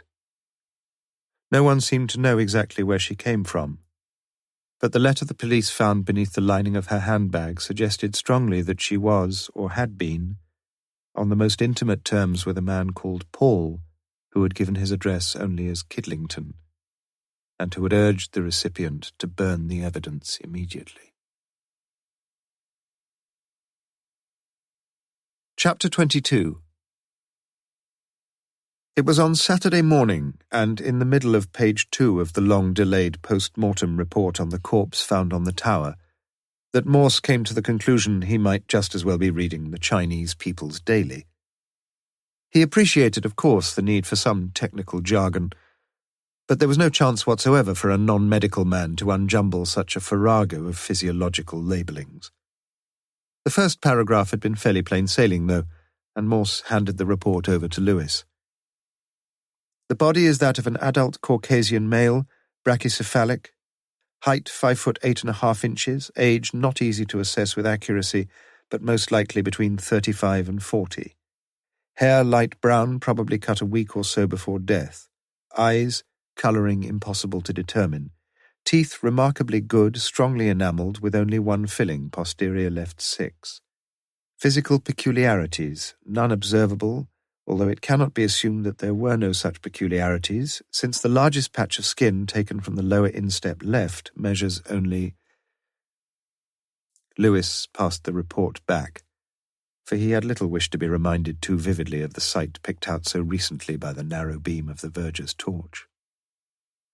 Moreover, his next job promised to be quite gruesome enough for one morning, and for the next half-hour he sifted through the half-dozen transparent plastic bags containing the remnants of the dead man's clothes. Morse himself declined to assist in the unsavoury operation, and expressed only mild interest when he heard a subdued whistle of triumph from his subordinate. "Let me guess, Lewis, you found a label with his name and telephone number." "As good as, sir." In a pair of tweezers he held up a small rectangular bus ticket. "It was in the breast pocket of the jacket, 30p fare on 26th October. I reckon the fare from Kidlington to Oxford's about 30p. "Probably gone up by now," muttered Morse. "And surely—" Lewis's eyes suddenly sparkled with excitement. "That was the day when Paul Morris disappeared, wasn't it?" "Never my strong point, dates," said Morse. For the moment, however, nothing was going to dampen Lewis's enthusiasm. "Pity his teeth were so good, sir. He's probably not been near a dentist for years. Still, we ought to be able to—" "You're taking an awful lot for granted, you know. We neither of us have the slightest proof about who the fellow is, agreed, and until—" "No, we haven't. But there's not much sense in closing our eyes to the obvious." "Which is?" "But that the man we found is Paul Morris," replied Lewis with firm confidence. "Just because a young girl in one of his classes said he used to wear a dark suit and a blue tie." "And a blue tie. All right, that makes him Paul Morris, you say?" "Lewis, you're getting as bad as I am." "Do you think I'm wrong?" No, I wouldn't say that. I'm just a little more cautious than you, shall we say?" This was ridiculous. Morse, as Lewis knew only too well, was a man prepared to take the most prodigious leaps into the dark, and yet here he was now, utterly blind to the few simple facts that lay staring him in the face in broad daylight. Forget it, though. It took Lewis no more than 10 minutes to discover that Paul Morris had been a patient at the Kidlington Health Centre, and after a little quiet but urgent pressure, the senior partner of that consortium was reading through the details on his medical card. "Well?" asked Morse as Lewis cradled the receiver. "Fits pretty well. 38 years old, 5 feet 9 inches, light brown hair. Fits a lot of people. Medium height, medium colouring, medium—" "Don't you want to find out who he is?" Lewis stood up and looked down at Morse with unwonted exasperation in his voice. "I'm sorry if all this doesn't fit in with any clever little theory you've thought up, but we've got to make some sort of start, haven't we?" Morse said nothing for a few moments, and when he did speak, his quiet words made Lewis feel ashamed of the tetchiness which had marked his own. "Surely you can understand, can't you, Lewis, why I'm hoping that rotting corpse isn't Paul Morris? You see, if it is, I'm afraid we'd better start looking round pretty quickly, hadn't we? We'd better start looking round for yet another corpse, my old friend. A corpse aged about 12. Like Bell, the landlord of 3 Home Close, Kidlington, had flu, but he gave Morse a sneezy blessing to look over the property, rented out since Morris left to a young married couple with 1 baby daughter. But no one answered Lewis's repeated knockings. "Probably shopping," he said as he sat down again next to Morse in the front of the police car. Morse nodded and looked vaguely around him. The small crescent had been built sometime in the early 1930s. A dozen or so red-brick semi-detached properties now beginning to look their age, with the supports of their slatted wooden fences virtually sopped and sapped away. "Tell me, Lewis," he said suddenly, "who do you think murdered Josephs?" "I know it's not a very original idea, sir, but I should think it must have been this down-and-out fellow." Like as not, he decided to pinch the collection money, and Joseph's got in his way and he knifed him. Another possibility. But why didn't Joseph's yell the place down? He did try to shout for help, sir, if you remember. Couldn't make himself heard above the organ, perhaps. You could be right, you know, said Morse, almost earnestly, as if he'd suddenly woken up to the fact that the obvious way of looking at things wasn't necessarily the wrong one. What about Lawson? Who killed him? You know better than I do, sir, that the majority of murderers either give themselves up or commit suicide. There's surely not much doubt that Lawson committed suicide. But Lawson didn't kill Josephs, did he? You just said... I was going on to say, sir, that there was another possibility. I don't think Lawson himself actually killed Josephs, but I think he may have been responsible for killing him. You do? Morse looked across at his subordinate with genuine interest. I think you'd better take it a bit more slowly, Lewis. You're leaving me a long way behind, I'm afraid. Lewis allowed himself a mild grin of modest gratification.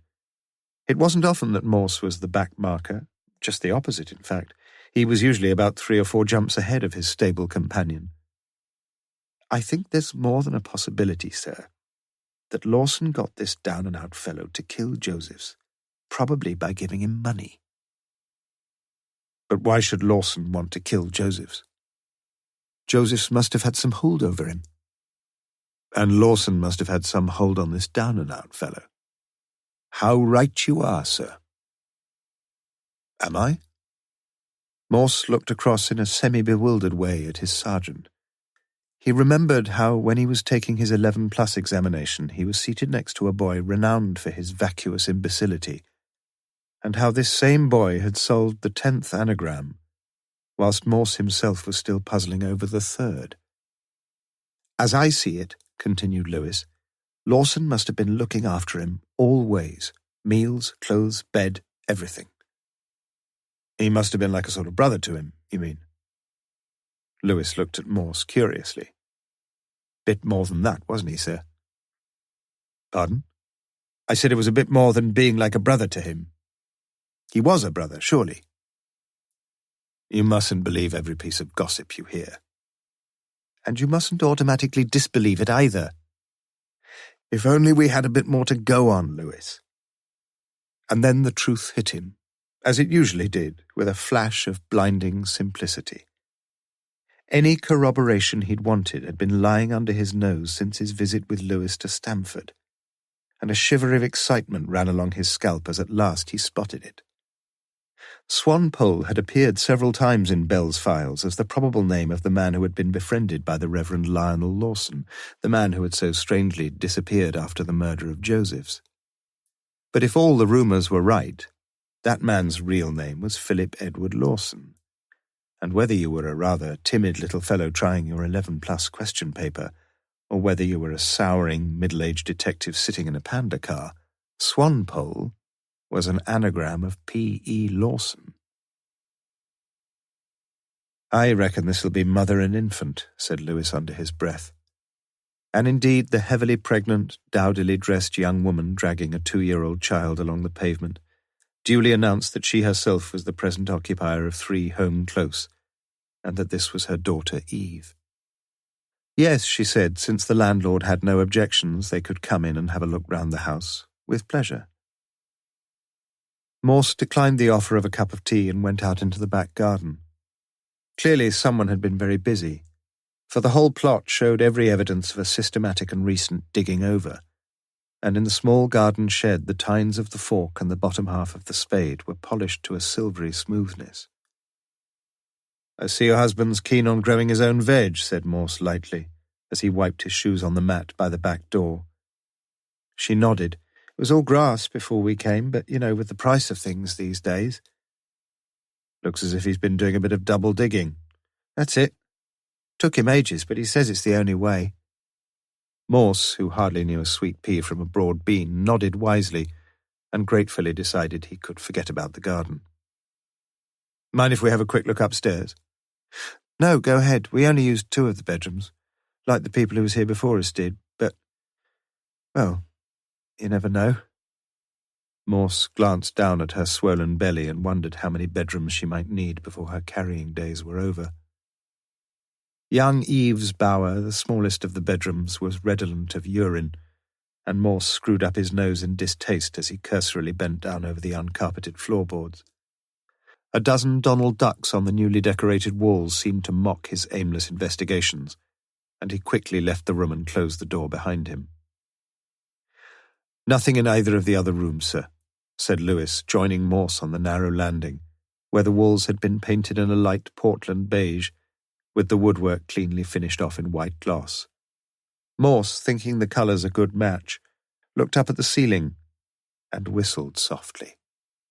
Immediately above his head was a small rectangular trapdoor some 3 feet by 2.5 feet, painted as lovingly as the rest of the woodwork. "You got a stepladder?" Morse shouted downstairs. 2 minutes later, Lewis was poking his head over the dusty beams and shining a torch around the rafters. Here and there a little of the early afternoon light filtered through ill-fitting joints in the tiles, yet the surprisingly large roof space seemed dismal and darkly silent as Lewis took the weight on his wrists, gently levered himself up into the loft, and warily trod from beam to beam. A large trunk occupied the space between the trapdoor and the chimney stack, and as Lewis opened the lid and shone his torch on the slightly mildewed covers of the books inside, a black, fat-bellied spider scurried its way out of reach. But Lewis was no arachnophobe, and quickly satisfying himself that the trunk was packed only with books, he prodded around amid the rest of the debris. A furled Union Jack on a long blue pole, its colours faded now and forlorn. An old camp bed probably dating from the Baden-Powell era, a brand-new lavatory pan patched for some unfathomable purpose, with strips of gummed brown paper, an antiquated carpet sweeper, 2 rolls of yellow insulation material, and a large roll of something else, surely, pushed up tight between the beams and the roof angle. Bending forward as low as he could and groping in front of him, Lewis managed to reach the bundle, where his fingertips prodded something soft, and where his torchlight shone onto a black shoe sticking out of one end, the toe cap filmed with a layer of grey dust. "Anything there?" Lewis heard the quiet, urgent voice from below, but said nothing. The string tying the bundle together broke as he tugged at it, and there unrolled before him a collection of good-quality clothes, trousers, shirts, underclothes, socks, shoes, and 6 ties, one of them a light Cambridge blue. Lewis's grim face appeared suddenly framed in the darkened rectangle. "You'd better come up and have a look, sir." They found another roll of clothes then, containing very much the same sort of items as the first, but the trousers were smaller, as indeed were all the other garments, and the 2 pairs of shoes looked as if they might have fitted a boy of about 11 or 12. There was a tie, too, just the one, a brand-new tie, with alternate stripes of red and grey, the tie worn by the pupils of the Roger Bacon Comprehensive School. Chapter 23. A good many of the gradually swelling congregation were acid-faced spinsters of some 50 or 60 summers, several of whom glanced round curiously at the 2 strangers who sat on the back row of the central pews, next to the empty seat now clearly marked churchwarden. Lewis both looked and felt extraordinarily uncomfortable, whilst Morse appeared to gaze round him with bland assurance. "We do what everybody else does, understand?" whispered Morse, as the 5-minute bell ceased its monotonous melancholy toll, and the choir set out in procession from the vestry and down the main aisle, followed by the incense swinger and the boat boy, the acolytes and torch-bearers, the master of ceremonies, and 3 eminent personages, similarly but not identically dressed, the last wearing, amongst other things, alb, biretta, and chasuble, the ABC of ecclesiastical rig as far as Morse as yet had mastered it. In the chancel, the dramatis personae dispersed to their appropriate stations with practised alacrity, and suddenly all was order once more. Ruth Rawlinson, in a black square choir hat, took her place just beneath a stone-carved angel, and the assembled choir now launched into the Mass. During this time the churchwarden had slipped noiselessly into his seat and handed Morse a little scrap of paper, setting Iste Confessor Palestrina, at which Morse nodded wisely before passing it on to Lewis. At half-time, one of the eminent personages temporarily doffed his chasuble and ascended the circular steps of the pulpit to admonish his flock against the dangers and follies of fornication. But Morse sat throughout as one to whom the admonition was not immediately applicable. Once or twice earlier his eyes had caught Ruth's, but all the female members of the choir were now sheltered from view behind a stout octagonal pillar, and he leaned back and contemplated the lozenge-shaped panes of stained glass, deepest ruby, smoky blue, and brightest emerald, his mind drifting back to his own childhood, when he had sung in the choir himself. Lewis, too, though for different reasons, very soon lost all interest in fornication. Being in any case the sort of man who had seldom cast any lascivious glances over his neighbour's wife, he let his mind wander quietly over the case instead, and asked himself once more whether Morse had been right in his insistence that another visit to a church service would be certain to spark off a few flashes of association, to give the hooked atoms a shake, as Morse had put it, whatever that might mean. It took some 20 minutes for the preacher to exhaust his anti-carnal exhortations, after which he descended from the pulpit, disappeared from view through a screen in the side of the Lady Chapel, before re-emerging chasuble re-donned at the top of the main chancel. This was the cue for the other two members of the triumvirate to rise and to march in step towards the altar where they joined their brother. The choir had already picked up their Palestrina scores once more, and amid much genuflection, crossing and embracing, the Mass was approaching its climactic moment. "Take, eat, this is my body," said the celebrant, and his two assistants suddenly bowed towards the altar with a perfect synchronization of movement and gesture, just as if the two were one. Yes, just as if the two were one. And there drifted into Morse's memory that occasion when, as a young boy, he'd been taken to a music hall show with his parents. One of the acts had featured a woman dancing in front of a huge mirror, and for the first few minutes he had been unable to fathom it out at all. She wasn't a particularly nimble-bodied thing, and yet the audience had seemed enthralled by her performance. Then his mind had clicked. The dancer wasn't in front of a mirror at all. The apparent reflection was in reality another woman, dancing precisely the same steps, making precisely the same gestures, dressed in precisely the same costume. There were two women, not one. So, if there had been two dancers, could there not have been two priests on the night when Joseph's was murdered? The kittiwake was soaring once again. 5 minutes after the final benediction, the church was empty. A cassocked youth had finally snuffed out the last candle in the galaxy, and even the zealous Mrs. Walsh-Atkins had departed. Missa est ecclesia. Morse stood up, slid the slim red order of service into his raincoat pocket, and strolled with Lewis into the Lady Chapel, where he stood reading a brass plaque affixed to the south wall. In the vaults beneath are interred the terrestrial remains of John Baldwin, Esquire, honourable benefactor and faithful servant of this parish, died 1732, aged 68 years, requiescat in pace. Micklejohn smiled without joy as he approached them, surplice over his left arm. "Anything else we can do for you, gentlemen?" "We want a spare set of keys," said Morse. "Well, there is a spare set," said Micklejohn, frowning slightly. "Can you tell me why—" "It's just that we'd like to get in when the church is locked, that's all." "Yes, I see." He shook his head sadly. "We've had a lot of senseless vandalism recently, mostly school children, I'm afraid. I sometimes wonder—" "We shall only need them for a few days." Micklejohn led them into the vestry, climbed onto a chair, and lifted a bunch of keys from a hook underneath the top of the curtain. Let me have them back as soon as you can, please. There are only 4 sets now, and someone's always wanting them for bell ringing, that sort of thing. Morse looked at the keys before pocketing them. Old-fashioned keys, 1 large, 3 much smaller, all of them curiously and finely wrought. "Shall we lock the door behind us?" asked Morse. It was meant to be lightly jocular, but succeeded only in sounding facetious and irreverent. "No, thank you," replied the minister quietly.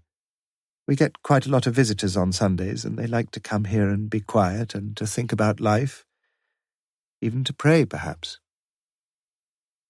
Neither Morse nor Lewis had been on his knees throughout the service, and Lewis at least left the church feeling just a little guilty, just a little humbled. It was as if he had turned his back on a holy offering. "Come on," said Morse. "We're wasting good drinking time." At 12:25 p.m. the same day, a call from the Shrewsbury Constabulary came through to the Thames Valley Police HQ in Kidlington, where the acting desk sergeant took down the message carefully. He didn't think the name rang any bells, but he'd put the message through the appropriate channels. It was only after he'd put the phone down that he realized he hadn't the faintest idea what the appropriate channels were. Chapter 24. Morse was lingering longer than usual, and it was Lewis who drained his glass first. "You feeling well, sir?" Morse put the order of service back in his pocket and finished his beer in 3 or 4 gargantuan gulps. "Never better, Lewis. Fill 'em up." "You're round, I think, sir." "Oh." Morse leaned his elbows beside the replenished pints and continued. "Who murdered Harry Josephs? That's the key question, really, isn't it?" Lewis nodded. "I had a bit of an idea during the service." "No more ideas, please. I've got far too many already. Listen, the prime suspect's got to be the fellow Bell tried to trace. Agreed? The fellow had stayed several times at Lawson's vicarage, who was at the church when Josephs was murdered and who disappeared afterwards. Agreed? We're not quite certain about it, but there's every chance that this fellow was Lionel Lawson's brother, Philip Lawson. He's hard up and he's a wino. He sees some ready cash on the collection plate and he decides to pinch it. Josephs tries to stop him and gets a knife in the back for his trouble. Any problems?" "How did Philip Lawson come to have the knife?" "He'd seen it lying around the vicarage and he decided to pocket it." "Just on the off chance?" "That's it," said Morse as he turned unblinking towards Lewis. "But there were only a dozen or so people at the service and the collection wouldn't have come to more than a couple of quid." "That's it." "Why not wait until one of the Sunday morning services? Then he'd have the chance of 50-odd quid." "Yes, that's true." "Why didn't he then?" "I don't know." "But no one actually saw him in the vestry." "He skipped it as soon as he'd knifed Josephs." "Surely someone would have seen him, or heard him." "Perhaps he just hid in the vestry behind the curtain." "Impossible." "Behind the door to the tower, then," suggested Morse. "Perhaps he went up to the tower, hid in the bell chamber, hid on the roof, I don't know." "But that door was locked when the police arrived, so it says in the report." "Easy, he locked it from the inside." "You mean he had the key?" "You say you read the report, Lewis. Well, you must have seen the inventory of what they found in Joseph's pockets." The light slowly dawned in Lewis's mind, and he could see Morse watching him, a hint of mild amusement in the inspector's pale blue eyes. "You mean they didn't find any keys?" he said at last. "No keys." "You think he took them out of Joseph's pocket?" "Nothing to stop him." But if he looked through Joseph's pockets, why didn't he find the money, the 100 quid? "Aren't you assuming," asked Morse quietly, that was all there was to find? What if, say, there'd been 1,000? "You mean—" But Lewis wasn't sure what he'd meant. "I mean that everyone, almost everyone, Lewis, is going to think what you did, that the murderer didn't search through Joseph's pockets. It puts everyone on the wrong scent, doesn't it? Makes it look as if it's petty crime, as you say, a few pennies off the collection plate. You see, perhaps our murderer wasn't really much worried about how he was going to commit the crime. He thought he could get away with that. What he didn't want was anyone looking too closely at the motive. Lewis was growing increasingly perplexed. "Just a minute, sir. You say he wasn't much worried about how he murdered Joseph's. But how did he? Joseph's was poisoned as well as stabbed." "Perhaps he just gave him a swig of booze, doctored booze." Again, Lewis felt the disconcerting conviction that Morse was playing a game with him. One or two of the points the chief had just made were more like those flashes of insight he had learned to expect. But surely Morse could do better than this. He could do better himself. "Joseph's could have been poisoned when he took communion, sir." "You think so?" Morse's eyes were smiling again. "How'd you figure that out?" "I reckon the church warden is usually the last person to take communion. Like this morning, yes. And so this tramp fellow is kneeling there next to him and he slips something into the wine." "How did he carry the poison?" "He could have had it in one of those rings. You just unscrew the top." "You watch too much television," said Morse. "And sprinkle it into the wine." "It would be a whitish powder, Lewis, and it wouldn't dissolve immediately." "So the Reverend Lionel would see it floating on top, is that what you're saying?" "Perhaps he had his eyes closed. There's a lot of praying and all that sort of thing when—" "And Joseph's himself? Was he doing a lot of praying and all that sort of thing?" "Could have been." "Why wasn't Lawson poisoned then? It's the minister's job to finish off any wine that's left, and as you say, Joseph's was pretty certainly the last customer." "Perhaps Joseph swigged the lot," suggested Lewis hopefully, and then his eyes irradiated a sudden excitement. "Or perhaps, sir, the two of them, the two Lawson brothers, were in it together. That would answer quite a lot of questions, wouldn't it?" Morse smiled contentedly at his colleague. "You know, Lewis, you get brighter all the time. I think it must be my company that does it." He pushed his glass across the table. "Your turn, isn't it?" He looked around him as Lewis waited patiently to be served. It was 1:30, and Sunday lunchtime trade was at its peak. A man with a rough beard, dressed in a long ex-army coat, had just shuffled through the entrance and was standing apprehensively by the bar. A man in latish middle age, it seemed, wearing that incongruous pair of sunglasses and grasping an empty flagon of cider in his hand. Morse left his seat and walked over to him. "We met before, remember?" The man looked slowly at Morse and shook his head. "Sorry, mate." "Life not treating you so good?" "Nah." "Been roughing it long?" "Last back in." "You ever know a fellow called Swanpole?" "No, sorry, mate." "Doesn't matter. I used to know him, that's all." "I knew somebody who did," said the tramp quietly.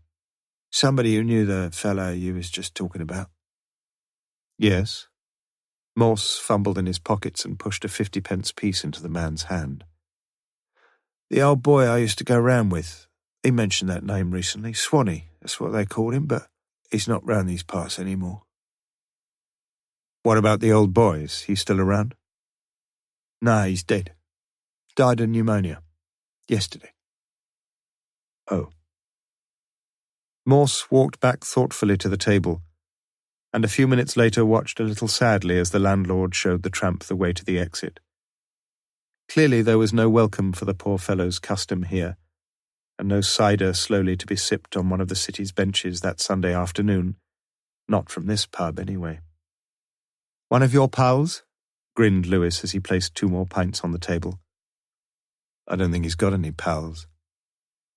"Perhaps if Lawson were still alive." "He's just the man we've got to talk about, Lewis. Suspect number 2. Agreed?" "You mean he suddenly disappeared from in front of the altar, murdered Joseph's, and then came back and carried on with the service?" "Something like that." The beer was good, and Lewis leaned back, quite happy to listen. "Come on, sir. I know you're dying to tell me. First, let's just follow up your idea about the poisoned chalice. There are too many improbabilities in the way you looked at it, but what if the Reverend Lionel himself put the morphine in the wine? What then? After his brothers had a swig, he can pretend that the chalice is empty, turn round to the altar, slip in the powder, pour in a drop more wine, give it a quick stir, no problem. Or else he could have had 2 chalices, one of them already doctored, and just put the one down and pick up the other. Easier still. Mark my words, Lewis. If it was either of the 2 brothers who poisoned Joseph's, I reckon the odds are pretty heavily on the Reverend Lionel. Let me get it straight, sir. According to you, Lionel Lawson tried to kill Joseph's, only to find that someone had done a far neater job a few minutes later, with a knife. Right? Lewis shook his head. Not on, sir, is it? Why not?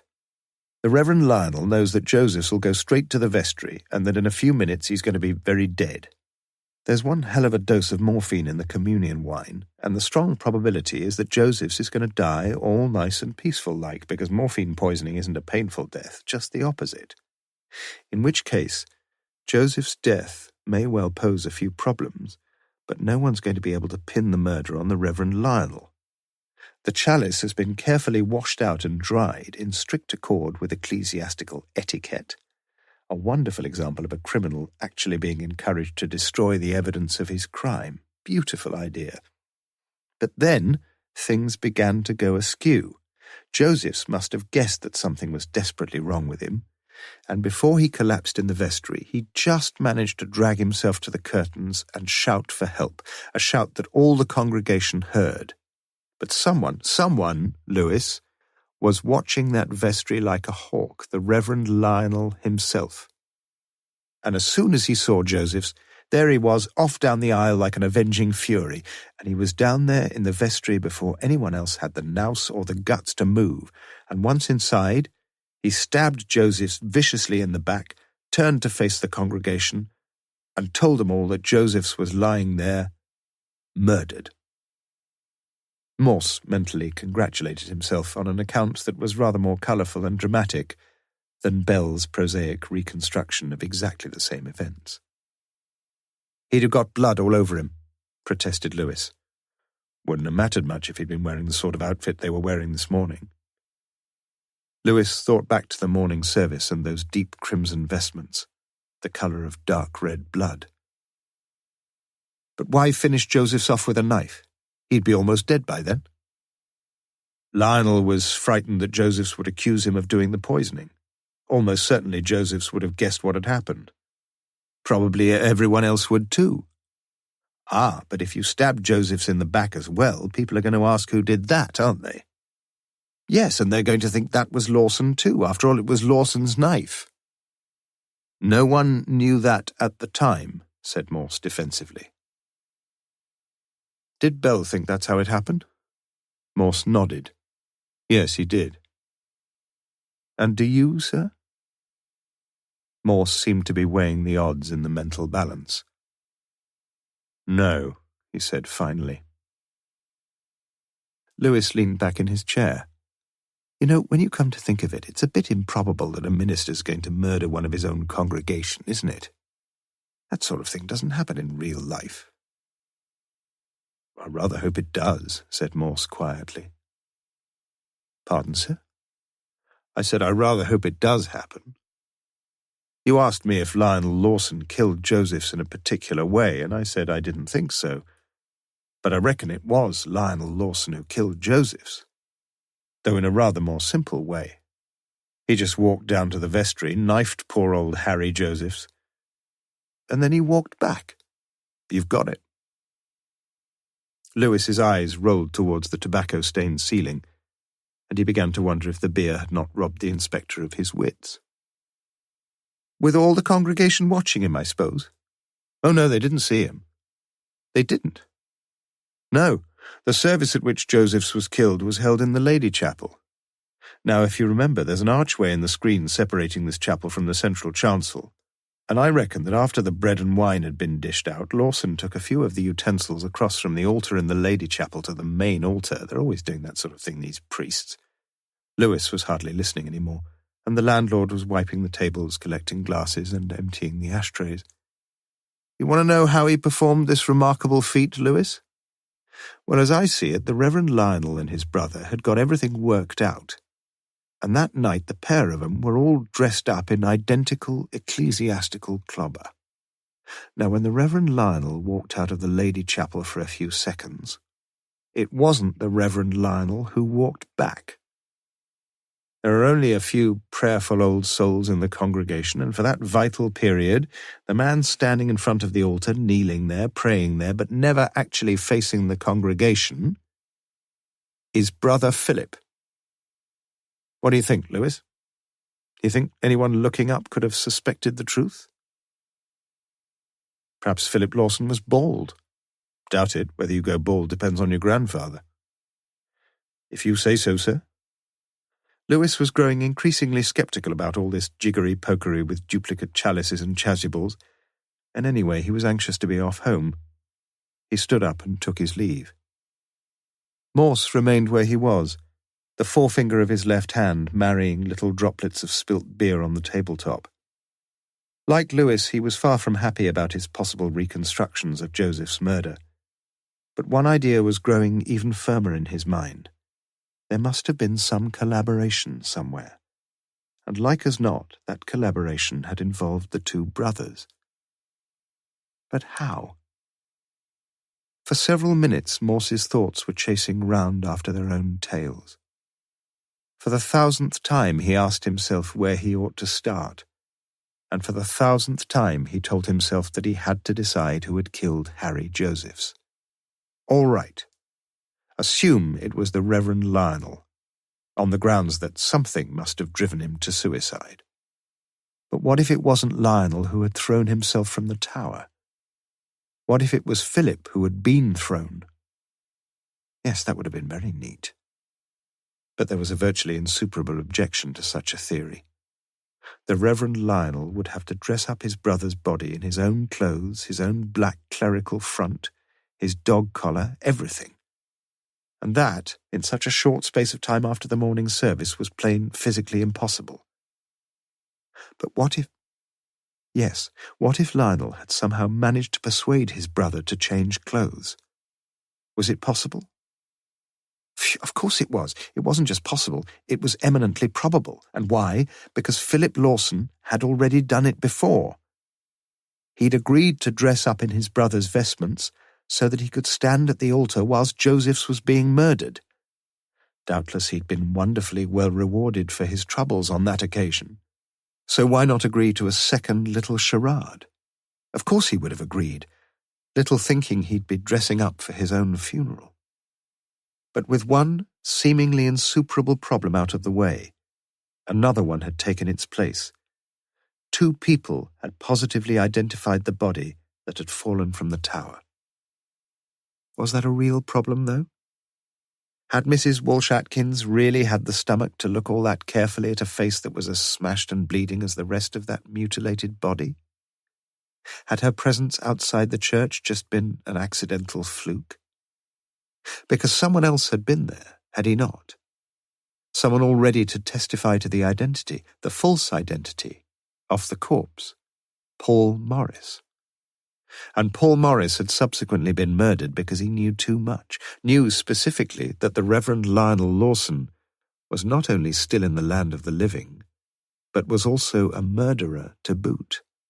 A double murderer, a triple murderer. "Do you mind drinking up, sir?" said the landlord. "We often get the police round here on Sunday mornings." Chapter 25. On the same day, just after 8 o'clock in the evening, a middle-aged man, his white shirt open at the neck, sat waiting in a brightly lit, well-furnished room. He was lounging back on a deep sofa, its chintz covers printed in a russet and white floral design, from which, smoking a king-sized Benson & Hedges cigarette, he vaguely watched the television. She was a little late tonight, but he had no doubts that she would come, for she needed him just as much as he needed her. Sometimes he suspected even more so. A bottle of claret already opened and 2 wine glasses stood on the coffee table beside him, and through the half-open bedroom door he could see the hypotenuse of white sheet drawn back from the pillows. Come on, girl. It was 8:10 when the key, she had a key, of course she did, scraped gently in the Yale lock and she entered. Although a steady drizzle persisted outside, her pale blue mackintosh seemed completely dry as she slipped it from her shoulders, folded it neatly across its waist, and put it over the back of an armchair. The white cotton blouse she wore was drawn tight across her breasts, and the close-fitting black skirt clung to the curve of her thighs. She said nothing for a while, merely looked at him, her eyes reflecting no affection and no joy, just a simmering animal sensuality. She walked across the room and stood in front of him, provocatively. "You told me you were going to stop smoking." "Sit down and stop moaning, woman. Christ, you make me feel sexy in that outfit." The woman did exactly as she was told, almost as if she would do anything he asked without demur, almost as if she thrived on the brusque crudity of his commands. There were no tender words of preliminary love play on either side, yet she sat close to him as he poured 2 full glasses of wine, and he felt the pressure of her black-stockinged leg, good girl she'd remembered, against his own. In token of some vestigial respect, they clinked their glasses together, and she leaned back against the sofa. "Been watching the telly all night?" Her question was commonplace, uninterested. "I didn't get back till 6:30. She turned to look at him for the first time. "You're a fool going out like that. Especially on Sundays, don't you realize—" "Calm down, woman. I'm not a fool and you know it. Nobody's seen me slipping out of here yet. And what if they did? Nobody's going to recognize me now." He leaned across her and his fingers deftly unfastened the top button of her blouse. And then the next button. As always with this man, the woman experienced that curious admixture of revulsion and attraction. Compulsive combination. Until so very recently a virgin, she was newly aware of herself as a physical object, newly conscious of the power of her body. She lay back passively as he fondled her far beyond the point which a few months previously would have been either pleasing or permissible. And she seemed almost mesmerized as he pulled her up from the sofa and led the way through to the bedroom. Their coitus was not exceptionally memorable, certainly not ecstatic, but it was satisfactory and satisfying. It usually was.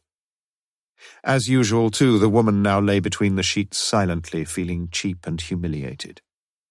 It was not only her body that was naked, but her soul, too. And instinctively she drew the top of the sheet up to her neck and prayed that for a little while at least he would keep his hands and eyes away from her. How she despised him. Yet not 1/2, not 1/4 as much as she had learned to despise herself. It had got to stop. She hated the man and the power he had come to wield over her. Yet she needed him, needed the firm virility of his body. He had kept himself wonderfully fit, but then that wasn't surprising. Not really. Not really. Briefly, she fell asleep. He spoke to her as he stood by the door, the mackintosh loosely over her shoulders. "Same time on Wednesday?" Once more the humiliation of it all settled heavily upon her, and her lip was shaking as she replied. "It's got to stop. You know it has." "Stop?" His mouth was set in a conceited sneer. "You couldn't stop. You know that as well as I do." "I can stop seeing you whenever I like, and there's nothing you or anybody else, isn't there?" "You're in this as deeply as I am. Don't you ever forget that." She shook her head almost wildly. "You said you'd be going away. You promised."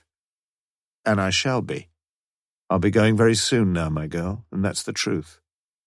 But until I do go, I keep seeing you, understand?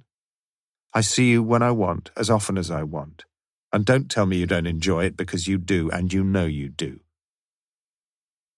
Yes, she knew it, and she felt her eyes prickling with hurt at his cruel words.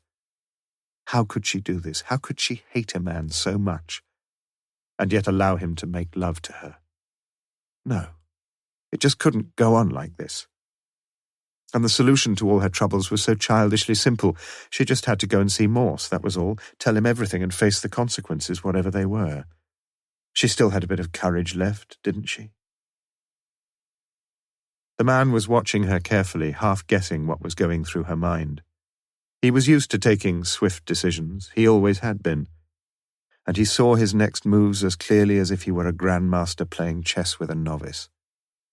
He had known all along that he would have to deal with her sooner or later. And although he had hoped it would be later, he realized now that the game must be finished quickly. For him, sex had always come, would always come, a poor second to power. He walked over to her, and his face for once seemed kind and understanding as he placed his hands so very lightly on her shoulders, his eyes looking searchingly into hers. "All right, Ruth," he said quietly.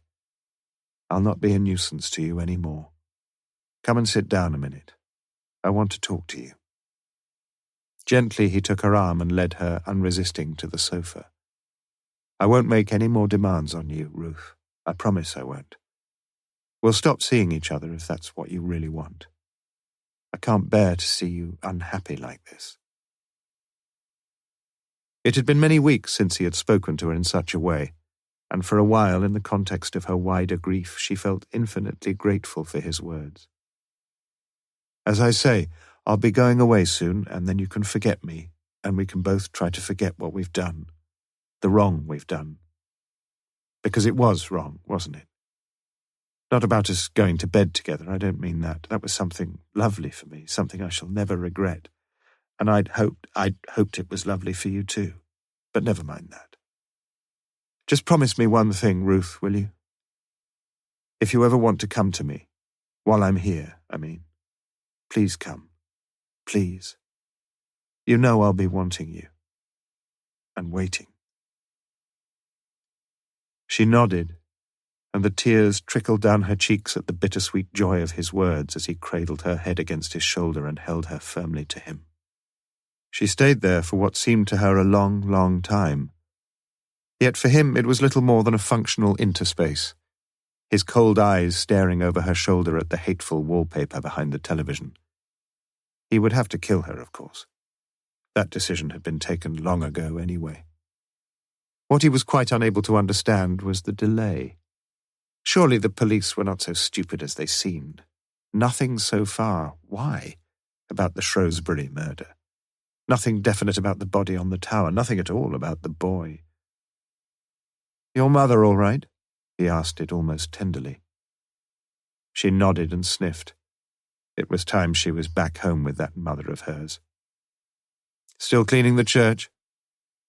She nodded again, continued her sniffing, and finally broke away from him. "Mondays, Wednesdays and Fridays?" "Just Mondays and Wednesdays now. I'm getting a bit slack in my old age." "Still in the mornings?" I usually go about 10, and I've been going for a drink in the Randolph when I'm finished, I'm afraid." She laughed nervously and blew her nose loudly into her sopping handkerchief. "I could do with a quick drink now, if—" "Of course." He fetched a bottle of Teacher's whiskey from the sideboard and poured a good measure into her wine-glass. "Here you are. You'll feel better soon. You feel better now, don't you?" "Yes, I do." She took a sip of the whiskey. You remember when I asked you whether you knew anything about what they found up on the church tower?" "I remember." "You said you hadn't any idea at all." "And I haven't. Not the faintest idea. But I expect the police will find out." "They just say they're making inquiries." "They've not been bothering you again, have they?" She breathed deeply and stood up. "No. Not that I could tell them anything about that." For a moment she thought of Morse with his piercing eyes. Sad eyes, though, as if they were always looking for something and never quite finding it. A clever man, as she realized, and a nice man, too. Why, oh why, hadn't someone like Morse found her many years ago? "What are you thinking about?" His voice was almost brusque again. "Me? Oh, just thinking how nice you can be when you want, that's all." She wanted to get away from him now. It was as if freedom beckoned her from behind the locked door. But he was close behind her, and his hands were once again fondling her body, and soon he had forced her to the floor, where, within a few inches of the door, he penetrated her once again, snorting as he did so like some animal, whilst she, for her part, stared joylessly at a hairline crack upon the ceiling. Chapter 26. "They tell me you can start a fibroblast from the commercial banger," said Morse, rubbing his hands delightedly over the crowded plate of sausages, eggs and chips which Mrs. Lewis had placed before him. It was 8:30 on the same Sunday evening. "What's a fibroblast?" asked Lewis. "Something to do with taking a bit of tissue and keeping it alive. It's frightening, really. Perhaps you could keep a bit of somebody alive, well, indefinitely, I suppose. Sort of immortality of the body." He broke the surface of one of his eggs and dipped a golden brown chip into the pale yellow yolk. "You won't mind if I have the telly on?" Mrs. Lewis sat down with a cup of tea and the set was clicked on. "I don't really care what they do to me when I'm gone, Inspector. Just as long as they make absolutely certain that I'm dead, that's all." It was an old fear, a fear that had prompted some of the wealthier Victorians to arrange all sorts of elaborate contraptions inside their coffins, so that any corpse, revivified contrary to the expectations of the physicians, could signal from its subterranean interment immediate intelligence of any return to consciousness. It was a fear, too, that had driven Poe to write about such things with so grisly a fascination, and Morse refrained from mentioning the fact that those whose most pressing anxiety was that they might be lowered living into their graves could have their minds set at rest. The disturbing medical truth was that they quite certainly would be so lowered. "What's on?" mumbled Morse, his mouth full of food. But Mrs. Lewis didn't hear him. Already, Svengali-like, the television held her in its holy trance. 10 minutes later, Lewis sat checking his football pools from the Sunday Express, and Morse leaned back on the sofa and closed his eyes, his mind preoccupied with death and people being lowered into their graves. Where was he? Morse's head and shoulders jerked backwards, and he blinked himself awake. Lewis was still engrossed in the back page of the Sunday Express, and on the television screen a head butler was walking sedately down some stairs to a wine cellar. That was it. Silently, Morse cursed himself for his own stupidity. The answer had stared him in the face that very same morning. "In the vaults beneath are interred the terrestrial remains." A wave of excitement set his senses tingling as he stood up and drew back the edge of the curtain from the window. It was dark now, and the pane was spattered with fine drizzle. Things could wait, surely. What on earth was going to be gained by another nocturnal visit to a dark, deserted church that couldn't wait until the light of the morning? But inevitably Morse knew that he couldn't wait, and wouldn't wait. "Sorry about this, Mrs. Lewis, but I shall have to take the old man away again, I'm afraid. We shouldn't be long, though, and thanks again for the meal." Mrs. Lewis said nothing and fetched her husband's shoes from the kitchen. Lewis himself said nothing either, but folded the newspaper away and resigned himself to the fact that his lit-plan permutations had once more failed to land him a fortune. It was the bankers that always let him down, those virtual certainties round which the plan had to be constructed. Like this case, he thought as he pulled on his shoes. No real certainties at all. Not in his own mind, anyway. And from what Morse had said at lunchtime, no real certainties in his mind either. And where the dickens, he wondered, were they off to now? As it happened, the church was neither dark nor deserted, and the main door at the north porch creaked open to reveal a suffused light over the quiet interior. "Do you think the murderer's here, sir, confessing his sins?" "I reckon somebody's confessing something," muttered Morse. His ears had caught the faintest murmurings, and he pointed to the closed curtains of the confessional set into the north wall. Almost immediately an attractive young woman emerged, her sins presumably forgiven, and with eyes averted from the two detectives, click-clacked her way out of the church. "Nice-looking girl, sir." She may have what you want, Lewis, but do you want what she's got?" "Pardon, sir?" The Reverend Canon Micklejohn was walking silently towards them on his rubber-soled shoes. removing a long green-embroidered stole from round his neck. "Which of you wants to be first, gentlemen?" "I'm afraid I've not been sinning much today," said Morse. "In fact, there's many a day when I hardly get through any sinning at all." "We're all sinners, you know that," said Meiklejohn seriously. "Sin, alas, is the natural state of our unregenerate humanity." "Is there a crypt under the church?" asked Morse. Meiklejohn's eyes narrowed slightly. "Well, yes, there is, but no one goes down there. Not as far as I know, anyway. In fact, I'm told that no one's been down there for 10 years or so. The steps look as if they're rotted away, and—" Again Morse interrupted him. "How can we get down there?" Meiklejohn was not in the habit of being spoken to so sharply, and a look of slight annoyance crossed his face. "I'm afraid you can't, gentlemen. Not now, anyway. I'm due at Pusey House in about—" He looked down at his wristwatch. "You don't really need me to remind you what we're here for, do you, sir? And it's not to inspect your Norman font, is it? We're investigating a murder, a series of murders, and as police officers we've every right to expect a bit of cooperation from the public, and for the minute, you're the public, all right? Now, how do we get down there?" Meiklejohn breathed deeply. It had been a long day, and he was beginning to feel very tired. "Do you really have to talk to me as if I were a naughty child, Inspector? I'll just get my coat if you don't mind." He walked off to the vestry, and when he returned, Morse noticed the shabbiness of the thick, dark overcoat, the shabbiness, too, of the wrinkled black shoes. "We shall need this," said Meiklejohn, pointing to a 20-foot ladder against the south porch.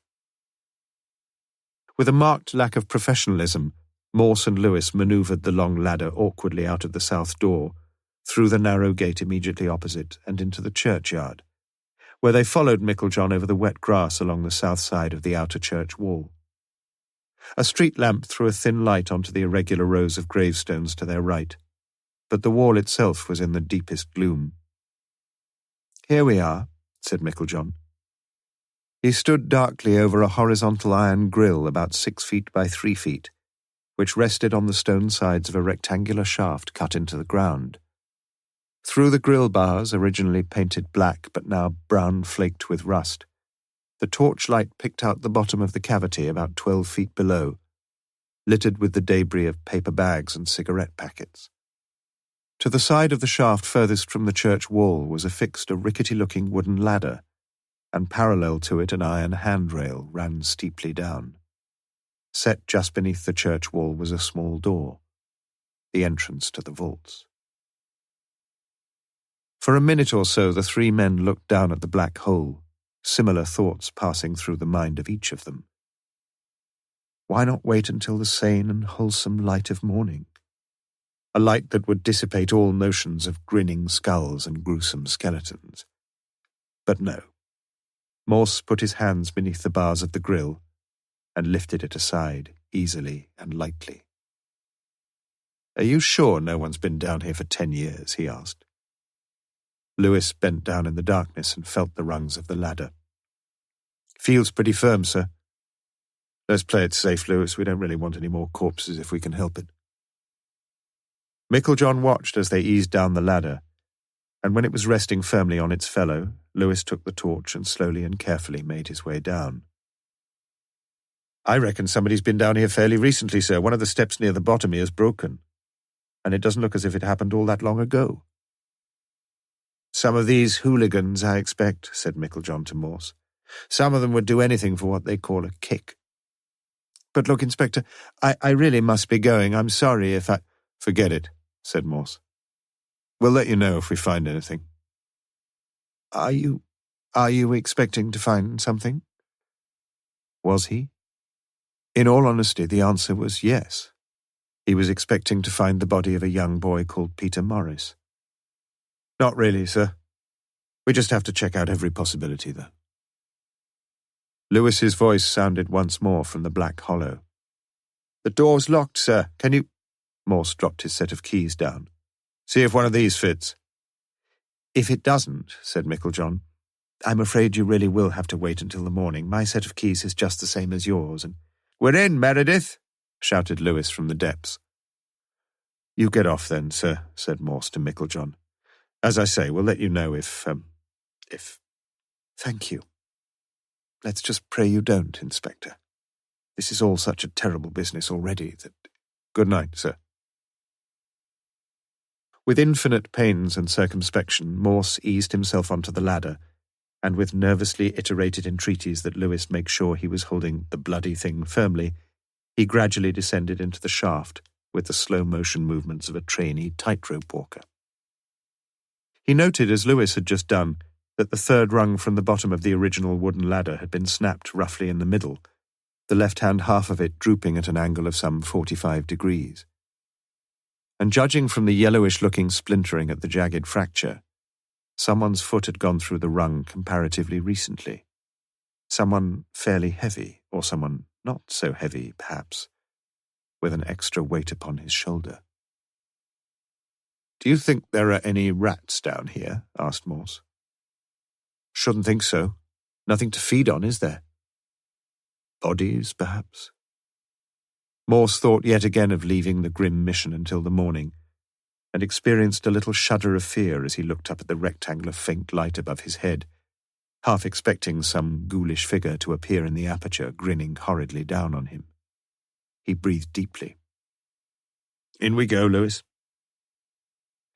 The door creaked whiningly on its rusted hinges as inch by inch Lewis pushed it open, and Morse played his torch nervously to one side and then to the other. It was immediately clear that the main supporting pillars of the upper structure of the church extended down to the vaults, forming a series of stone recesses and dividing the subterranean area into cellar-like rooms that seemed, at least to Lewis, far from weird or spooky. In fact, the second alcove on the left could hardly have been less conducive to thoughts of some skeletal spectre haunting these nether regions. For within its walls, dry-surfaced and secure, was no more than a large heap of coke, doubtless for the church's earlier heating system, with a long-handled spatulate instrument laid across it. "Want a bit of free coke, sir?" Lewis was leading the way, and now took the torch from Morse and shone it gaily around the surprisingly dry interior. But as they progressed deeper into the darkness, it became increasingly difficult to form any coherent pattern of the layout of the vaults, and Morse was already hanging back a little as Lewis shone the torch upon a stack of coffins, one piled on top of another, their lids warped and loose over the shrunken, concave sides. "Plenty of corpses here," said Lewis. But Morse had turned his back and was staring somberly into the darkness. "I think it'll be sensible to come back in the morning, Lewis. Pretty daft trying to find anything at this time of night." He experienced a deep shudder of fear as he grew aware of something almost tangibly oppressive in the dry air. As a young boy, he'd always been afraid of the dark, and now, again, the quaking hand of terror touched him lightly on the shoulder. They retraced their way towards the entrance, and soon Morse stood again at the entrance to the vaults, his forehead damp with cold sweat. He breathed several times very deeply, and the prospect of climbing the solid ladder to the ground above loomed like a glorious release from the panic that threatened to engulf him. Yet it was a mark of Morse's genius that he could take hold of his weaknesses and almost miraculously transform them into his strengths.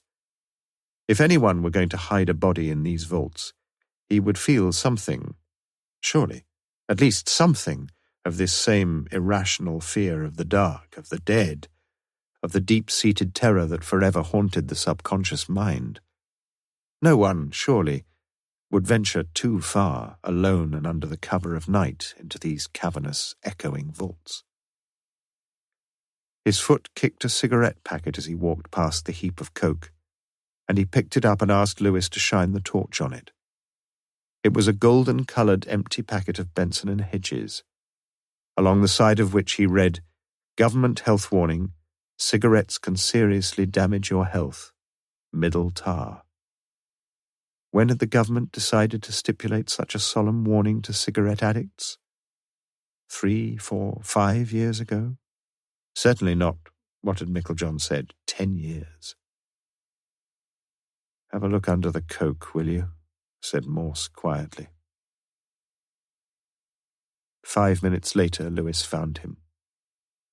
He was a young boy, aged about 11 or 12, well-preserved, just over 5 feet in height, and dressed in school uniform. Round his neck was a school tie, a tie tightened so viciously that it had dug deep into the flesh around the throat, a tie striped alternately in the regulation red and grey of the Roger Bacon School, Kidlington. In the pending file of the duty sergeant's tray at Thames Valley HQ, there still lay the handwritten message taken down from Shrewsbury. Chapter 27. Lewis reached Bell's office at 9:15 a.m. the following morning, but Morse had beaten him to it and was sitting behind the desk shouting into the phone with a livid fury. "Well, get the stupid bugger then! Yes, now!" He motioned Lewis to take a seat, the fingers of his left hand drumming the desktop in fretful impatience. "You!" he bellowed into the mouthpiece at last. "What the hell do you think you're playing at? It's been sitting under your bloody nose since yesterday lunchtime, and all you can do is sit on that great fat arse of yours and say you're sorry. You'll be sorry, my lad, you can be sure of that. Now just listen to me carefully. You'll go along to the super's office as soon as I give you permission to put that phone down, and you tell him exactly what you've done and exactly what you've not done. Is that understood?" The unfortunate voice at the other end of the line could only have mumbled something less than propitiatory, and Lewis sat almost fearfully through the next barrage of abuse. "What are you going to tell him?" "I'll tell you what you're going to tell him, my lad. First, you tell him you deserve the bloody VC, all right? Second, you tell him it's about time they made you Chief Constable of Oxfordshire. He'll understand. Third, you tell him you're guilty of the blindest bloody stupidity ever witnessed in the history of the force. That's what you tell him." He banged down the phone and sat for a minute or so, still seething with rage. Sensibly, Lewis sat silent, and it was Morse who finally spoke. "Mrs. Josephs was murdered last Friday in a nurse's hostel in Shrewsbury." Lewis looked down at the threadbare carpet at his feet and shook his head sadly. "How many more, sir?" Morse breathed deeply and seemed suddenly quite calm again. "I don't know." "Next stop Shrewsbury, sir?" Morse gestured almost hopelessly. "I don't know." "You think it's the same fellow?" "I don't know." Morse brooded in silence and stared blankly at the desk in front of him. "Get the file out again." Lewis walked across to one of the steel cabinets. "Who was on the other end of the rocket, sir?" Morse's face broke into a reluctant grin. "That bloody fool Dixon. He was sitting in as duty sergeant yesterday. I shouldn't have got so cross with him, really." "Why did you, then?" asked Lewis as he put the file down on the desk. "I suppose because I ought to have guessed, really. Guessed that she'd be next on the list, I mean. Perhaps I was just cross with myself, I don't know. But I know one thing, Lewis. I know that this case is getting out of hand. Christ knows where we are, I don't." The time seemed to Lewis about right now. Morse's anger had evaporated and only an irritable frustration remained to cloud his worried features. Perhaps he would welcome a little bit of help. "Sir, I was thinking when I got home last night about what you'd been saying in the Bulldog. Remember? You said that Lawson, the Reverend Lawson, that is, might just have walked straight down—" "For God's sake, Lewis, come off it. We're finding corpses right, left and centre, are we not? We're in the biggest bloody muddle since God knows when, and all you can do is to—" "It was you who said it, not me." "I know, yes, but leave me alone, man. Can't you see I'm trying to think? Somebody's got to think around here. I was only—" "Look, Lewis, just forget what I said and start thinking about some of the facts in the bloody case, all right?" He thumped the file in front of him viciously. "The facts are all in here. Josephs gets murdered. Agreed? All right, Josephs gets murdered. The Reverend Lionel Lawson jumps off the bloody tower, right? He jumps off the bloody tower. Morris Sr. gets murdered and gets carted off to the same bloody tower, right? Exit Morris Sr. Morris Jr. gets strangled and gets carted off down the crypt, right? Why not just accept these facts, Lewis? Why fart around with all that piddling nonsense about— forget it." Lewis walked out, making sure to slam the door hard behind him. He'd had just about enough, and for 2 pins he'd resign from the force on the spot if it meant getting away from this sort of mindless ingratitude. He walked into the canteen and ordered a coffee. If Morse wanted to sit in peace, well, let the miserable blighter. He wouldn't be interrupted this side of lunchtime, not by Lewis anyway. He read the Daily Mirror and had a second cup of coffee. He read the Sun and had a third. And then he decided to drive up to Kidlington. There were patches of blue in the sky now, and the overnight rain had almost dried upon the pavements. He drove along the Banbury Road, past Linton Road, past Belbroughton Road, and the cherry and the almond trees blossomed in pink and white, and the daffodils and the hyacinths bloomed in the borders of the well-tended lawns. North Oxford was a lovely place in the early spring, and by the time he reached Kidlington, Lewis was feeling slightly happier with life. Dixon, likely as not, would be in the canteen. Dixon was almost always in the canteen. "I hear you got a bit of a bollocking this morning," ventured Lewis. "Christ, you should have heard him." "I did," admitted Lewis. "And I was only standing in, too. We're so short here that they asked me to take over on the phone, and then this happens. How the hell was I supposed to know who she was? She changed her name anyway, and she only might have lived in Kidlington, they said. Life's very unfair sometimes, Sarge." "He can be a real sod, can't he?" "Pardon?" "Morse, I said he can be a real—" "No, not really." Dixon looked far from downhearted as he lovingly took a great bite from a jam donut. "You've not been into the super yet?" "He didn't mean that." "Look, Dixon, you're in the force, you know that, not in a play school. If Morse says—" "He didn't. He rang me back half an hour later, just said he was sorry, just said forget it." "He didn't." "He bloody did, Sarge. We had quite a pally little chat in the end, really. I asked him if I could do anything to help, and do you know what he said? Said he just wanted me to find out from Shrewsbury CID whether the woman was killed on Friday. That's all. Said he didn't give a monkey's whether she'd been knifed or throttled or anything, just so long as she was killed on Friday. Funny chap, isn't he? Always asking odd sort of questions, never the questions you think he'd ask. Clever, though. Christ, Lewis stood up to go. "It wasn't a sex murder, Sarge." "Oh?" "Nice looker, they said. Getting on a little bit, but it seems quite a few of the doctors had tried to get off with her. Still, I've always thought those black stockings are sexy, haven't you, Sarge?" "Was she wearing black stockings?" Dixon swallowed the last of his donut and wiped his fingers on his black trousers. "Don't they all wear—" But Lewis left him to it. Once more he felt belittled and angry. Who was supposed to be helping Morse anyway, himself or Dixon? Ah! It was 11:45 a.m. when Lewis re-entered St Aldate's police station and walked into Bell's office. Morse still sat in his chair, but his head was now resting on the desk, pillowed in the crook of his left arm. He was sound asleep. Chapter 28. Mrs. Rawlinson was getting more than a little anxious when Ruth had still not arrived home at 5 minutes to 1. She knew, really, that Ruth's visits to the Randolph were establishing themselves into a regular lunchtime pattern, and it was high time she reminded her daughter of her filial responsibilities. For the moment, however, it was the primitive maternal instinct that was paramount, and increasingly so as the radio news finished at 1:10 with still no sign of her daughter.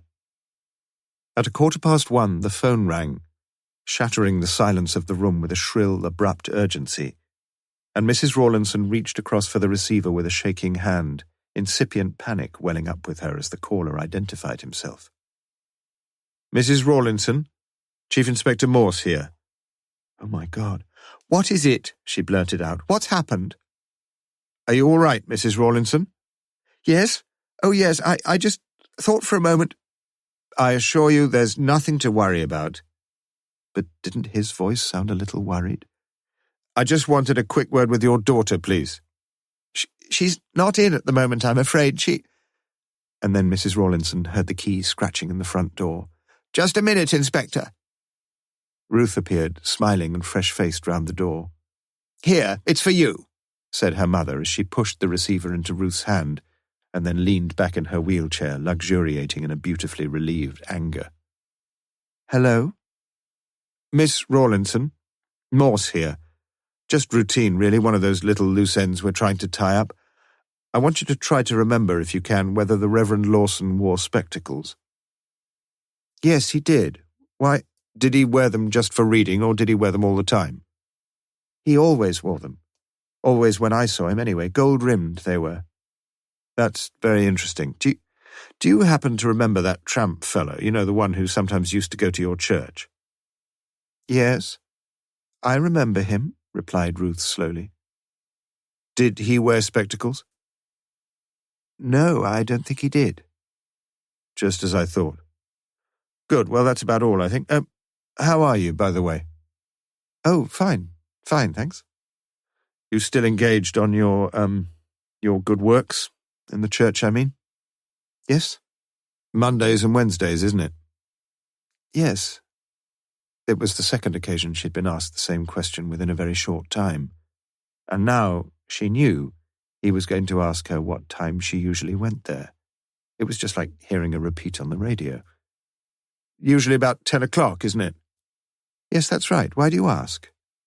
And why did she suddenly feel so frightened? No reason, really. I just thought, I might see you again there one day. Yes, perhaps so. Look after yourself, then. Why couldn't he look after her? Yes, I will, she heard herself say. Goodbye, said Morse. He cradled the phone and for many seconds stared abstractedly through the window onto the tarmacadammed surface of the inner yard. Why was she always so tight with him?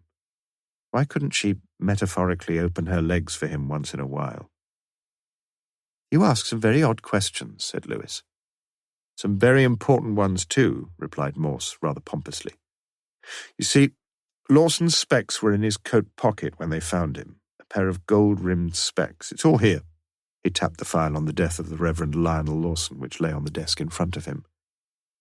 And Miss Rawlinson said that he always wore them. Interesting, eh? You mean it wasn't Lionel Lawson who... I mean exactly the opposite, Lewis. I mean it was Lionel Lawson who chucked himself off the tower. I'm absolutely sure of it. I just don't understand. Don't you? Well, it's like this. Short-sighted jumpers invariably remove their specs and put them in one of their pockets before jumping. So any trace of glass in a suicide's face are a sure tip-off that it wasn't suicide, but murder. But how do you know Lawson was short-sighted? He may have been short-sighted, long-sighted. It doesn't matter. It's all the same difference. You serious about all this? Never more so. It's like people turning their hearing aids off before they have a bath or taking their false teeth out when they go to bed. But the wife never takes hers out when she goes to bed, sir. What's your wife got to do with it? Lewis was about to remonstrate against the injustice of such juvenile logic, but he saw that Morse was smiling at him. How do you come to know all this stuff about suicides anyway? Morse looked thoughtful for a few seconds. I can't remember. I think I read it on the back of a matchbox. And that's enough to go on? It's something, isn't it? We're up against a very clever fellow, Lewis. But I just can't see him murdering Lawson and then very carefully taking off his specs and putting him back in their case, can you? No, Lewis couldn't see that. Couldn't see much at all. Are we making any progress in this case, sir? Good question, said Morse. And as one of my old schoolmasters used to say, having looked that problem squarely in the face, let us now pass on. Time we had a bit of lunch, isn't it? The two men walked out of the long 3-story stone building that forms the headquarters of the Oxford Constabulary, up past Christchurch, across Carfax, and turned into the Golden Cross, where Morse decided that, for himself at least, a modicum of liquid refreshment was all that would be required. He had always believed that his mind functioned better after a few beers, and today he once again acted on his customary assumption. He should, he realized, be off to Shrewsbury immediately, but the prospect of interviewing hospital porters and nurses and doctors about times and places and movements and motives filled him with distaste.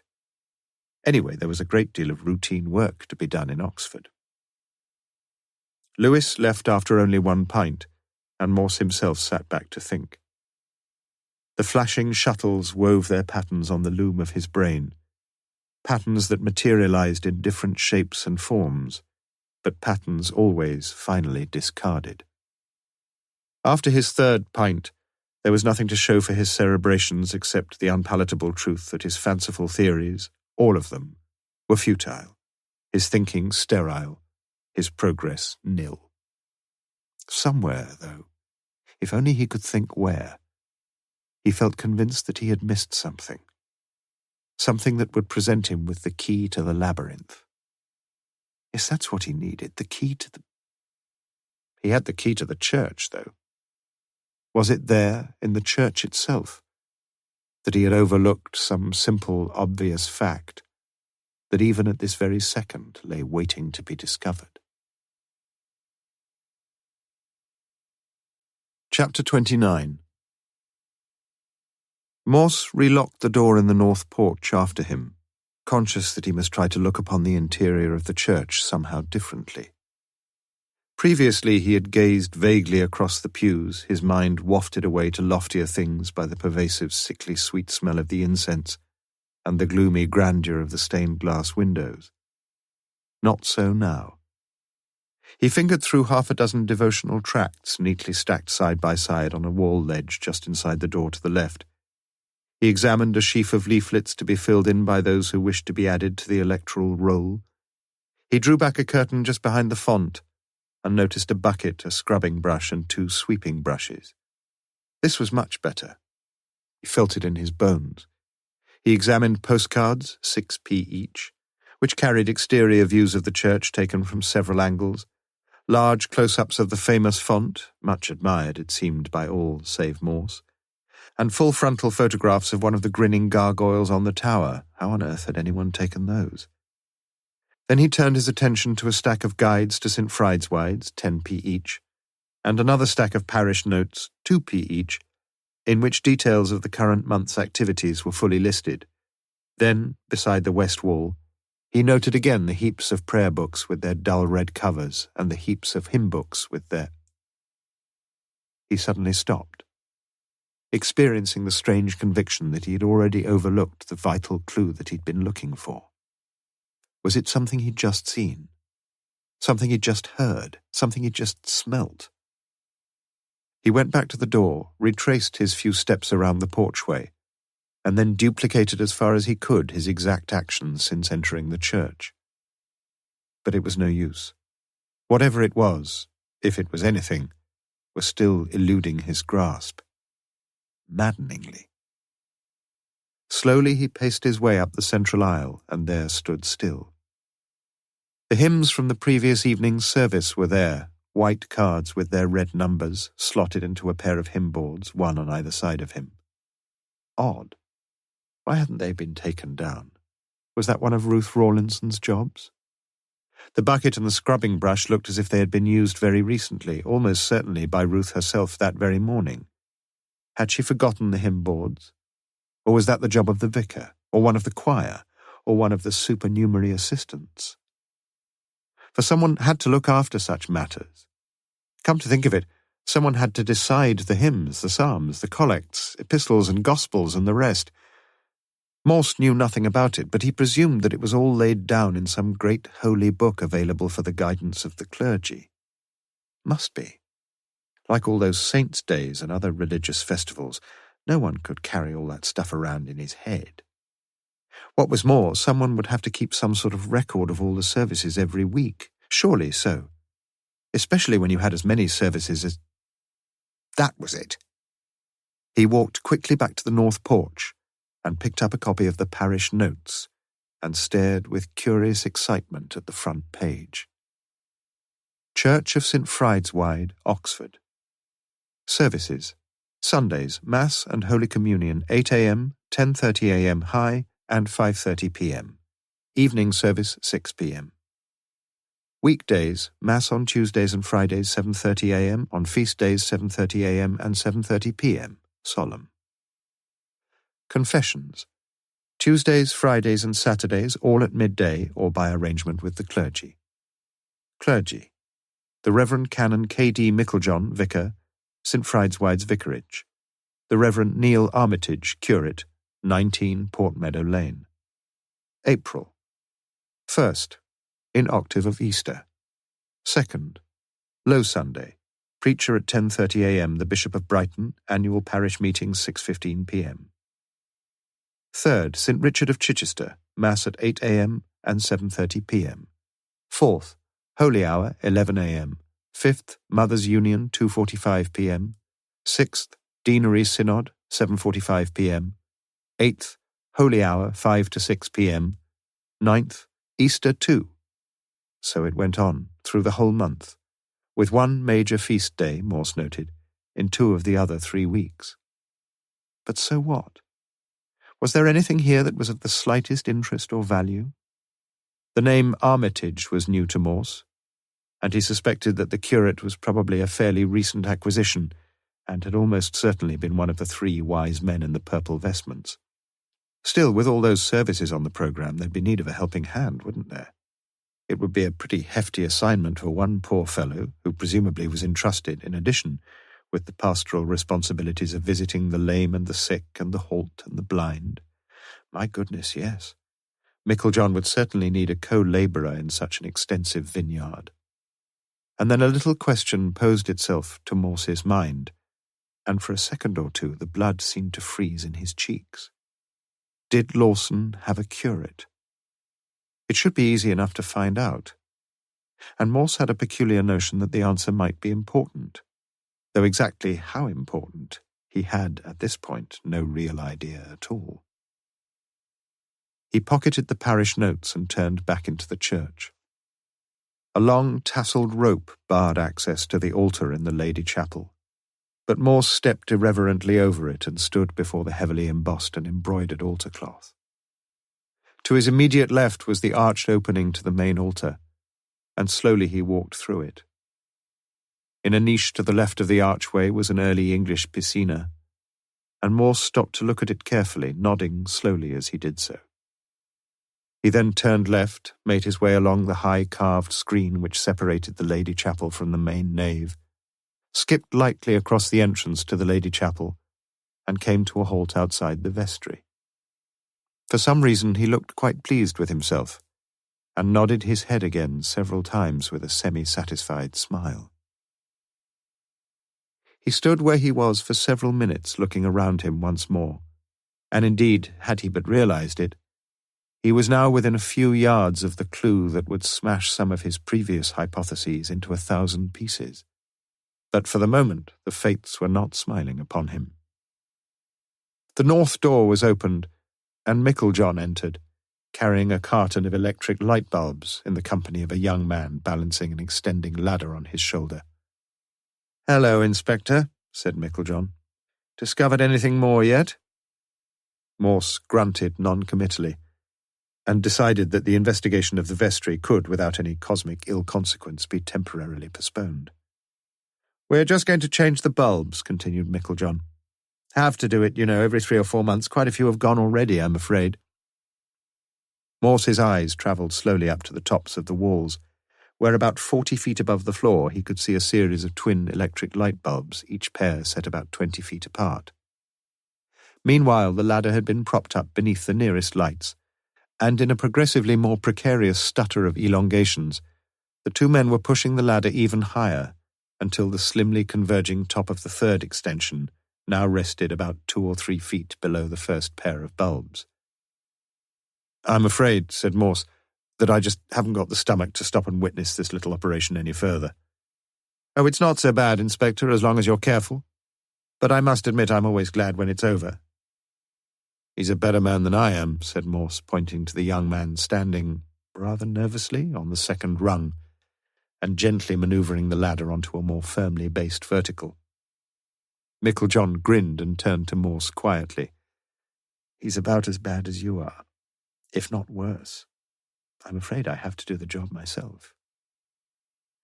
"And may the good Lord be with you," thought Morse as he made his rapid exit, completely forgetting that he was debtor to church funds to the sum of 2p. Forgetting, too, that there was a most important question he had yet to put to the daredevil incumbent of St. Frideswide's. In all, there were 20 bulbs to change, and as always the job was taking an unconscionably long time to complete. To any observer of the scene it would have appeared that the young man who stood dutifully with his foot placed firmly on the bottom rung of the ladder seemed quite incapable of raising his eyes above the strict horizontal, as Micklejohn repeatedly ascended to the dizzy heights above him, where, standing on the antepenultimate rung, he would place his left hand for support against the bare wall, stretch up to twist out one of the old bulbs, place it carefully in his coat pocket, and then insert one of the new bulbs with an upward thrust of his right arm, which virtually lifted his body into unsupported space. With the merest moment of carelessness, with the slightest onset of giddiness, the good vicar would have lost his precarious balance and plunged to his death on the floor so far below. But mercifully the task was now almost complete, and the ladder was in place below the last pair of bulbs when the door, which had remained unlocked, creaked open to admit a strange-looking man whose beard was unkempt, who was dressed in a long, shabby greatcoat, and who wore an incongruous pair of sunglasses. For a moment or two he looked about him, unaware of the presence of the other men. The afternoon had grown dull, and the electricity had been turned off whilst the bulbs were being changed. "Can I help you?" asked Micklejohn. "What?" The man started nervously. "Coy, you frightened me, Gov." "Please do have a look around. You're most welcome." "Sorry, I just wanted to, I can show you around myself in a minute if you can. No, it's all right, Gov." He shuffled out, and Micklejohn raised his eyebrows to the young man. The ladder was ready again now, and he put his right hand up to the rung just above his head, and then stopped. "You remember my predecessor here, poor Mr. Lawson? He had a way with these down-and-outs, they tell me. Often used to have one or two of them staying with him for a few days. You probably know that anyway. Perhaps I should make more of an effort than I do. Still, we're all different, Thomas, just as the good Lord made us." He smiled rather sadly and began to climb. "Perhaps poor Mr. Lawson wasn't very good at changing light bulbs, eh?" Thomas managed a ghostly weak smile in response and took up his guardian role on the bottom rung, his eyes once more averted from the fast-disappearing soles of the vicar's black shoes. Funny, really. He'd joined St. Frideswide's church just over a year ago.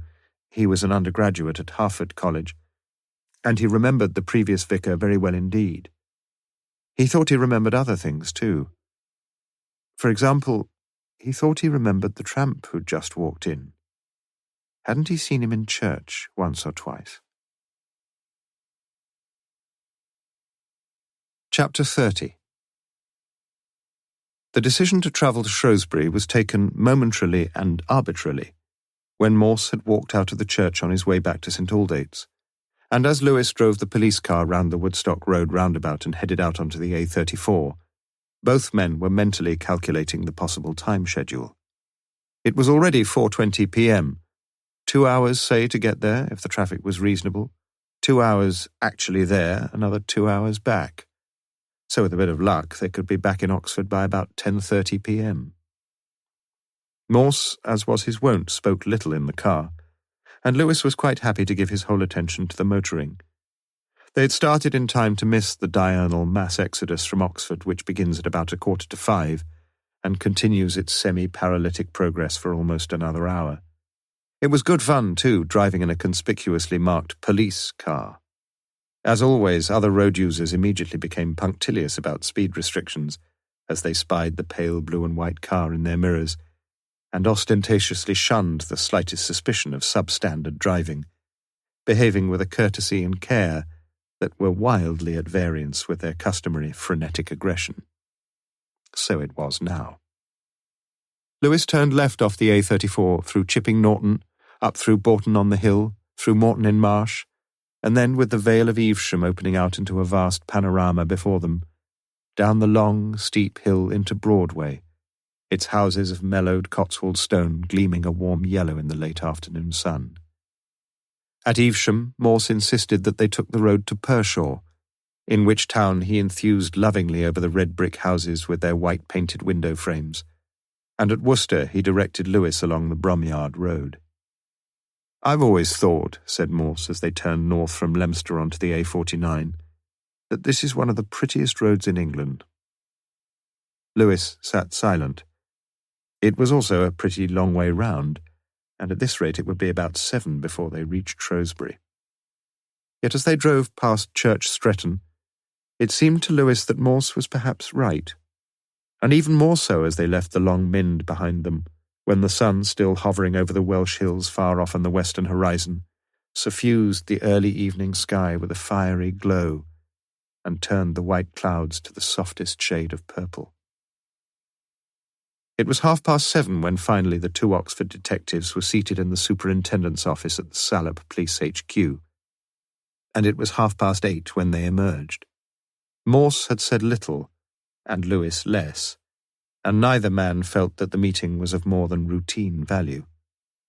There were no grounds for suspecting anyone, and not the slightest whisper of a likely motive. The dead woman had been quietly popular with her fellow nurses, slightly less quietly popular with the surgeons and housemen, and it was difficult to believe that even Florence Nightingale herself could have found too many faults with her efficient and experienced nursing. One of the doctors had spoken to her the previous evening, had sat in the nurses' common room with her doing a crossword puzzle, but although he was probably the last person, apart from the murderer, to see her alive, there was no reason whatsoever to suspect that he'd had anything to do with her death. But somebody had. Somebody had strangled her brutally with her own belt and left her for dead on the floor by the side of her bed, from where she had later managed to crawl to the door of her room to try desperately to call for help. But no one had heard her, and no one had come. "I suppose we'd better see her," said Morse dubiously, as they all trooped out of the superintendent's office.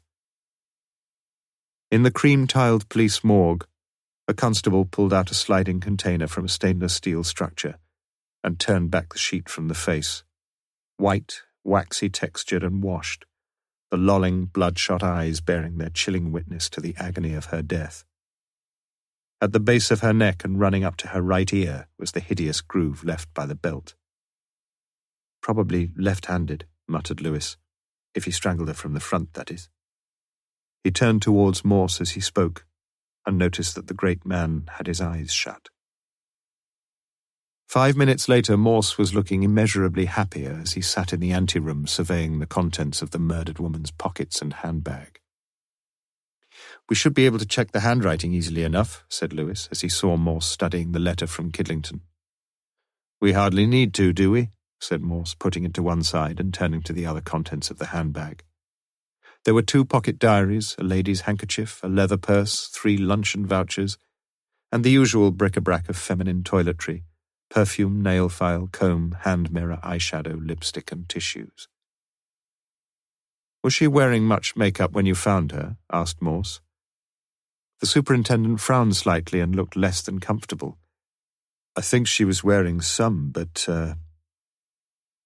I thought you said she'd just come off duty. They don't let them slink around the wards all tarted up, surely." "You think she might have been expecting somebody?" Morse shrugged his shoulders. "A possibility, isn't it?" The superintendent nodded thoughtfully and wondered why he hadn't thought of that himself. But Morse had brushed aside the cosmetics as if whatever interest they might momentarily have exercised over him was now a thing of the past. The purse contained 6 £1 notes, about 50 pence in small change, and a local bus timetable. "No driving licence," was Morse's only comment, and the superintendent confirmed that as far as they knew, she'd had no car since coming to work at the hospital. "She was pretty anxious to cover up her tracks, Super. Perhaps," he added quietly, "perhaps she was frightened that somebody would find her."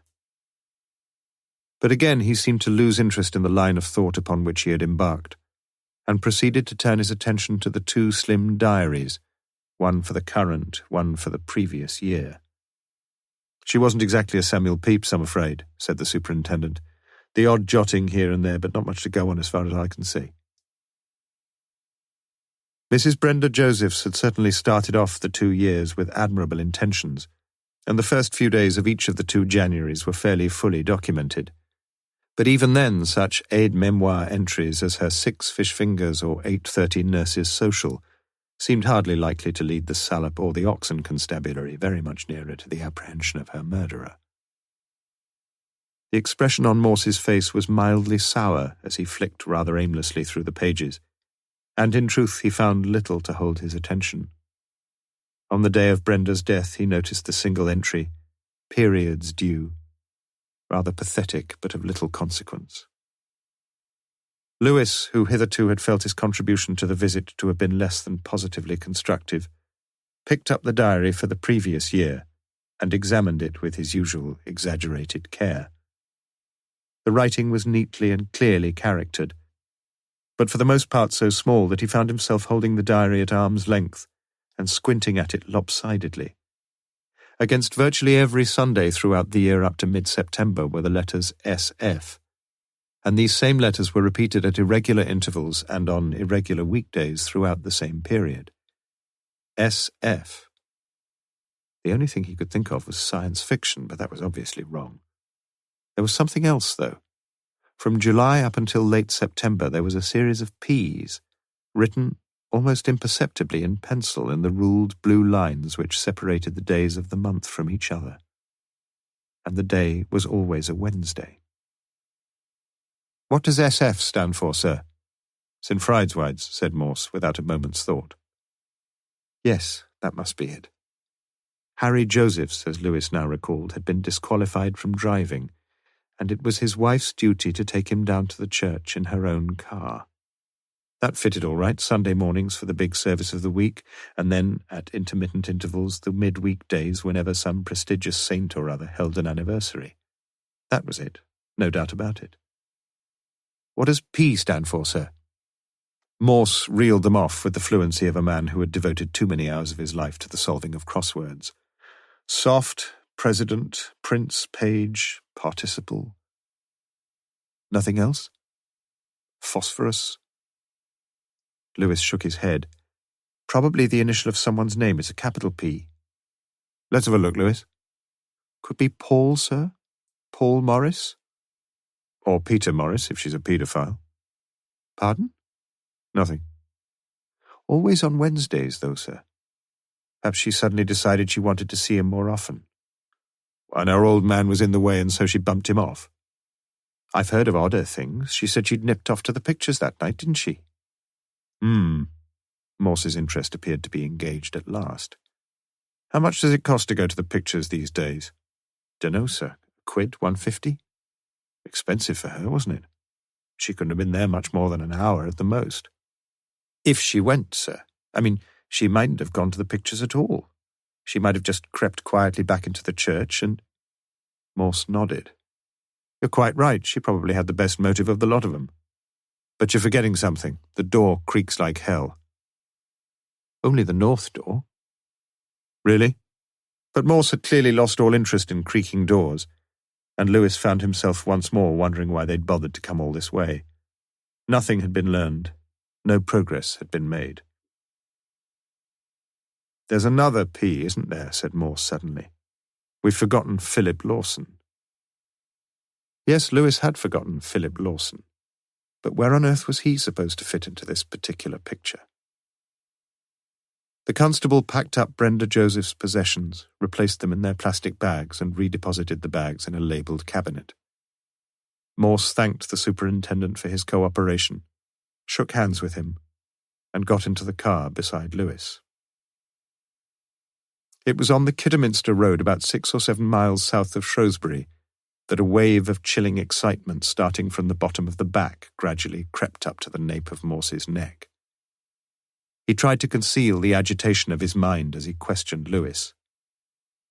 Did you say that Brenda Josephs marked off the days when she took her husband to church? Looked like it, sir, and quite a few times apart from Sundays. SF, you said. She put SF.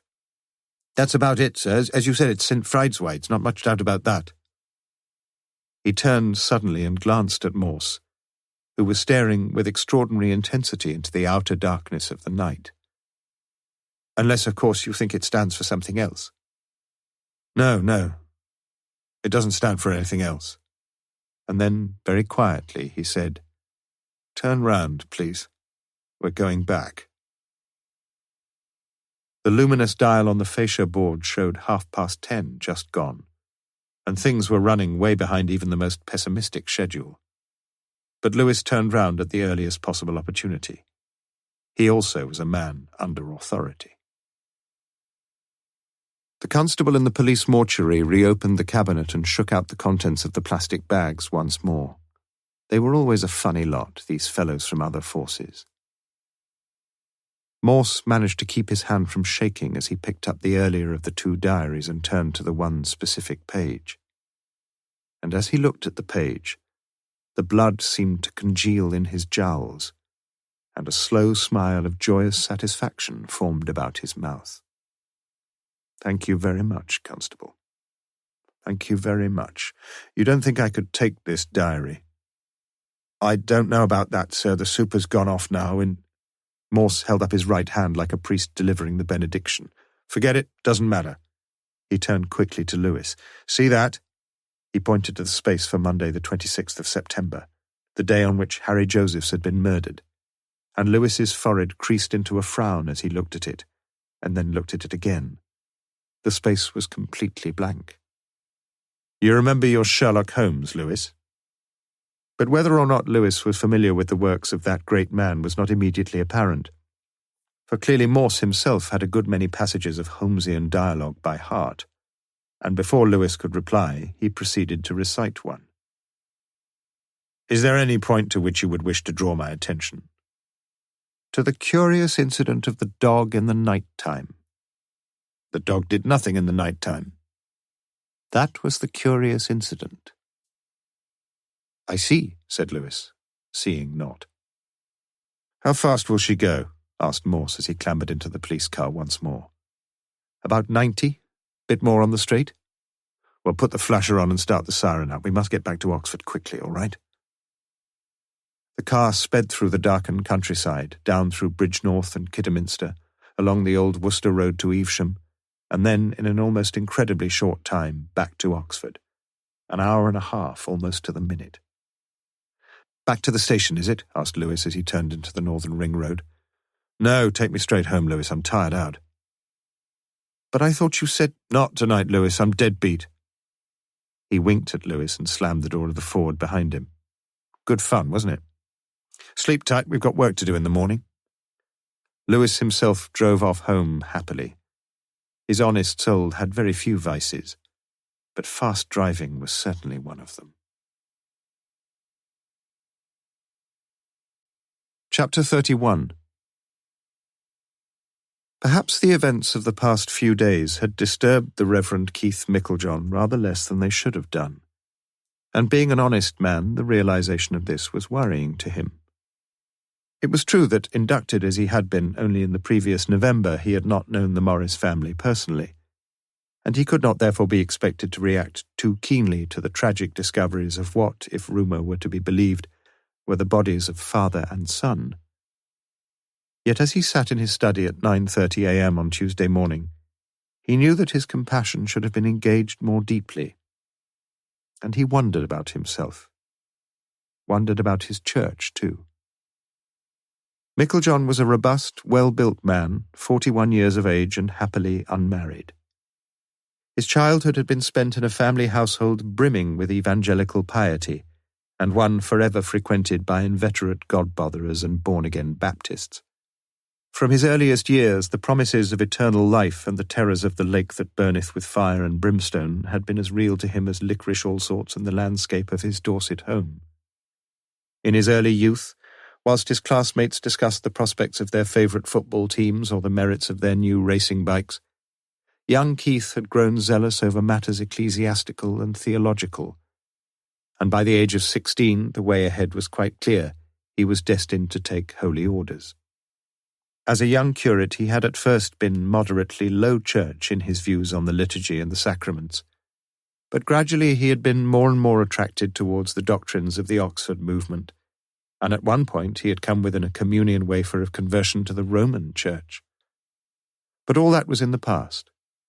With a newfound balance, he discovered he could tread the tightrope of high Anglicanism with security and confidence, and it was pleasing to him that his congregation appeared to think well of him for doing so. His predecessor Lionel Lawson had not, it seemed, found universal favour with an ecclesiastical stance that was decidedly more middle and leg than middle and off.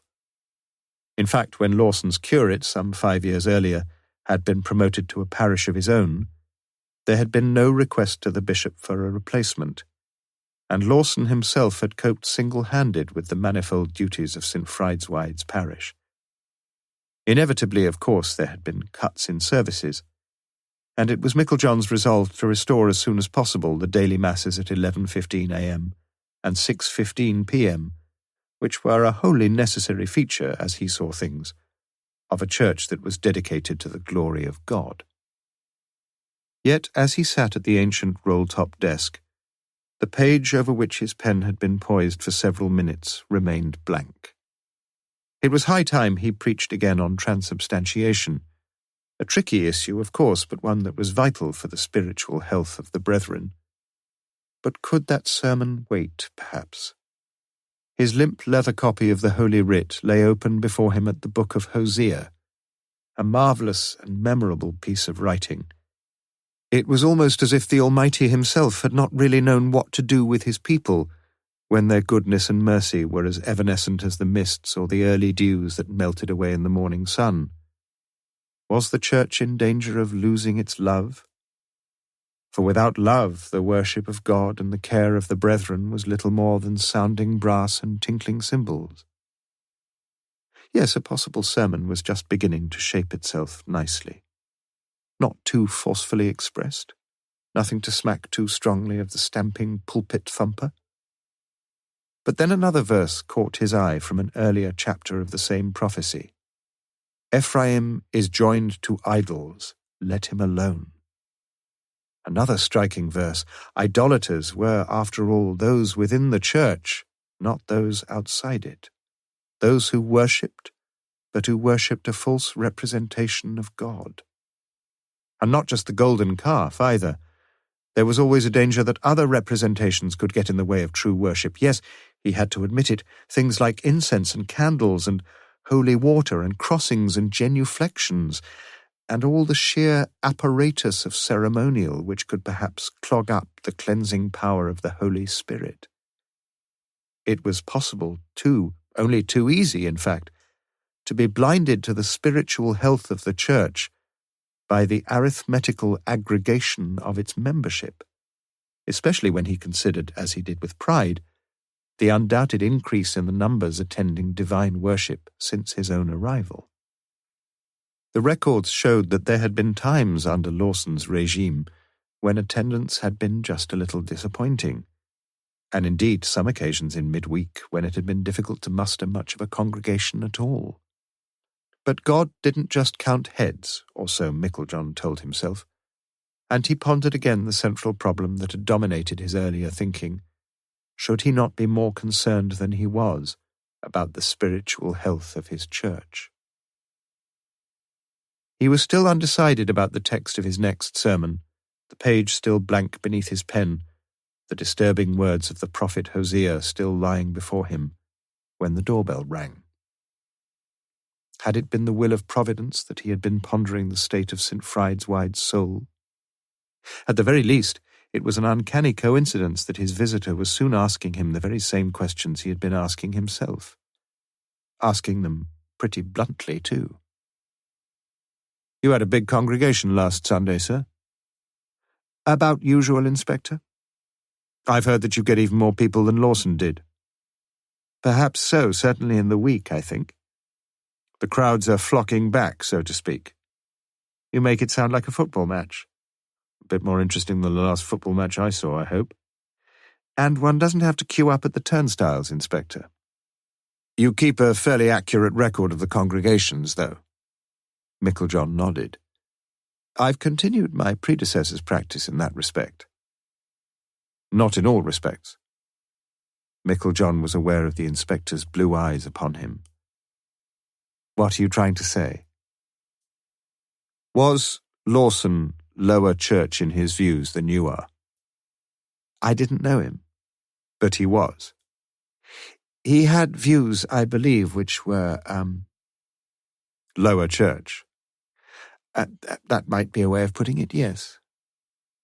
I noticed you had 3 priests in church on Sunday morning, sir. You've still got quite a lot to learn about us, Inspector.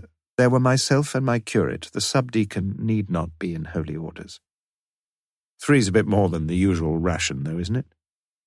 There are no ration books when it comes to divine worship. Did Lawson have a curate? For the first part of his time here, he did. The parish is a large one, and in my view should always have a curate.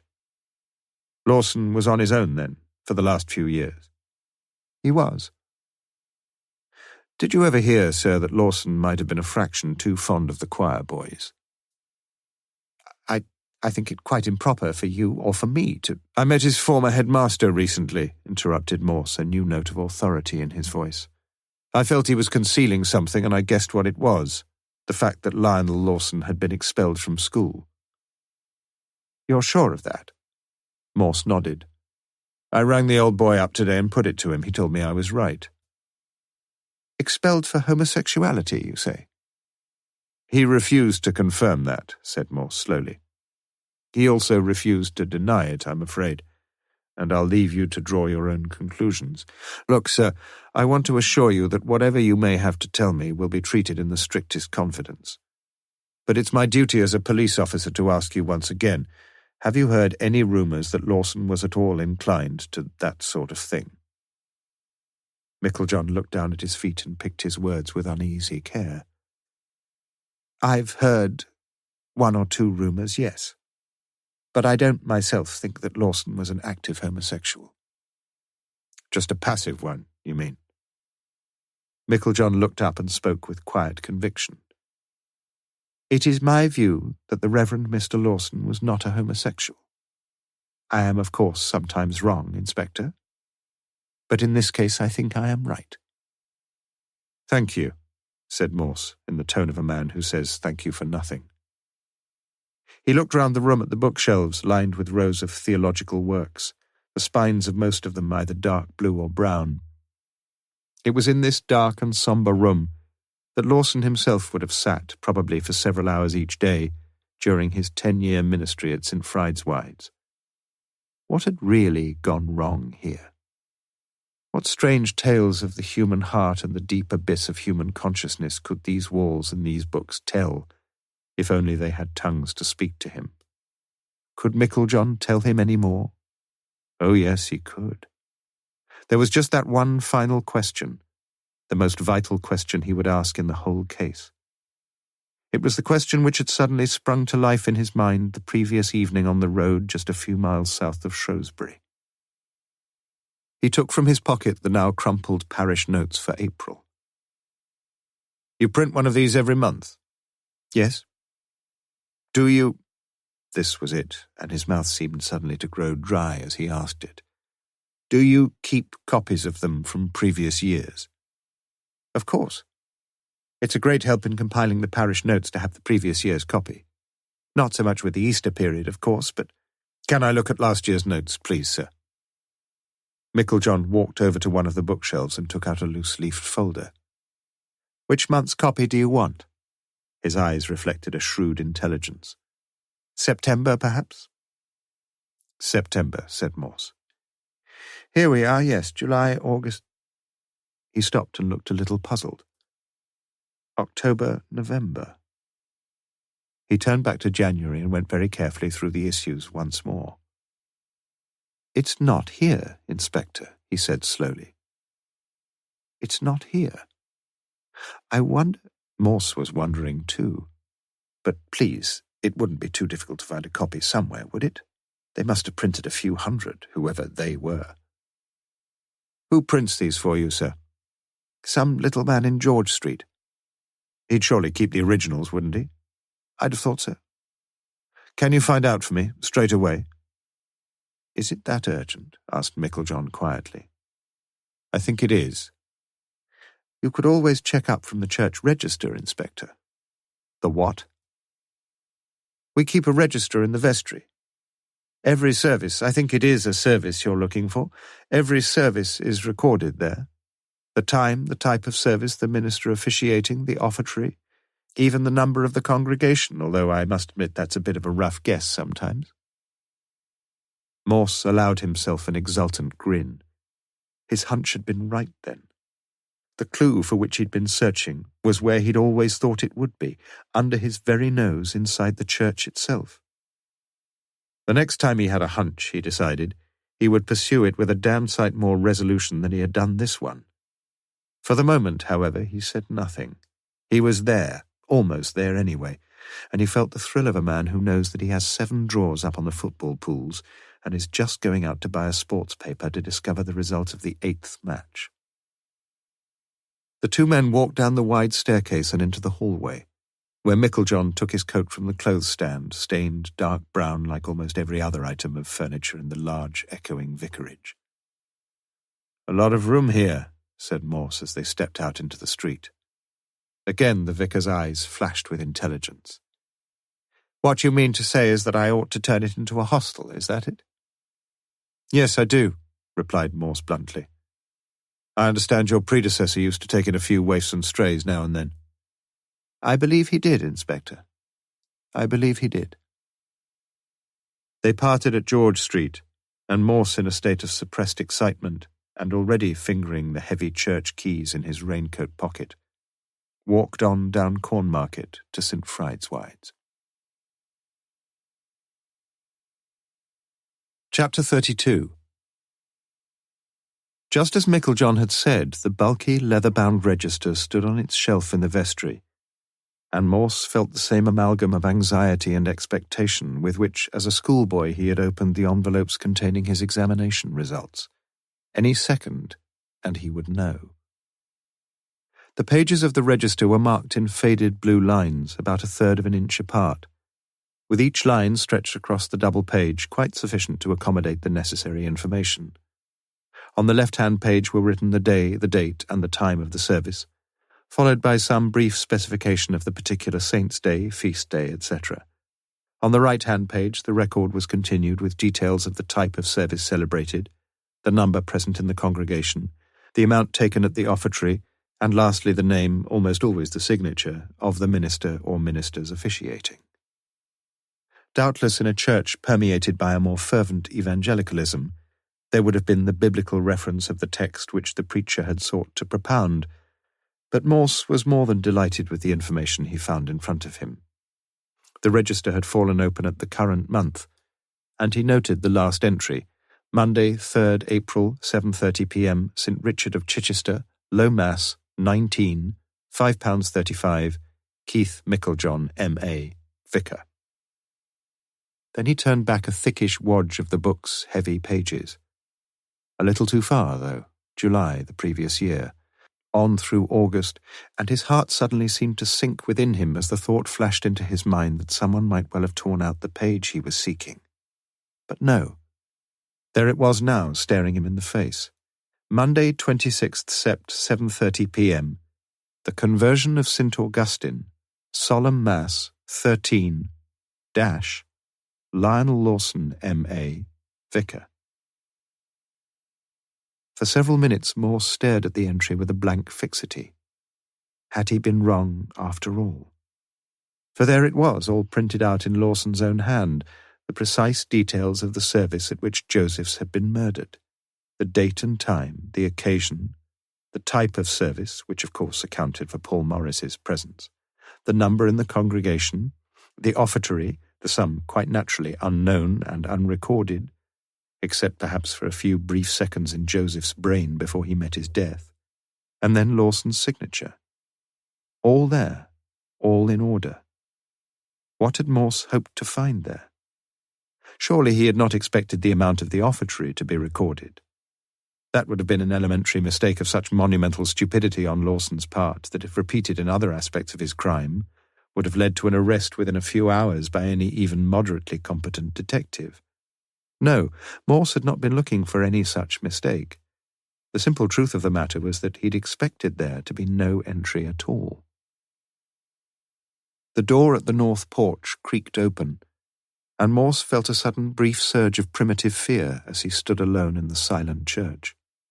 Somewhere, perhaps somewhere very near, there was a murderer still at large, watching every latest development with a vicious, calculating mind, watching even now, perhaps, and sensing that the police might be hovering perilously close to the truth. Morse walked on tiptoe to the heavy red curtain which cloaked the entrance to the vestry, and cautiously peered through. It was Micklejohn. "This is what you want, Inspector," he said breezily. "You must excuse me if you will, we've got a service here at 11. He handed to Morse a single sheet of paper printed on both sides in faded black ink, with rows of asterisks dividing up the parish notes for the previous September into a series of closely typed paragraphs, of which the first, in double columns, gave full details of that month's forthcoming and, in one case, fatal functions. Morse sat down in the back pew and looked down intently at the sheet. He was still looking down at the sheet several minutes later when Mrs. Walsh-Atkins made her careful way down the central aisle, passing her left hand from pew head to pew head as she progressed, until finally settling herself in her accustomed seat, where she knelt down, her forehead resting on the crook of her left arm, for a further protracted audience with the Almighty. A few other faithful souls had come in, all of them women, but Morse had not heard their entrances, and it was clear to him that the hinges on the door at the south porch had received a more recent oiling than those of its fellow at the north porch. He registered the point, as if it might be of some importance. Morse sat through the devotional service, literally sat. He made no pretense to emulate the gestures and movements of the sprinkling of aging ladies, but a neutral observer would have marked a look of faintly smiling contentment on his features long before Micklejohn's solemn voice at very long last, intoned the benediction. "It was what you wanted, I hope, Inspector?" Micklejohn was leaning forward over the low table in the vestry, writing down the details of the service in the register with his right hand, his left unfastening the long row of buttons down his cassock. "Yes, it was, and I'm most grateful to you. There's just one more thing, sir. Can you tell me anything about St. Augustine?" Micklejohn blinked and looked round. "St. Augustine? Which St. Augustine?" "You tell me." "There were two St. Augustines, St. Augustine of Hippo, who lived about AD 400 or thereabouts. He's chiefly famous for his confessions, as you'll know, Inspector. The other one is St. Augustine of Canterbury, who lived a couple of 100 years or so later. He's the one who brought Christianity to Britain. I've got several books you could borrow if... Do you know when either of them was converted?" "Converted? No, I'm afraid I don't. In fact, I wasn't aware that there was any such biographical data, certainly not about our own St. Augustine anyway. But as I say, which one of them do you celebrate here, sir?" Upon Micklejohn's answer, as Morse now knew, hung all the law and prophets, and the light blue eyes that fixed the vicar were almost hostile in their unblinking anticipation. "We've never celebrated either of them," said Micklejohn simply. "Perhaps we should, but we can't have an unlimited succession of special days. If we did, none of them would be special, if you follow me. When everyone is somebody, then no one's anybody." Phew. After Micklejohn had left, Morse hurriedly checked the 3 previous years' entries for September in the register, and almost purred with pleasure. The institution of any celebration to mark the conversion of one or other of the great Augustines had only begun, if it had begun at all, in the September of the previous year, under the Reverend Lionel Lawson. As Morse was about to leave the church, he saw that Mrs. Walsh-Atkins had finally risen from her knees, and he walked back to help her. "You're a faithful old soul, aren't you?" he said gently. "I come to all the services I can, Inspector." Morse nodded. "You know, it's surprising, really, that you weren't here the night when Mr. Josephs was murdered." The old lady smiled rather sadly. "I suppose I must have forgotten to look at the parish notes that week. That's one of the troubles of growing old, I'm afraid. Your memory just seems to go." Morse escorted her to the door and watched her as she walked away up to the martyr's memorial. Had he wished, He could have told her not to worry too much about forgetting things. At the very least, there had been no error of memory on her part over the parish notes for the previous September. For in those same notes, the notes which Micklejohn had just found for him, there was not a single word about the service at which Josephs would be murdered. Chapter 33. Lewis had spent a busy morning. He had coordinated arrangements with the coroner's sergeant for the forthcoming inquests on the Morrises, père et fils. He had written a full report on the Shrewsbury trip, and he had just come back from acquainting a rapidly recovering Belle with the latest developments in the case, when Morse himself returned from St. Frideswide's, looking tense yet elated. "What time does the Oxford Mail go to press, Lewis?" "First edition about now, I should think." "Get me the editor on the blower, will you? Quick, I've got some news for him." Morse very hastily scribbled a few notes, and when Lewis handed him the phone, he was ready. "I want this in tonight's Mail, is that clear? Absolutely vital. And what's more, it's got to go on the front page somewhere. Got your pencil ready? Here goes. Headline: Arrest imminent in St. Frideswide's murder hunt. Got that? Good. Now here's your copy, exactly as I tell you. I don't want any sub-editor buggering about with so much as a comma. The Oxford police today reported that their long investigation into the murder last September of Mr. Harry Josephs is now virtually complete. Stop. The further deaths at St. Frideswide's, reported in these columns last week, are now known to be connected with the earlier murder, and the bodies discovered, one on the tower and one in the crypt of the church, have been positively identified as those of Mr. Paul Morris, formerly music master of the Roger Bacon School, Kidlington, and of his son Peter Morris, former pupil of the same school and a member of the church choir. Stop. The police confirmed also that a woman found murdered last week in a nurses' genitive plural hostel in Shrewsbury was Mrs. Brenda Josephs, wife of Mr. Harry Josephs. Stop. Chief Inspector Morse, capital M-O-R-S-E, of the Thames Valley Constabulary, told reporters today that public response to earlier appeals for information had been extremely encouraging, and that evidence is now almost complete. No, change that last bit. And that only one more key witness remains to come forward before the evidence is complete. Stop. In any case, an arrest is confidently expected within the next 40-8 hours. Stop. End of copy. You got all that? Front page, mind, and give it a good big headline. About the same size type you use when Oxford United win. When did that last happen? Asked the editor. Morse put down the phone and turned to Lewis.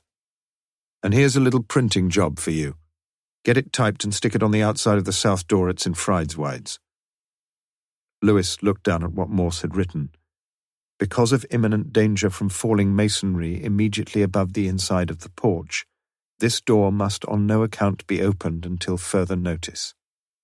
Come back as soon as you've done that, Lewis. There are a few things I've got to tell you. Lewis stood up and tapped the note with his fingers. Why don't we just lock the door, sir?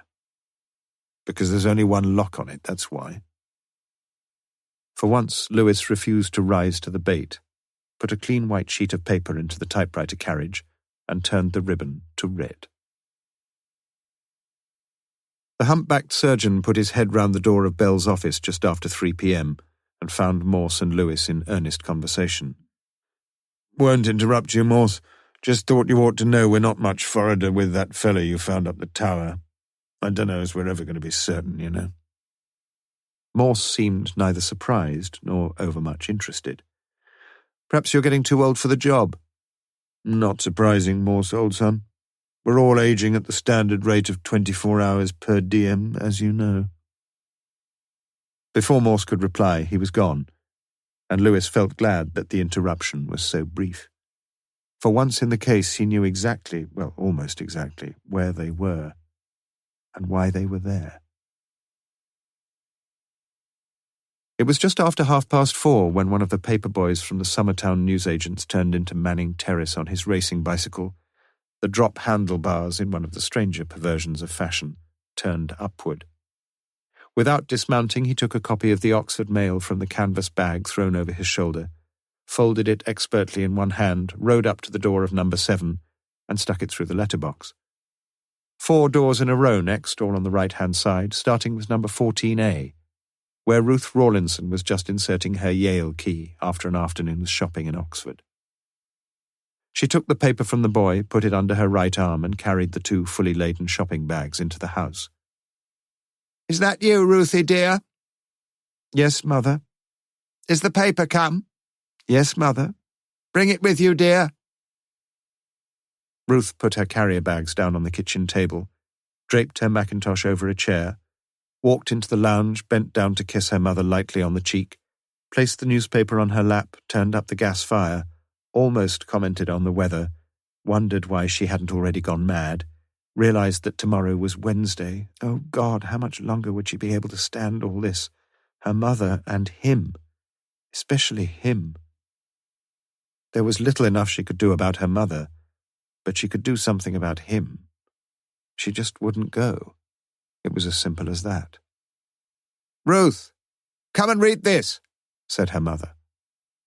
Ruth read through the front page article. Oh my God. The man seated on the deep sofa, its chintz covers designed in the russet and white floral pattern, was not surprised by the factual material reported in the front page article, but he was deeply worried by its implications. He read the article through many, many times, and always would his eyes linger on the same lines. Only one more key witness remains to come forward before evidence is complete. In any case, an arrest is confidently expected within the next 48 hours. It was the piece about the key witness which he found the more disturbing. Himself he could look after without help from anyone. But in a flash, as always, the decision was taken. Yes, it had to be tomorrow. Tomorrow morning. It would be tomorrow morning. It was not only Ruth Rawlinson, therefore, who had decided to miss the regular Wednesday evening rendezvous. Someone else had now made exactly the same decision for her. Chapter 34. At 10:05 the next morning, Ruth Rawlinson was not so wholly preoccupied with other things that she failed to notice and to admire the baskets of daffodils that bedecked the lamp standards all the way along St. Giles. But if the morning was bright and sunny, her own mood was full of dark foreboding, for affairs were getting terrifyingly out of hand. Having been informed of the identities of the 2 bodies found at St. Frideswide, having learned of the death of Brenda Josephs, and knowing, in any case, far more than the police could know, her thoughts were in constant and grievous agitation. What was to stop her at this very second from cycling straight on through Cornmarket and down St. Aldate's to the Oxford City Police HQ? In any case, it was her duty to do so. It had always been her moral duty, but it was something more than that now. It was a personal cry for help as the walls began to close in around her. 5 minutes earlier, when she had left Manning Terrace, her firm resolve had been to go to see Morse immediately and tell him the whole tragic tale. But that resolution was now crumbling, and she told herself that she needed a chance to think things out a little more clearly, a chance to brace herself emotionally before plunging her own life, and thereby her mother's life too, into utter ruin and desolation. Yes, she needed time. Just a little more time. She propped her bicycle against the wall of the south porch, fastened the lock through the rear wheel, and then saw the notice on the door, pinned rather too high and typed in red capitals. Registering no particular surprise, Ruth Rawlinson walked round to the door at the north porch. It was open.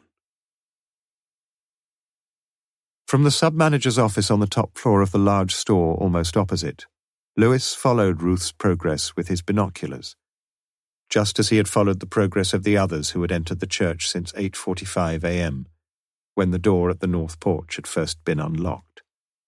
But they had been few, and his task had been far easier than he could have imagined. A flamboyantly dressed group of what looked from above like American tourists had gone in at 9:10 a.m., 10 of them. And at 9:22 a.m., 10 of them had emerged into the sunlight and drifted off towards Radcliffe Square.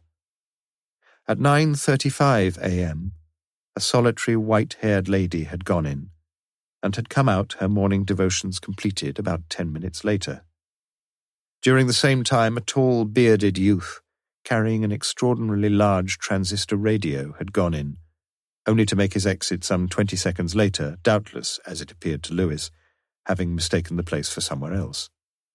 That was all, until Lewis recognized Ruth Rawlinson. He'd accepted the offer of a cup of coffee 5 minutes after she'd gone in, but had kept his binoculars trained on the north entrance, even refusing to turn round to express his thanks. This, if Morse were right, and Lewis thought he was, could be the vital time.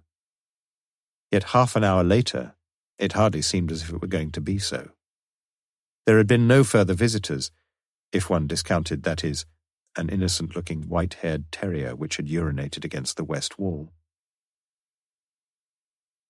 Some of the daffodils on the sides of the altar steps were now well past their prime, and Ruth picked them out, neatly rearranging the remainder, and mentally deciding to buy some more. She then walked boustrafiden along the pews on either side of the main aisle, replacing on their hooks whatever loose hassocks had been left on the floor, flicking the pew ledges with a yellow duster, and at the same time collecting a few stray hymn books and prayer books. At one point she peered curiously up at the stonework above the south porch, but was unable to identify any visible signs of impending collapse. Morse watched her with mixed emotions. He watched her large eyes and her full, sensitive lips, and he realized once again how attractive she could have been to him. Even her little mannerisms were potentially endearing, the way she would blow a stray wisp of hair away from her face, the way she would stand, her hands on her waist with something approaching pride on her face after completing one of her humble tasks.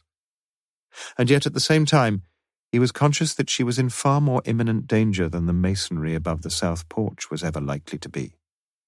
If he was right, which after 10:20 a.m. he was beginning to doubt somewhat, Ruth Rawlinson was not likely to die in her nightdress, but in the very church in which he was now sitting, carefully concealed behind the dull red curtain of the confessional. His intermittent fears that she would decide to spring clean his own observation post had hitherto proved groundless, but now, arms akimbo, she was looking searchingly around her. Did it matter all that much, though, if she did find him?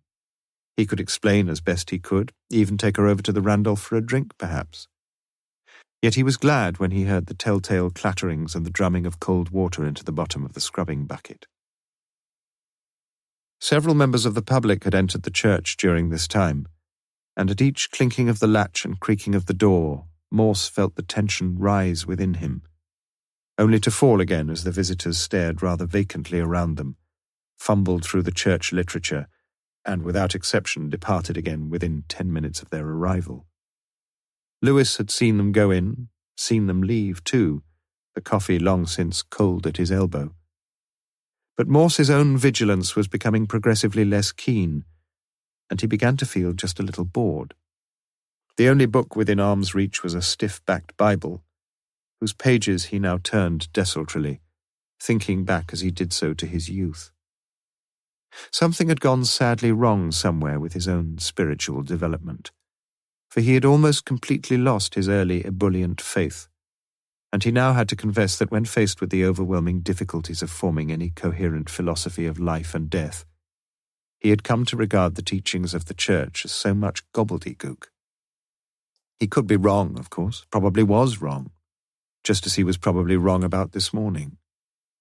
Yet it had seemed such a logical time, certainly the time he would have chosen had he found himself in the murderer's shoes. At some point in his musings he thought he had heard a twanging metallic noise, but only now did it register fully. Could it have been the north door being locked? If so, it must surely have been locked from the outside. Yes, blast it. He'd forgotten that notice about the recent vandalism, and someone must have come and locked the place up. But surely that someone would have looked into the church first. There was Ruth in there for a start, although she probably had a key herself. Did she have a set of keys? What about any others who were in the church? If Ruth hadn't got a key, they'd all be shut up in there, wouldn't they? Morse was only too conscious how woolly and confused his thinking was becoming, when he suddenly froze in his seat. He heard a man's voice very close to him. It said, "Hello, Ruth." That was all. Quite a pleasant voice by the sound of it, but it seemed to turn Morse's blood to ice. Someone must have locked the door all right. From the inside. Chapter 35. "What are you doing in here?" she asked sharply. "I didn't hear you come in." "No, you wouldn't, would you? I've been here a long time, up on the tower. It's cold up there, but you get a wonderful view, and I like looking down on things, and people." Oh, Louis, if only your eyes had not been focused quite so closely on the door. "But you must go. You can't stay here. You shouldn't be out at all." "You worry too much." He laid a hand on her shoulder as they stood together in the central aisle and pulled her towards him. "Don't be silly," she whispered harshly. "I told you, we agreed." "The door's locked, my beauty. Have no fear. I locked it myself, you see. There's only the two of us here, so why don't we sit down for a little while?" She pushed his hand from her. "I've told you, it's got to finish." Her lips were quivering with emotion, and she was very close to tears. "I can't take any more of this. I just can't. You've got to go away from here. You've got to." "Of course I have. That's exactly what I've come to see you for. Can't you understand that? Just sit down, that's all. Not too much to ask, is it, Ruth?" His voice was silkily persuasive. She sat down, and the man sat next to her, no more than 10 feet or so from the confessional. The man's heavy brown shoes, as Morse could now see, were of good quality, but appeared not to have been cleaned for many weeks. For some time neither of them spoke as the man's left arm rested across the back of the pew, the hand lightly gripping her shoulder. The fingernails, as Morse could now see, were clean and well manicured, reminding him of a clergyman's nails. "You read the article," she said flatly. It was not a question. "We both read the article." "You must tell me the truth. I don't care what you say, but you must tell me the truth. Did you—" Her voice was faltering now. "Did you have anything to do with all that?" "Me? You must be joking. You can't honestly believe that. Surely you can't, Ruth." The man, as Morse could now see, wore a pair of dingy grey flannels, and above them a large khaki green jumper with leather shoulder patches, reaching up to the neck in such a way that it was not clear whether or not he wore a tie. Ruth was leaning forward, her elbows on the top edge of the pew in front of her, her head in her hands. From the look of her she might well be praying, and Morse guessed that she probably was. "You're not telling me the truth. You're not. It was you who killed them, all of them. I know you did." She was a lost soul now, uncaring in the bitter depths of her misery as she buried her head in her hands. Morse, as he watched her, felt a profound and anguished compassion welling up within him, yet he knew that he must wait. The previous day he had guessed at the truth behind the grim succession of tragedies, and here and now that very same truth was working itself out, not more than a few yards away from him. The man made no denial of the charges spoken against him, but his right hand seemed to be working round his throat, his face momentarily turned away. The face, as Morse had already noticed, was that of a man in his late 40s, or early 50s perhaps, for both the long, unkempt, blackish hair and the beard which covered his face were heavily streaked with white and grey. Here it all was, then, in front of him. It was all so very simple, too, so childishly simple that Morse's mind, as always, had refused to believe it, and had insisted instead on trying to find, and indeed almost finding, the weirdest, most complex solutions. Why, oh why, just for once in a while, was he not willing to accept and come to terms with the plain, incontrovertible facts of any case. The facts that stared him point-blank in the face and simply shrieked out for a bit of bread-and-butter common sense and application. The man sitting here now, next to Ruth Rawlinson. Well, Morse? Of course it was. It was Lionel Lawson's brother, Philip Lawson. The man so despised in the stories of clever detection, the man so despised by Morse himself, the man who committed a not very clever crime for the very meanest of rewards, the layabout, the sponger, and the parasite, who had bedevilled his long-suffering brother's life from their earliest schooldays together. The cleverer boy, the more popular boy, the favourite. The boy who had grown up without a thread of moral fibre in his being, the boy who had wasted his considerable substance on riotous living, and who had come back to prey once more upon his wretched brother Lionel. Come back with a complete knowledge of his brother's life and his brother's weaknesses. Come back with threats of betrayal and public exposure. Threats which Lionel had paid off with help and kindness and compassion, and doubtless with money too. And then, yes, and then came the time when Lionel himself, for once in his life, had desperately needed the help of his worthless brother, and was more than prepared to pay for it. The time when the two brothers had planned the execution and arranged the subsequent cover-up of Harry Joseph's murder. A murder planned meticulously at the very moment when Paul Morris had just opened the diapason stop on the organ, and was doubtless drowning the church with the last verse of Praise to the Holiest in the Height or something. Triple F. These were the thoughts that flashed across Morse's mind in that instant.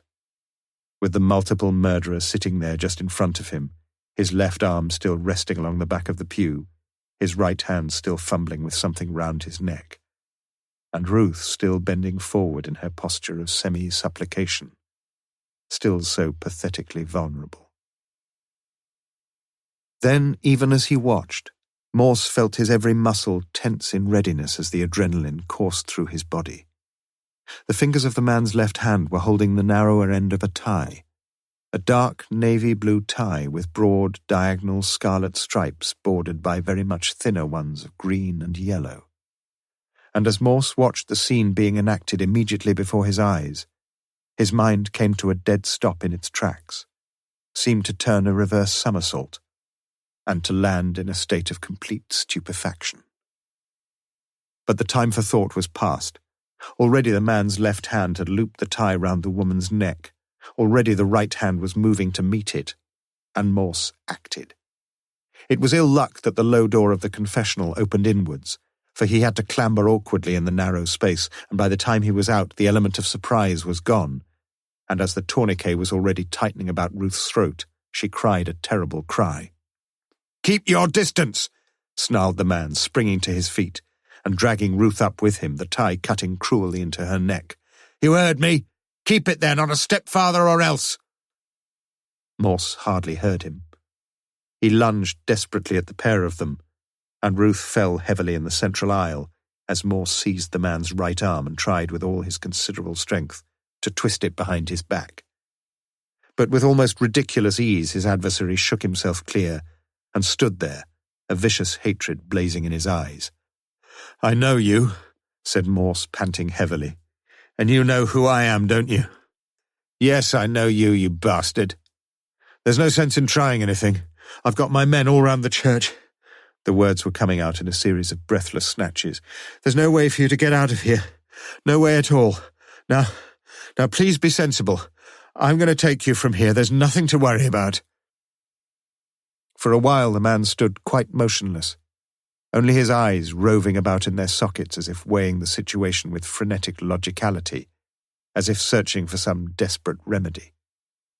Then something seemed to snap in the man, as if the glaze that suddenly dilated the eyes had effaced the very last vestiges of any rational thought. He turned swiftly, almost athletically, on his heel, and with his descending peal of maniacal laughter echoing under the vaulted roof, he ran to the back of the church and disappeared behind the curtains of the vestry. At that point, as Lewis later protested, Morse could have chosen several more logical courses of action than the one which he in fact pursued.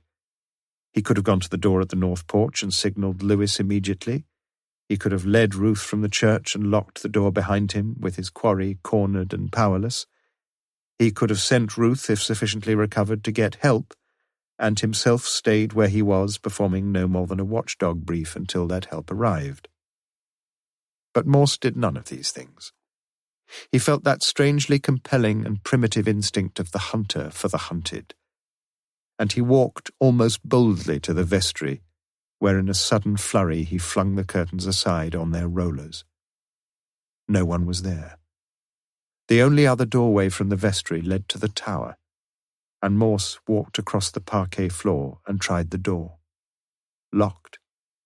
He took out his keys, selected the right one first time, unlocked the door, and standing cautiously to one side, pulled it open. On the lowest of the circular stone steps, he saw a man's greatcoat, long, shabby, and dirty, and placed neatly on top of it, a pair of dark sunglasses.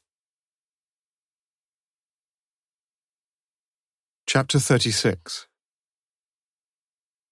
Traceries of blackened cobwebs lined the underlintels of the stone steps above his head, as step by step Morse ascended the circular stairway. He was conscious of no fear. It was as if his paranoid acrophobia was temporarily suspended, subsumed by the saner, more immediate danger from the man somewhere above him. Up and up he climbed, the door to the bell chamber just appearing on his right when he heard the voice from high above him. "Keep going, Mr. Morse. Lovely view from the top." "I want to talk to you," shouted Morse. He put his hands out to the walls on either side of him and looked upwards towards the tower. For a second his balance threatened to desert him as he caught sight through the small low window to his left of the shoppers walking along Corn Market far, far below him. But a raucous laugh from above served only to restore his equilibrium. "I only want to talk to you," repeated Morse, and climbed another 6 steps. "I only want to talk to you. As I told you, my men are outside. Be sensible, man. For Christ's sake, be sensible." But there was no reply. Another window, again to his left, and the angle down onto the stream of shoppers was now virtually vertical. Strangely, however, Morse realized that he could now look down without that wave of incipient panic. What, for the life of him, he was unable to do, was to look across at the store almost opposite, where he knew that the faithful Lewis would still be watching the door at the north porch with his wonted, unwavering vigilance. Another 6 steps, and another 6 steps. "The door's open, Mr. Morse. Not much farther." Then again the almost insane laugh, but softer this time, and more menacing. On the second step from the top of the tower, and with the door, as the man had asserted, wide open, Morse stopped. "Can you hear me?" he asked. He was breathing heavily, and he realized sadly how ill-conditioned he had allowed his body to become. Again there was no reply. "Must have been heavy work carting a body up here." "I've always kept fit, Mr. Morse." "Pity the ladder collapsed, though. You could have hidden them both in the crypt then, couldn't you?" "Well, well, how observant we are." "Why did you have to kill the boy?" asked Morse. But if there was a reply, a sudden tugging gust of wind cut across the words and whipped them away. It was clear to Morse that the man was not concealed behind the tower door, and after taking one further step he could now see him, standing facing him at the northern wall of the tower, about 30 feet away, on the narrow gully that divided the sides of the tower from the shallow central eminence.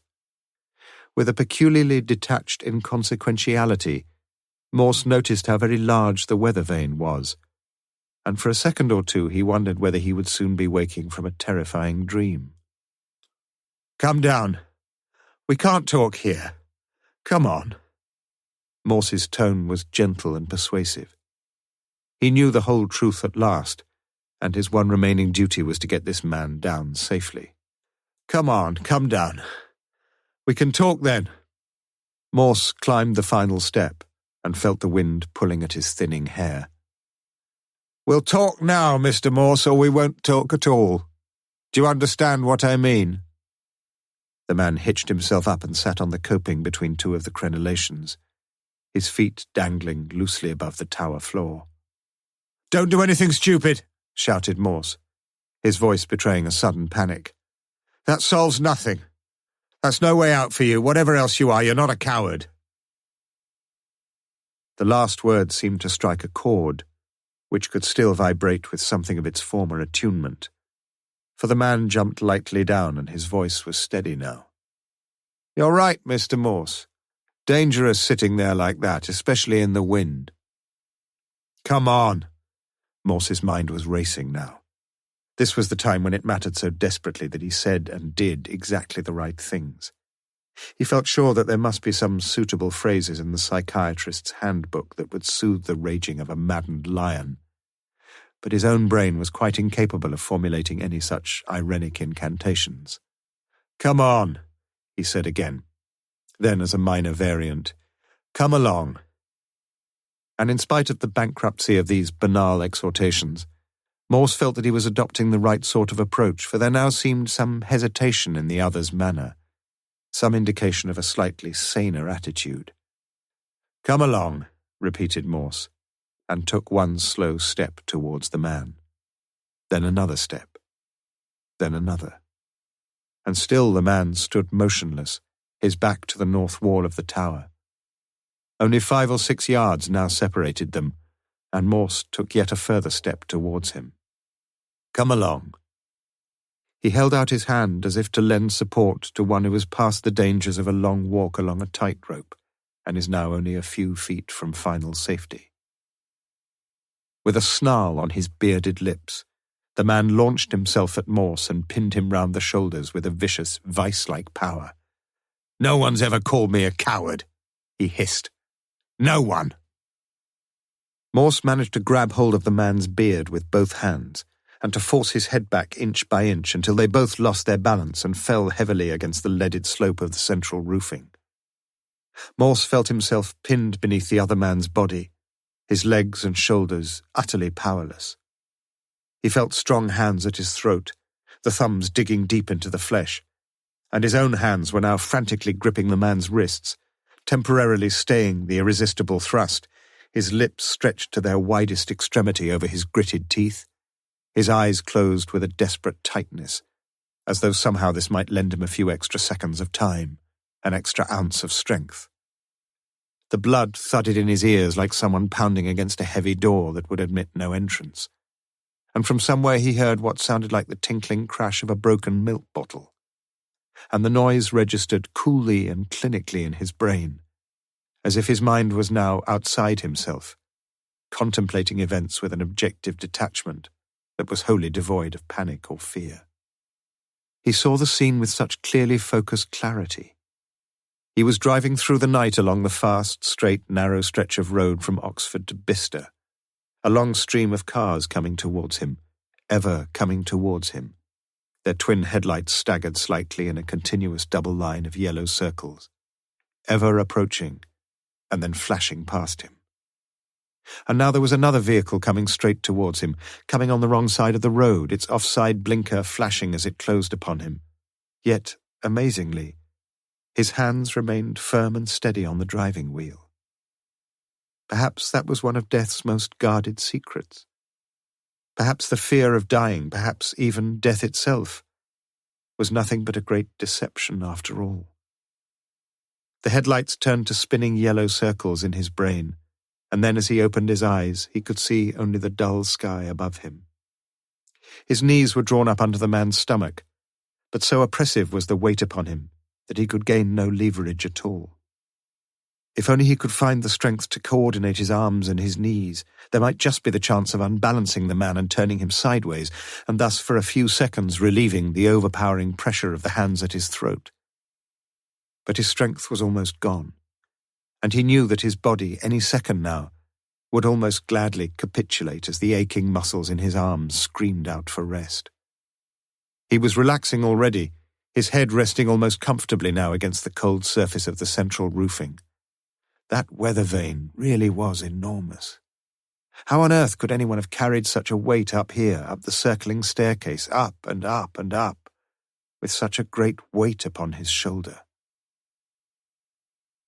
The full realization of his situation registered for the last time, and for a few seconds longer his grip on the man's wrists held firm as he dredged up the very last drop of his energy. But he had nothing more to offer. His grip on the steering wheel slowly relaxed, and as he closed his eyes the lights from the oncoming cars were dazzlingly bright. He thought of the final words of Richard Strauss's last song, Ist dies etwa der Tod? Chapter 37. Morse realized that something miraculous had occurred. The body so inexorably pressing down upon him had become, in the self-same moment of time, both heavier and lighter, the grip at his throat both tighter and looser. The man groaned as if in some intolerable agony, and as he did so Morse's knees thrust him away almost lightly and easily. The man reeled away towards the side of the tower where he frantically reached out to the nearest crenellation to stay himself. But his impetus was too great. The stonework crumbled away as his right hand jarred into it for support, and head first the man plunged over the parapet. Then was to be heard the diminuendo of a terrifying yow as the man's body fell somersaulting to the ground far below, and finally a deadly thump, followed by the terrified shrieks of those passing by at the foot of the tower. Lewis stood there, still clutching the top end of a long brass candlestick. "You all right, sir?" Morse remained where he was, blissfully breathing in the heady air in mighty gulps. The pain in his arms was like raging toothache, and he spread them out beside him, lying there on the gently sloping roof like a man who is crucified. "Are you all right?" It was another voice now, a gentler, softer voice, and slim, cool fingers pressed themselves against his wet forehead. Morse nodded and looked up at her face. He saw that there was a slight down of very fair hair upon her cheeks, and light brown freckles on either side of her nose. She was kneeling beside him, her large eyes brimming with happy tears. She held his head in her arms and pressed him closely to her for what to Morse seemed many days and many hours. They said nothing to each other. When they slowly descended from the tower, she leading but only so little away in front that their hands could remain firmly clasped, they still said nothing.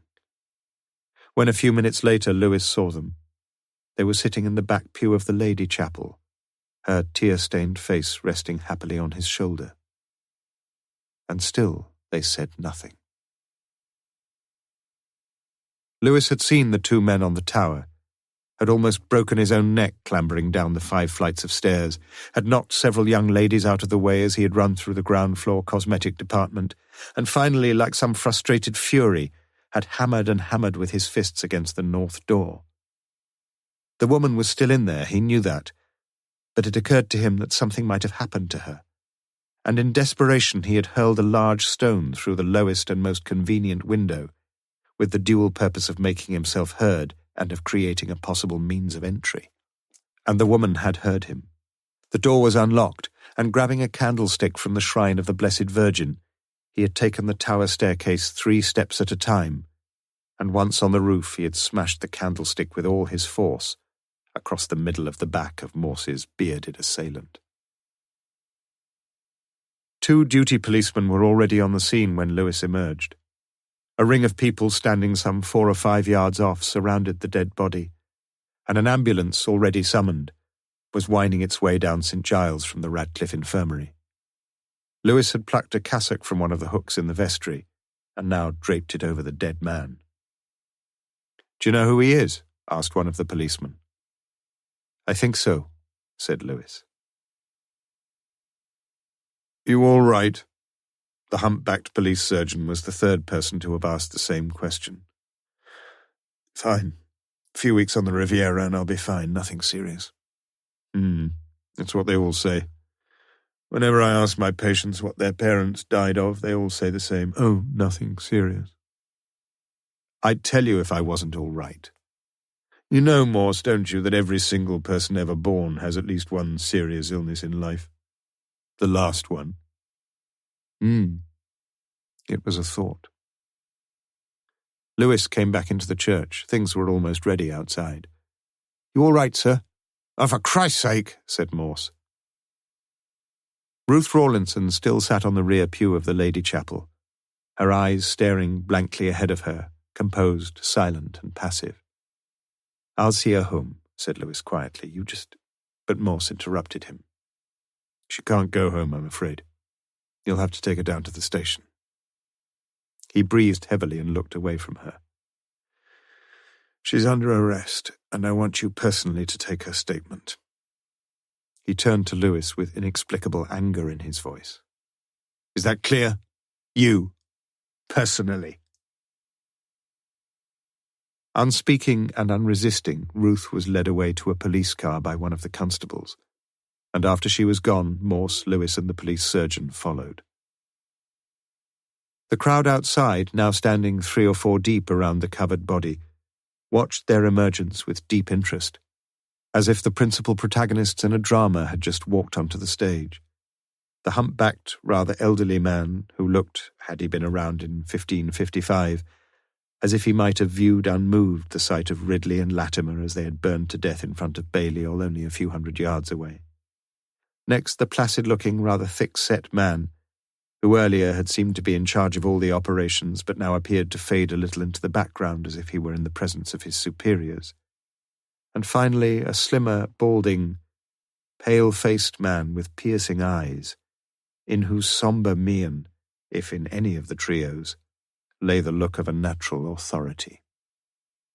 They stood there, these 3, over the covered body. You want to look at him, Morse? Asked the police surgeon. I've seen enough of him, muttered Morse. His face is all right, if you're feeling squeamish.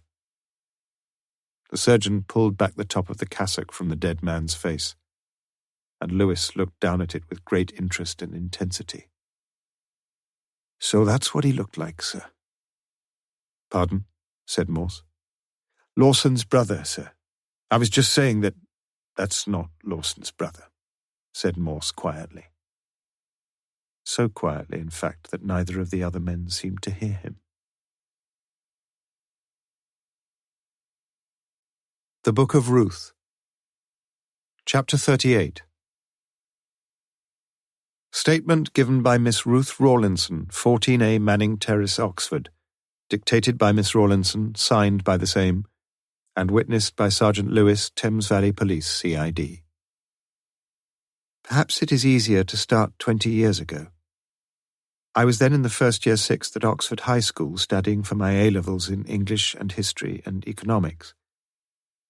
The headmistress came into the class one morning and called me outside. She told me that I must be a brave girl because she had some very sad news for me. My father, who worked as a printer with Oxford University Press, had suffered a massive coronary thrombosis and had died within an hour of being admitted to the Radcliffe Infirmary. I remember a feeling of numbness more than anything, and little real grief. In fact, for the next few days I felt almost a sense of pride, as the mistresses and the other girls treated me with a kindness I had never really known before. It was just as if I were a heroine who had suffered much misfortune with great fortitude. But that wasn't the case at all, really. I didn't dislike my father, but we had never been close to each other. A perfunctory kiss when I went up to bed, or a pound note sometimes when I'd done well in examinations. But he had shown little real interest, and no real love. Perhaps it wasn't his fault. My mother had been struck down with multiple sclerosis, and although at that time she was still reasonably mobile, my father's first and every thought was for her welfare and happiness. He must have loved her very dearly, and his death was a terrible blow to her. Almost from that day onwards she seemed to change.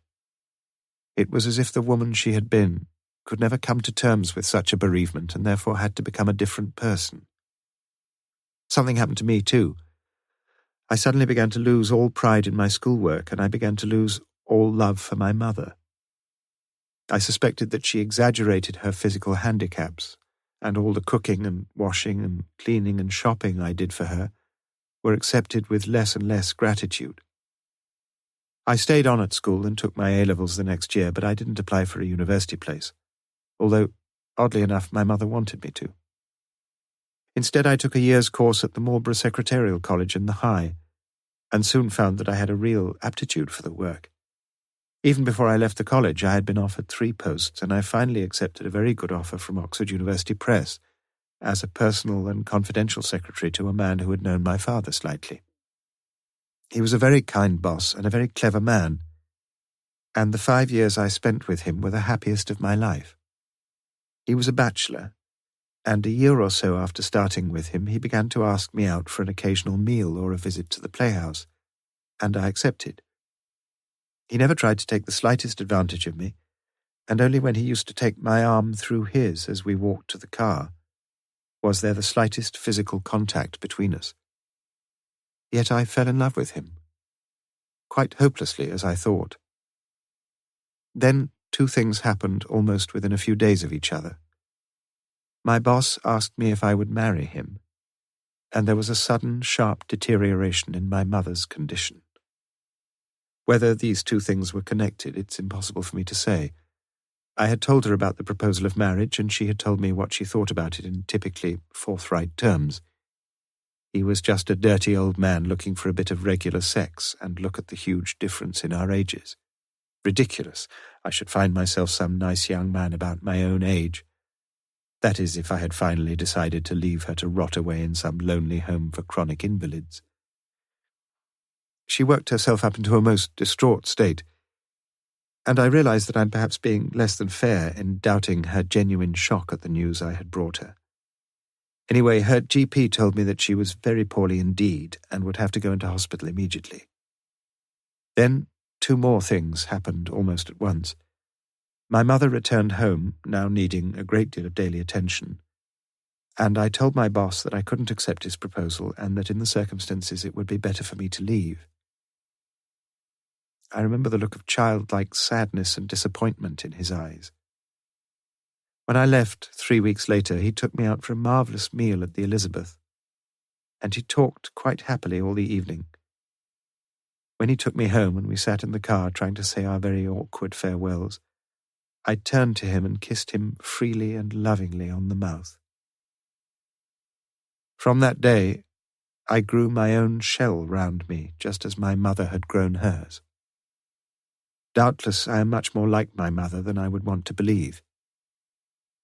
Anyway, Mother had probably been quite right. When I left work, I was 24 and my boss was 49. I met him once or twice after that, just casually in the street. We asked the usual polite questions and went our ways. He never married. 2 years afterwards, he died of a brain hemorrhage, and I went to his funeral. Looking back on it, I feel no deep regrets that we didn't marry, but I shall always regret that I never offered to become his mistress.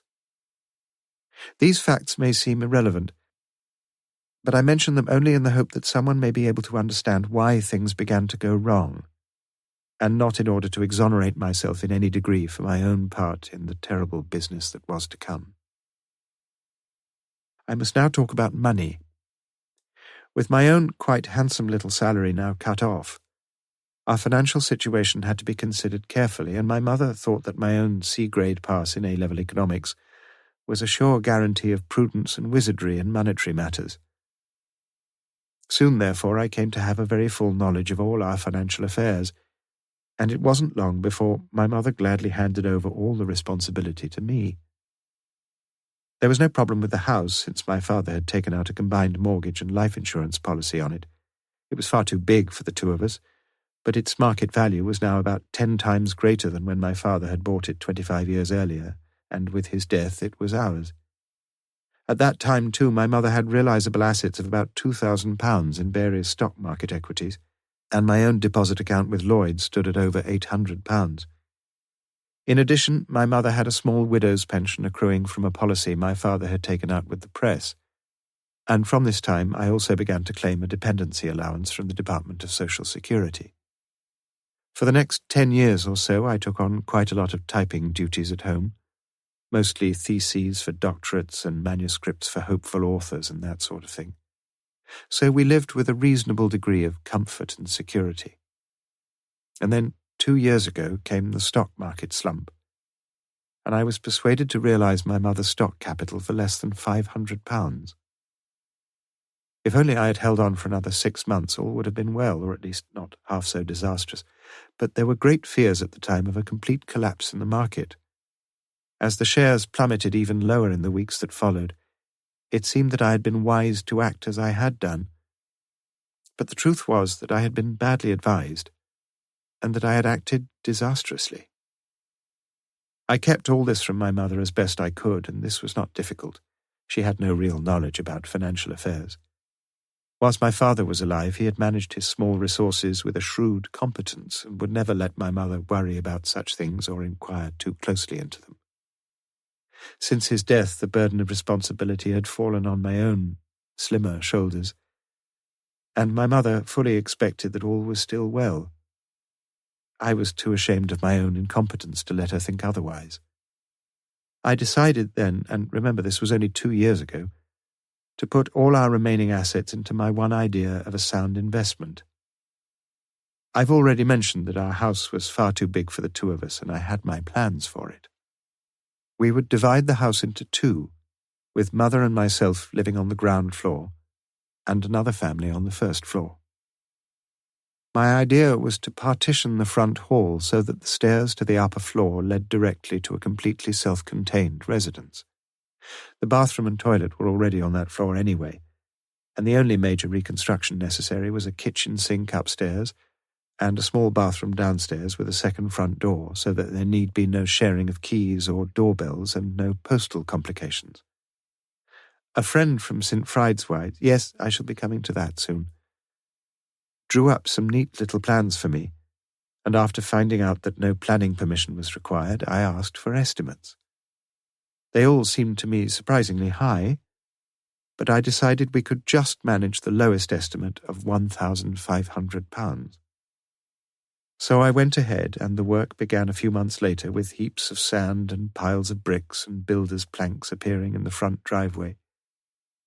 Everything was going well, until last February, when my mother received a letter from an old friend of hers who had heard of a marvellous clinic in Switzerland which specialized in the treatment and care of multiple sclerosis.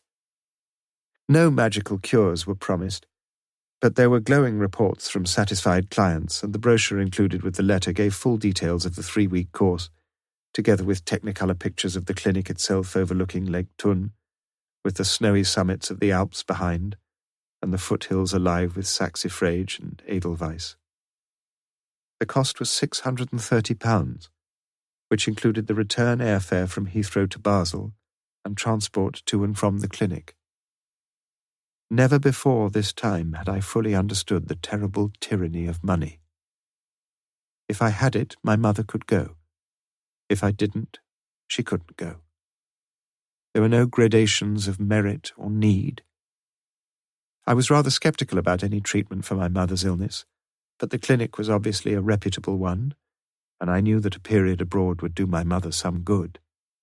She had not stirred out of the house for more than 18 months, and often couldn't even be bothered to get out of bed and into her wheelchair.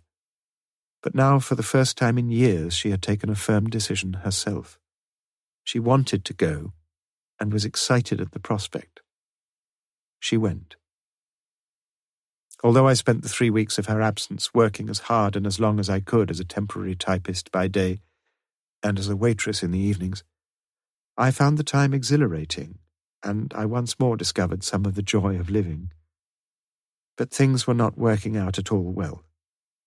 The builders were finding unexpected snags, and I received a letter from the head of the firm saying that if the work was to be properly carried out, the estimate would have to be increased by £350. My mother's return did nothing to help, of course, and when it was discovered that the waste pipes on the ground floor would quite definitely have to be replaced, I was compelled to ask the builders to lay off work for a few weeks, since I was unable to meet the next monthly instalment. By the middle of the summer, I was at my wit's end. It was then I went to see the Reverend Lionel Lawson. Chapter 39. Statement given by Miss Ruth Rawlinson continued. The first time I had been in St. Frideswide's was as a girl in the high school choir, when we had sung the Stainer Crucifixion with the Oxford Augmented Choirs. Several of us sang there again, especially when the choir was short of sopranos and contraltos for the Palestrina masses. So I got to know some of the people there and began to feel quite at home. Soon I became a regular member of the choir, not because I had any deep conviction about high Anglicanism, but because I enjoyed having a different ambit of action and acquaintances. There was an old woman there who cleaned the church every morning of the week, a woman so crippled with arthritis that the carrying of mops and buckets was in itself a positive affirmation of her faith and will. I got to know her well, and one day I asked her about herself, and she said ever so simply and happily that she hoped God would one day reward her for what she was doing, but that if he decided she was not worthy, then she still wished to praise and glorify him for the blessings he had given her. Instead of feeling surprised or cynical about this, I felt myself most profoundly moved. And when she died, I vowed that I would try to take upon myself at least some part of her good works. And so I found myself scrubbing and polishing and the rest, and discovering just a little bit of the fulfillment in life that the old woman had experienced. In the course of this self-imposed penance, I naturally got to know Lionel Lawson quite well, and as I say, it was to him that I went for help and advice when I could no longer cope with our financial crisis. I had one of the great surprises of my life when he told me that if all I was worrying about was money, I could and should forget my worries immediately.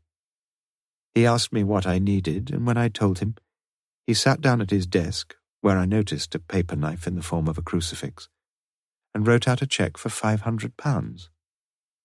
It was just like a miracle, and when I told him that I had no idea of when I could repay him or how I could thank him enough, he just said that he might be in trouble himself one day, and if he was, he'd like to know that I would try to help him in any way I could. Of course, I promised that I would do absolutely anything for him. And I remember clearly how at the time I hoped and prayed that I would one day be able to do some really big favour for him in return. As I was leaving the vicarage that day, I saw a man coming out of the kitchen downstairs.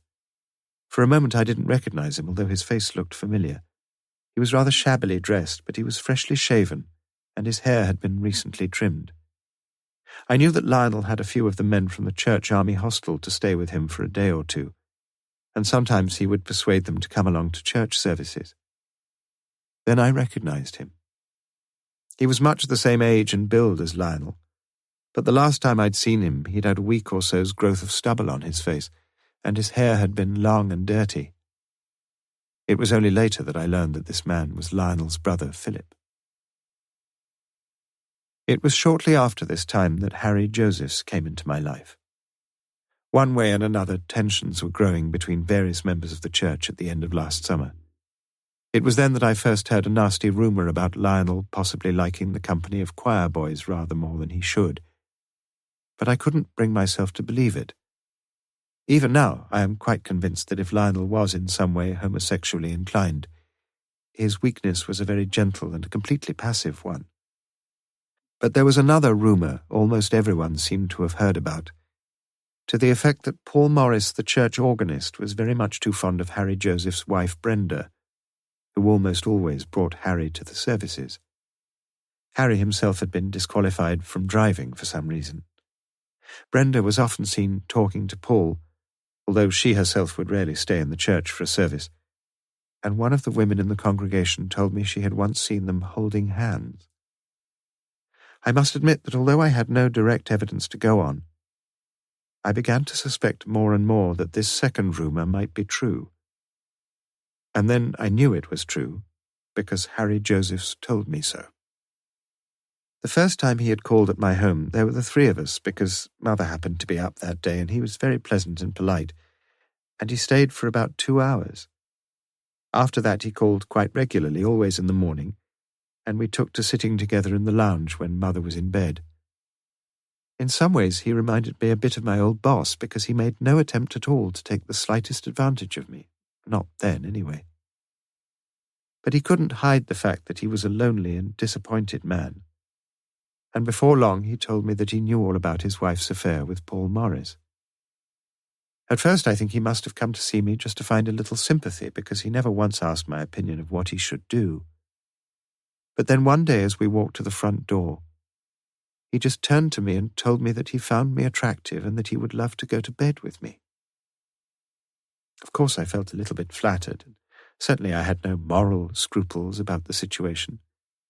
We had been drinking sherry together, and I was feeling rather more vivacious and daring than I normally do. What was I to say? I was still a virgin. I was 41. I had turned down the only man I had so far fallen in love with. I knew that life was passing me by and that if I didn't get to know something about sex fairly soon, I never would. Not that I said any of this to Harry. In other circumstances, I think I would have reminded him that he was married and that I liked and respected his wife too much to think of anything between us. As it was, I think I just smiled and told him not to be so silly. He didn't say anything else, but he looked so dejected and humiliated as he stood at the front door that I suddenly felt terribly sorry for him. Immediately to our right was the newly installed door to 14B, which had just been painted Cambridge blue. I had the key in my pocket, and I asked him if he'd like to have a look at the flat. He made love to me on the mattress of the unmade bed in the back room. It wasn't a particularly happy initiation for me, but I experienced little regret. In fact, I almost felt a sense of satisfaction, and for the next few months we made love together once a week. As I became a little more practiced in the physical side of it all, I found myself enjoying the act of sex itself more and more. But I knew that something was sadly wrong because I felt so shoddy and cheap after it was over, and I began to hate myself for wanting sex at all. I tried to stop it, but looking back, I think my try was half-hearted. The man seemed to have some power over me, and I began living more and more on my nerves. I started worrying about my mother finding out, although she seemed to suspect nothing. I started worrying about the neighbours too, but goodness knows why, because the houses on either side of us were multi-occupied with an ever-changing stream of temporary tenants or undergraduates. Above all, I was worried about myself. The truth was that I now needed Harry more than he needed me, and he knew this. Whatever agonies of self-reproach I suffered after he was gone, I knew that I would be thinking all the time about our next meeting. I began to hate him as well as myself. He was like a drug to which I was fast becoming an addict. It is perhaps important for you to know all this, if you are to understand what happened to me later. Chapter 40. Statement given by Miss Ruth Rawlinson, continued. One Wednesday morning in early September, my mother had a bad attack, and I decided I had to put off my cleaning visit from the Wednesday morning to the Wednesday evening. But I had keys to the church and could get in whenever I wanted to, so a break in my regular routine didn't matter. I locked the door behind me. I almost always used the south door because I could leave my bicycle in the porch there. And I was cleaning the confessional when I heard the north door being unlocked. Paul Morris and Lionel Lawson's brother, as I now knew, Philip, came in. For some reason I felt frightened, and I sat quietly where I was. I couldn't hear anything they said, but it was clear to me that Paul was being blackmailed, and that he couldn't and wouldn't pay up very much longer. I didn't understand too much of what was going on, and I felt confused and worried. I just kept sitting where I was, and I'm not sure exactly what happened next. But a few minutes later it was clear to me that Paul must have gone, and that Lionel himself had come into the church, because I could now hear the two brothers talking to one another. Again, I didn't catch too much of what they were saying, but the little I managed to pick up hit me like a thunderbolt. They were talking about murdering Harry Josephs. I was so astounded that the scrubbing brush I was holding fell clattering to the floor, and they found me. Philip Lawson left almost immediately, And then Lionel talked to me for a long, long time. I am not prepared even now to disclose everything he told me then, but the simple fact is that he begged me for my cooperation. He reminded me, of course, of my earlier promise to him, and he offered to write me a cheque for £5,000 immediately. £5,000! If I would do as he asked. He said that this payment was for me to keep the upstairs flat free, so that his brother Philip could live there for what was likely to be no more than a month at the outside. I felt completely dumbfounded, and could hardly begin to realize the implications of all this. At home, things were going from bad to worse. The £500 loan from Lionel had all gone, and although the flat was now virtually ready, our own part of the house was living on borrowed time. According to the builders, the whole of the ground floor badly needed rewiring, and the water tank was corroded and likely to burst any day. To cap it all, the gas central heating had broken down completely only that very week after a few days of fitful functioning. I had not taken into account either the decoration of the converted kitchen upstairs, and the only estimate I'd had on that was a horrifying £200. Just imagine my feelings then. But there was something else.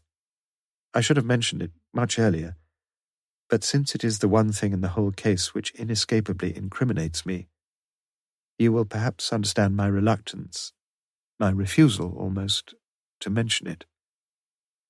Lionel explained to me that I could now discharge my obligation to him, and that this would involve me in the telling of one lie. No, even now I am not being quite truthful. He made me swear on my most solemn honour I would tell this one lie. He emphasized repeatedly that it would only be one lie. It would involve me in nothing more than that, and he insisted that it would be perfectly simple for me to carry out. I didn't care. I was desperately glad to be able to help him, and I agreed without a second's hesitation. My mind was in a complete whirl as I left the church that evening. Of Harry Joseph's I tried not to think at all. I suppose I almost managed to persuade myself that I had misheard the whole thing, but of course I hadn't. I knew that for some reason or other Harry Joseph's was going to die, and that my own commitment to tell one simple lie was quite certainly going to be associated with that, for me, not unwelcome event. Where did Philip Lawson fit in? I couldn't then be sure, but if money was involved with me, surely it would be involved with him too. The conviction gradually grew in my mind that Lionel had hired his brother to murder Harry Joseph's, and that if this was the case, my own part in the business, my own lie, would have something to do with being with a certain person at a certain time. An alibi. Yes, I began to feel convinced that such was the case, and again, I didn't care. During this time, I felt no burden of conscience. It was money now that played the tyrant. Sex was no longer the dominating force, and even if it had been, I had plenty of opportunity. Several times I had met a man in the Randolph cocktail bar who showed he was obviously attracted towards me. He was a sales consultant for some prestigious firm, and I had little doubt that the room he had in the Randolph would leave little to ask for in terms of physical comfort. I suspect he had taken up with another woman, but it was me that he really wanted. At this time, too, I was becoming increasingly mean with money. Now I had far more than ever before in my whole life. I found myself not even offering to pay for any drinks and accepting expensive meals and generally being an utterly selfish parasite. I bought no new clothes, no perfume, no special titbits for meals. As I grew mean with money, I grew mean in other ways too. The same week I rang Harry Joseph's and told him that our weekly date was off because my mother was very ill again. Lying like that was ridiculously easy for me now. Good practice. At home, the boiler, they said, could just about be repaired, and so I refused to buy a new one. I regarded the first rewiring estimate as ridiculously high, so I got a local odd job man in to do it for half the price. Not that he made a wonderful success of it. I decided to redecorate the upstairs kitchen myself, and I found I thoroughly enjoyed doing it. For years I had put 50p in the collection plate each Sunday morning. Now I put in 20p. But I still cleaned the church. It was my one penance, and I seemed to take more pride than ever in my self-imposed duties.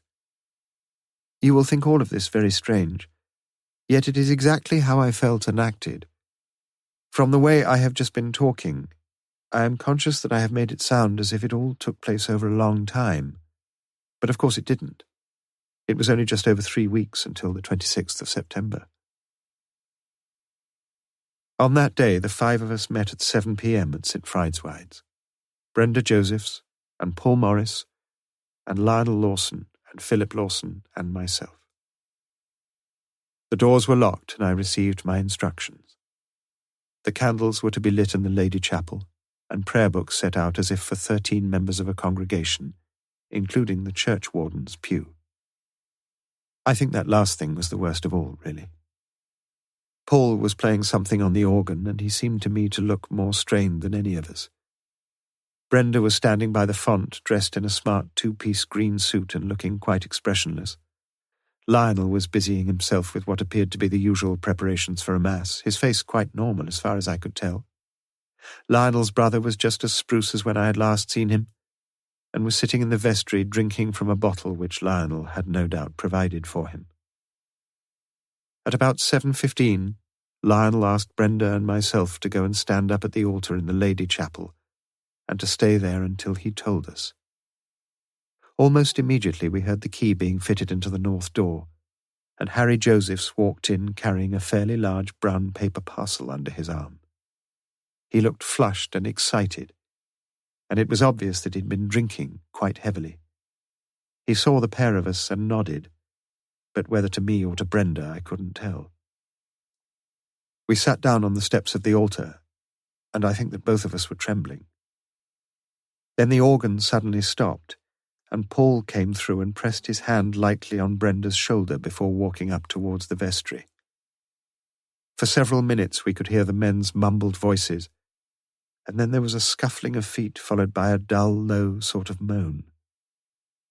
When Lionel fetched us, he was dressed in surplice and cope. He was breathing heavily and looked very shaken.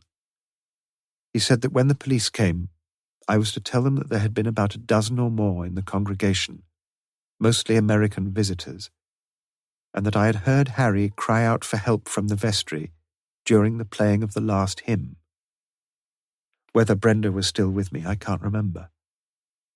I just walked slowly down to the vestry in a daze. I could see him clearly. He lay there quite still in his brown suit, and the cassock he always wore in church, with Lionel Lawson's paper knife stuck deep in his back. Of the other deaths in this nightmarish business I know nothing at all, but I am convinced that Lionel himself committed suicide, unable to face what he had done. I am only too glad that at least he cannot be accused of the murders of Brenda Josephs and the Morrises. As I now finish this long statement, my thoughts are with my mother, and I beg of you to look after her for me, and to tell her... But I can't think what you can tell her. I suppose it will have to be the truth. Signed, Ruth Rawlinson. Well, Morse put down the statement and looked at Lewis with some distaste. He had been away from the station for more than 6 hours, and had left word of his whereabouts to no one. It was now 8 p.m., and he looked tired. Whoever typed that isn't very fond of commas, is she? She's a jolly good girl, sir. Wish we had her up at Kidlington. She can't spell penance. She can take about 130 words a minute, though. Did Miss Rawlinson speak as fast as that? Pretty fast, yes. Strange, said Morse. Lewis looked at his chief with an air of weary puzzlement. Clears the air a bit, doesn't it, sir? That? Morse picked up the statement again, separated the last few sheets, tore them across the middle and deposited them in the waste paper basket. But you can't just tear... What the hell? The factual content of these pages isn't worth a sheet of lavatory paper. If she's decided to persist in her perjury, she'll get twice as long. Surely you can see that, man. Lewis saw very little. He'd been pleased with his day's work, still was, but he too felt very tired now and shook his head without bitterness. I reckon I could do with a bit of rest, sir. Rest? What the hell are you talking about? You saved my life for me, and all you want to do is indulge in a bit of Egyptian PT? Rubbish. We're going to celebrate, you and me. I think I'd rather... But don't you want to hear what I've been up to, old friend? He looked slyly for a minute at Lewis, and then smiled. A smile which, but for a slight hint of sadness, could have been called wholly triumphant. The Book of Revelation, Chapter 41. The Friar Bacon stands a little way back from the A40 Northern Ring Road, its name commemorating the great 13th century scientist and philosopher, and its beer pleasing to the critical palate of Chief Inspector Morse. The sign outside this public house depicts a stout, jolly-looking man in Franciscan habit, pouring out what appears at first glance to be a glass of Guinness, but what on closer scrutiny proves to be a quantity of some chemical liquid being poured from one glass phial to another. Well, that's what Morse said. Inside they ordered beer and sat down, and then Morse spoke as follows. There are some extremely odd points in this case, Lewis, or rather there were, each of them in itself suggestive but also puzzling. They puzzled all of us, and perhaps still do to some extent, because by the time we'd finished we'd got no less than 5 bodies on our hands, and we were never in a position to learn what any of the 5 could have told us. So if first of all we look for motive, it's likely to be little more than intelligent guesswork, although we've got some little bits of evidence here and there to help us on our way. Let's start with Harry Josephs. He's getting desperately short of money, and what little he manages to get hold of he promptly donates to his bookmaker. Unbeknown to his wife, he borrows money from his insurance company against his house, and he's soon through that too. Then, as I strongly suspect, Lewis, he starts embezzling church funds, of which there are temptingly large sums and to which he has easy access. Then, I'm guessing again, Lionel Lawson must have found out about this, and if he reports the matter, we've got the humiliating prospect of a highly respected ex-officer caught pilfering from the till. It would surely be the last straw for a man who's already lost his job and his money, and who's in real danger of losing his wife as well. Then take Lionel Lawson. Rumours are beginning to spread about him, nasty rumours about his relations with the choir boys, and someone soon made him very much aware of them. Pretty certainly Paul Morris, whose son Peter was actually in the choir. Again, we've got the prospect of public humiliation, a highly respected minister of the C of E caught interfering with the choir boys. Then there's Paul Morris himself. He's having what he hopes is a discreet affair with Harry Joseph's wife, but rumours are beginning to spread about that too, and it's not very long before Harry gets to know what's going on. Next we come to Ruth Rawlinson.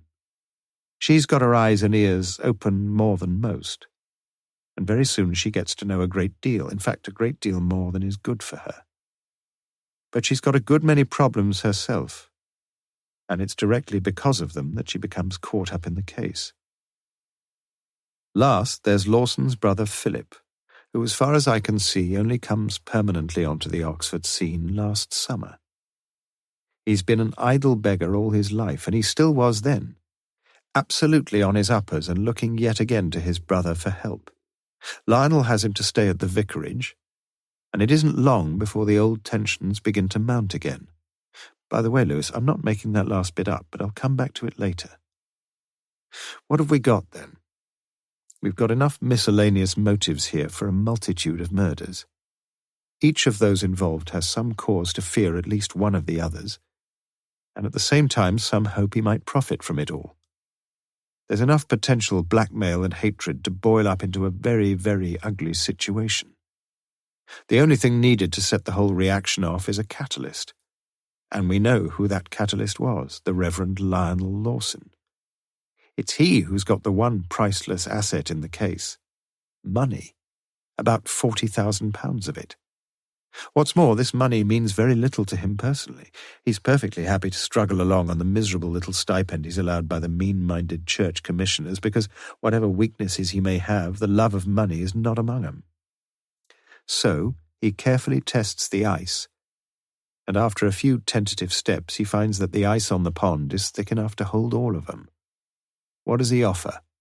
To his brother Philip, money, and the chance to perpetuate his dissolute lifestyle for a few more years to come. To Joseph's, money, and the chance to clear up his financial affairs and get away to start a new life somewhere else, minus his wife. To Morris, again, doubtless money, if that's what Morris wanted, but he can also probably ensure that Morris gets Brenda Josephs as well, and the chance for both of them to get away and start a new life together with a healthy bank balance into the bargain. To Ruth Rawlinson, money and the chance to settle once and for all her chronic anxiety over her domestic problems. So Lionel Lawson sets up his scheme with the others as his willing accomplices. He fixes up a bogus service to celebrate some non-existent feast, and then the deed is done.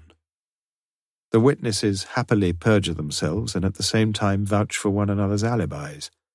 Lionel is standing at the altar, Paul Morris is playing the organ, Ruth Rawlinson is sitting in the congregation, and Brenda Josephs is across the road at the cinema.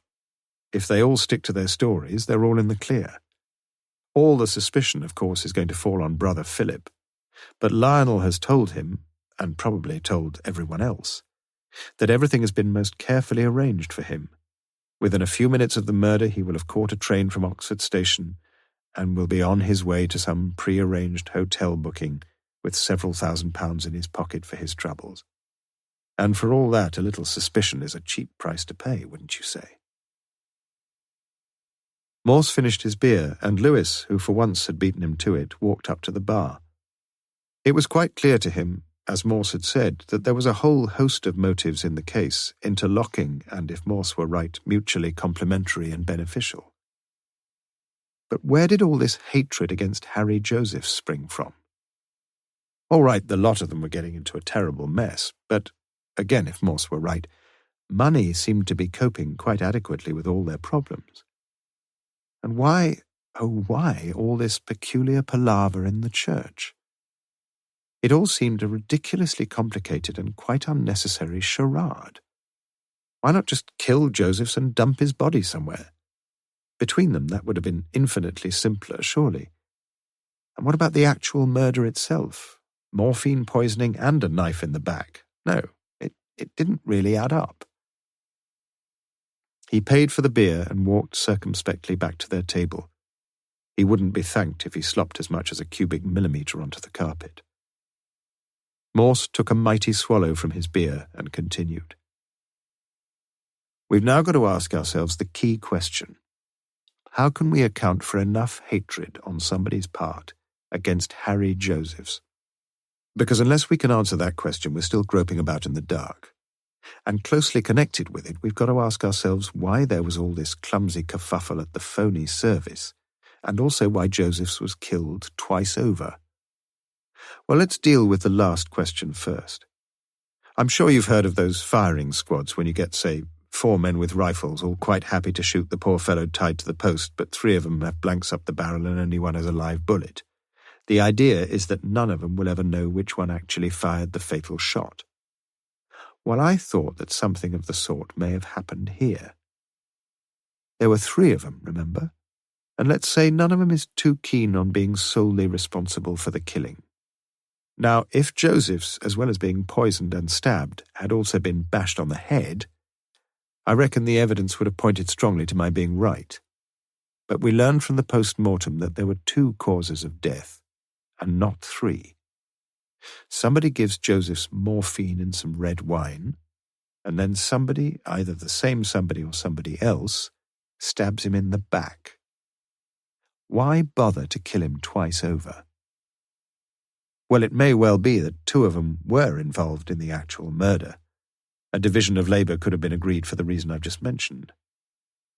But there was a far more important reason than that. Are you ready for a bit of a shock, Lewis? Ready for anything, sir. Morse drained his glass. By Jove, the beer's good here. It's your turn, sir. Is it? The landlord had come through into the lounge bar, and for a few minutes Lewis could hear him discussing with Morse the crass stupidity of the selectors of the England football team. "These are on the house," said Morse, planting the 2 pints carefully on the Morells' beer mats. For a man proposing to treat his junior officer for services rendered, he seemed to Lewis to be getting away with things extremely lightly. Where was I now? Ah, yes, you didn't ask me where I'd been today, did you? Well, I've been up to Rutland again. Leicestershire, sir. Morse appeared not to hear. I made one bad blunder in this case, Lewis, only one. I listened too much to rumour, and rumour's a terrible thing. If I tell everybody that you're having an affair with that comma-less typist of yours, you'd suddenly find yourself trying like hell to prove you weren't, even though there was absolutely no truth in it. Like they say, you throw enough mud and some of it'll stick. Well, I reckon that's what happened with Lionel Lawson. If he was a homosexual, he must have been one of the very mildest variety, I think. But once the charge had been suggested, he found himself in the middle of a good deal of suspicion, and I was one of those prepared to think the worst of him. I even managed to convince myself, without the slightest shred of evidence, that when he was expelled from school it must have been because he was buggering about with some of the younger lads there. But suddenly I began to wonder, what if I'd been quite wrong? What if Lionel Lawson's old headmaster wasn't too unhappy about letting me believe what I did, because the truth of the matter was far worse? I thought I knew what this truth was, and I was right. Today I met Meyer again, as well as Lionel's old housemaster. You see, the Lawson brothers were an extremely odd mixture. There was Lionel, the elder brother, a hard-working, studious swot, not too gifted academically, struggling along and doing his best, bespectacled even then, lacking in any confidence. In short, Lewis, a bit of a bore all round. And then there was Philip, a clever little beggar, with all the natural gifts any boy could ask for, a fine brain, good at games, popular, good-looking, and yet always idle and selfish. And the parents dote on, guess who, young glamour-pants Philip. It doesn't require much imagination to see the situation from Lionel's point of view, does it? He's jealous of his brother, increasingly and finally furiously jealous. From what I've been able to learn, there was a young girl mixed up in it all when Lionel was 18 and Philip a year or so younger. She wasn't a brilliant looker by all accounts, but she was Lionel's girl. Until, that is, Philip decided to step in, and probably for no other reason than to spite his brother, he took her away from him. It was from that point that the whole of the tragedy dates. At home, one weekend, Lionel Lawson tried to kill his brother. He tried to use the kitchen knife, and in fact he wounded him quite seriously, in the back. Things were hushed up as far as possible, and the police were quite happy to leave the situation in the hands of the school and the parents. Some arrangement was worked out with both the boys being taken away from the school. No charge was brought, and things, so it seemed, settled down. But the records couldn't be altered, could they, Lewis? The fact was that at the age of 18, Lionel Lawson had tried unsuccessfully to murder his brother. So if, as I said, we're looking for any festering, insatiable hatred in this case, then we found it. The hatred that existed between Lionel Lawson and his younger brother. It was all very interesting and suggestive, Lewis could see that, but he couldn't really see how it affected many of the problems in the present case. Morse was going on, though, and the shock he'd spoken of was imminent. At first I thought that Lionel Lawson had killed Harry Josephs and had then faked his own suicide by dressing up his brother in clerical get-up and chucking him from the top of the tower. What could be neater? All you'd want was someone who would agree to a wrong identification of the body, and such a person was readily available in Paul Morris, a man who would have profited twofold from the murder of Josephs, first by pocketing a considerable sum of money, and second by having Joseph's wife for himself. But you made the point to me yourself, Lewis, and you were absolutely right. It's one hell of a job to dress up a dead man in someone else's clothes. But it's not an impossible job, is it? Not if you're all prepared for the difficulties and if you've got plenty of time. But in this particular instance you were right, I'm convinced of that. It was Lionel Lawson, not his brother Philip, who fell from the tower last October. In his own conscience, Lionel must have realized that he'd done something so terrible and so unforgivable that he just couldn't live with it any longer. So he took his spectacles off, put them in their case, and jumped. And while we're on this identification business, Lewis, I must confess I had my fair share of doubts about whether the body we found on the tower really was Paul Morris. If it wasn't, the possibilities were staggeringly interesting. But although we've no satisfactory identification as yet, you can take my word for it that it was Paul Morris. Yes, indeed. And so at long last I began to shelve all these fanciful theories, and I just looked at the simple possibility that all of us had completely ignored from the very beginning. Ruth Rawlinson herself came very near to telling the truth, and giving the game away in that ridiculous statement of hers, when she said that she was prepared to tell one lie. One lie. She told us, as you'll remember, that this lie was about the service in St. Frideswide's that never took place, and about her silence in the plotting of Harry Joseph's murder. But listen, Lewis, that wasn't the real lie at all. The real lie was about something else.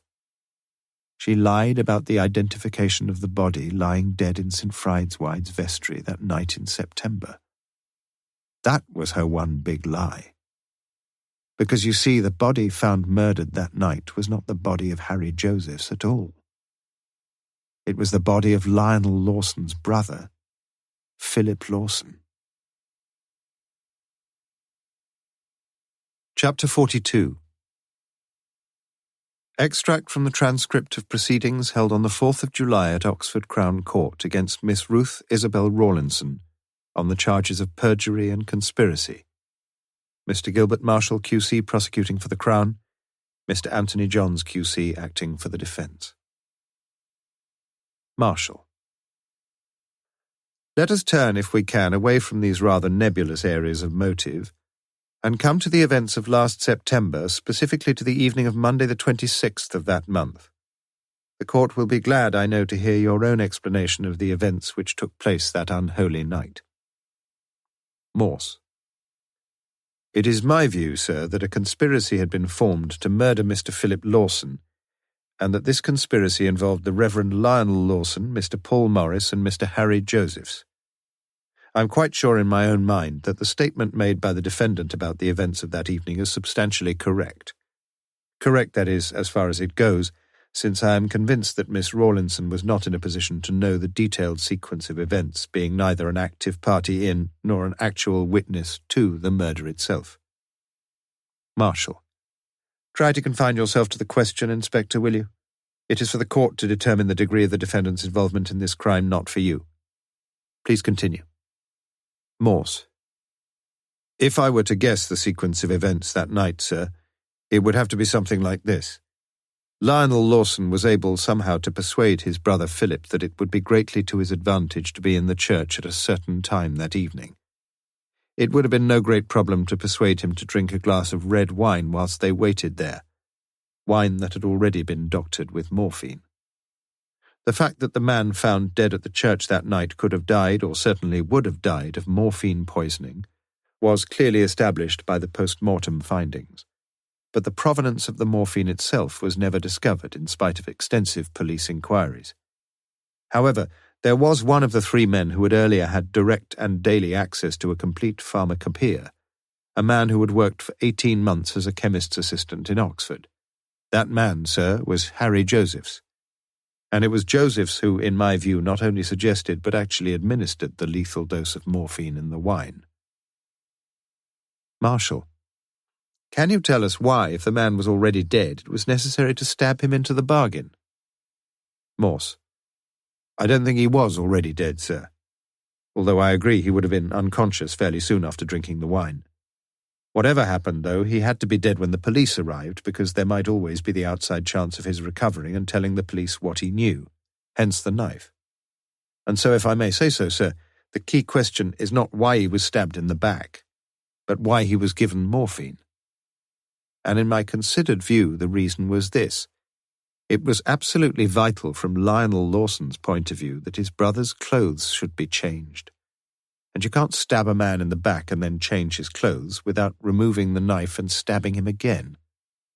By arrangement, Josephs had changed from the brown suit, which by all accounts he always wore, and brought it with him to the church that night.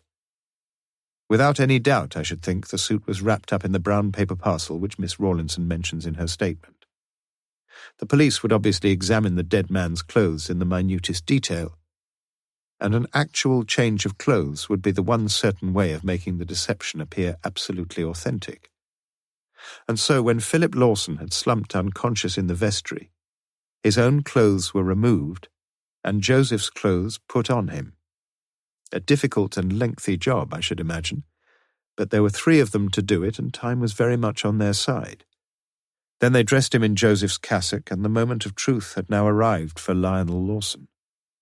I suspect that he asked the other 2 to leave him, and then he completed a task which he had attempted once before and in which he had failed so disastrously.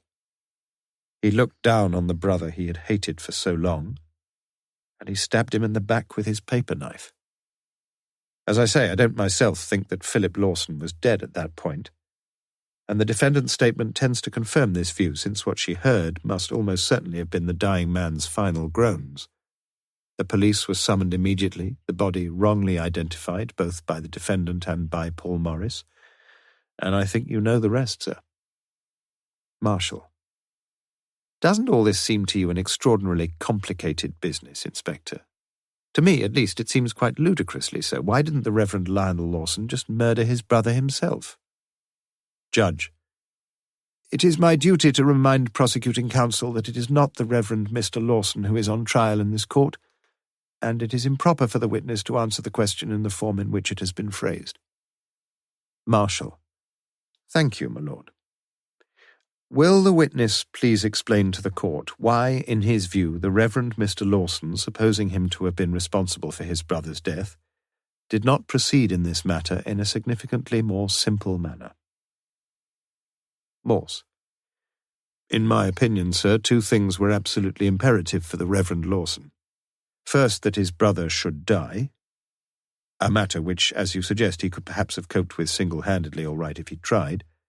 But the second imperative need was far trickier, and one which he could never have coped with by himself, however hard he tried. He had to have someone who was willing to be identified as the dead man, and who was also prepared to disappear immediately from the Oxford scene. Let me explain, sir, why I think this was so. Philip Lawson had let it be known to several people, including the defendant, for example, that he was Lionel Lawson's brother. So if he had been murdered and identified as the man who had often been seen at the vicarage and the church and so on, it would only have been a matter of time before the police discovered his true identity. And once that was known, other facts would have been swift to follow. An attempt had already been made upon the man's life once before, with a knife, by his elder brother. Police inquiries would very quickly have been channeled in the right direction, and virtually certain suspicion would have centred on the Reverend Lawson. As I say, sir, it was absolutely vital not only that Philip Lawson should die, but also that he should be wrongly identified. As the court now knows, he was indeed wrongly identified as Harry Josephs, and Harry Josephs himself disappeared from the scene, although, as it happens, he didn't disappear very far. That same night he moved into the upstairs flat at 14B Manning Terrace, and he lived there until he died. He'd taken Philip Lawson's clothes from the church, and no doubt the idea was that he should destroy them. But for various reasons, Josephs grew restless. Marshal, before you go on with your evidence, Inspector, I must ask you if it is your view that the defendant's relations with Mr. Josephs had ever been in any way more, shall we say, more intimate than merely providing him with the daily necessities of living? Morse. No. Marshal. You are aware, no doubt, of the evidence before the court from an earlier witness of several visits by Mr. Josephs to Manning Terrace during the course of last summer? Morse. I am, sir. Marshal. And it is your view that these visits were of a purely social nature? Morse. It is, sir. Marshal. Please continue, Inspector. Morse. I think the idea must have been for Josephs to stay where he was until the dust had settled and then to get right away from Oxford somewhere. But that again has to be guesswork. What is certain is that he very soon learned that the Reverend Lionel Lawson had committed suicide, and Marshal. I'm sorry to interrupt you again, but is it your view that in that death at least the late Mr. Josephs could have had no hand whatsoever? Morse. It is, sir. News of Lawson's death, as I say, would have been a big shock to Josephs. He must have wondered what on earth had gone wrong. Specifically, he must have wondered many times whether Lawson had left a note, and if so, whether the note in any way incriminated himself and the others. Quite apart from that, though, Josephs had been dependent on Lawson. It was Lawson who had arranged his present hideout, and it was Lawson who was arranging his impending departure from Oxford. But now he was on his own, and he must have felt increasingly isolated. But again, that's guesswork. What is clear is that he started going out into Oxford during the early winter months. He wore Philip Lawson's old clothes with the long, dirty greatcoat buttoned up to the neck. He wore a pair of dark glasses. He grew a beard, and he found that he could merge quite anonymously into the Oxford background. It was about this time, too, I think, that he must have realized that there was now only one other person who knew exactly what had taken place in the vestry that September evening. And that person was Paul Morris, a man who had robbed him of his wife, a man who was probably going to live with her after the end of the school term, and a man who had done very nicely out of the whole thing, without actually doing very much at all himself. It is my own view, by the way, sir, that Paul Morris may not have been quite so eager to get away with Mrs. Josephs as he had been. But Josephs himself could have no inkling of that, and his hatred of Morris grew, as did his sense of power and his rediscovered capacity for the sort of action he had once known as a captain in the Royal Marine Commandos. On some pretext or other, Josephs was able to arrange a meeting with Paul Morris at St. Frideswide, where he killed him and hid his body, though probably not at that point on the roof of the tower. Remember that no keys had been found in the clothing of the man murdered in the vestry, and it is clear that Josephs kept them for himself, and was therefore able to use the church for the murders of Paul Morris and his son Peter. Not only that, though, he was compelled to use the church. He was disqualified from driving, and without a license, of course, he couldn't even hire a car. If he'd had a car, he would probably have tried to dispose of the bodies elsewhere, but in this respect at least he was a victim of circumstance. Later the same day, at tea time in fact, he also arranged to meet Peter Morris.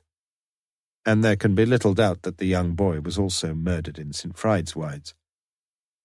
I'm pretty sure his first idea was to hide both bodies in the crypt, and as soon as it was dark he put the boy in a sack and opened the door at the south porch. Everything must have seemed safe enough, and he got to the grilled entrance to the crypt in the south churchyard all right. It's only about 15 yards or so from the door.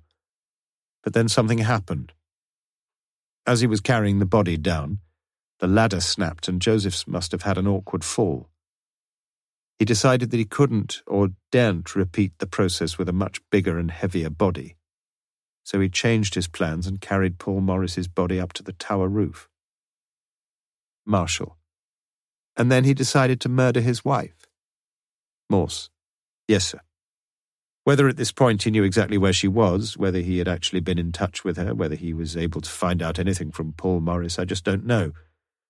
But once the bodies, or just one of them, were found, he was going to make absolutely sure that she didn't talk either.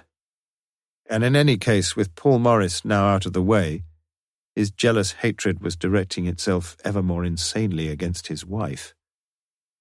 For the moment, however, he had a dangerous job on his hands. He had to get to the Morrises' house in Kidlington and try to make everything there look as if they'd both left in a reasonably normal manner. It was no problem getting into the house. No keys were found on either of the Morrises, although each of them must have had a latchkey. Once inside, Marshal. Yes, thank you, Inspector. Could you now tell the court exactly where the defendant fits into your scheme of things? Morse. I felt reasonably certain, sir, that Miss Rawlinson would be safe only so long as she herself had no knowledge of the identities of the bodies found in St. Frideswide. Marshal. But as soon as she did, tell me if I'm wrong, Inspector, Josephs decided that he would also murder the defendant. Morse. That is so, sir. As you know, I was an eyewitness to the attempted murder of Miss Rawlinson, and it was only at that point that I was convinced of the true identity of the murderer, when I recognized the tie he tried to strangle her with, the tie of the Royal Marine Commandos. Marshal. Yes, very interesting, Inspector. But surely the defendant was always just as much of a threat to the murderer as Brenda Josephs was. Don't you think so? And if she was, why do you think he treated the two women so differently? Morse. I believe that Josephs had grown to hate his wife, sir. I made the point earlier in my evidence. Marshall. But he didn't feel the same hatred towards the defendant, is that it? Morse. I don't know, sir. Marshall. You still wish to maintain that there was no special relationship between the defendant and Mr. Josephs? Morse. I have nothing to add to my earlier answer, sir. Marshall. Very well. Go on, Inspector. Morse. As I say, sir, I felt convinced that Josephs would attempt to kill Miss Rawlinson almost immediately, since it must have been clear to him that things were beginning to move very fast indeed, and since Miss Rawlinson was the only person left, apart from himself, who knew something of the truth, far too much of it, he must have felt. So my colleague, Sergeant Lewis, and myself decided we would try to bring the murderer out into the open.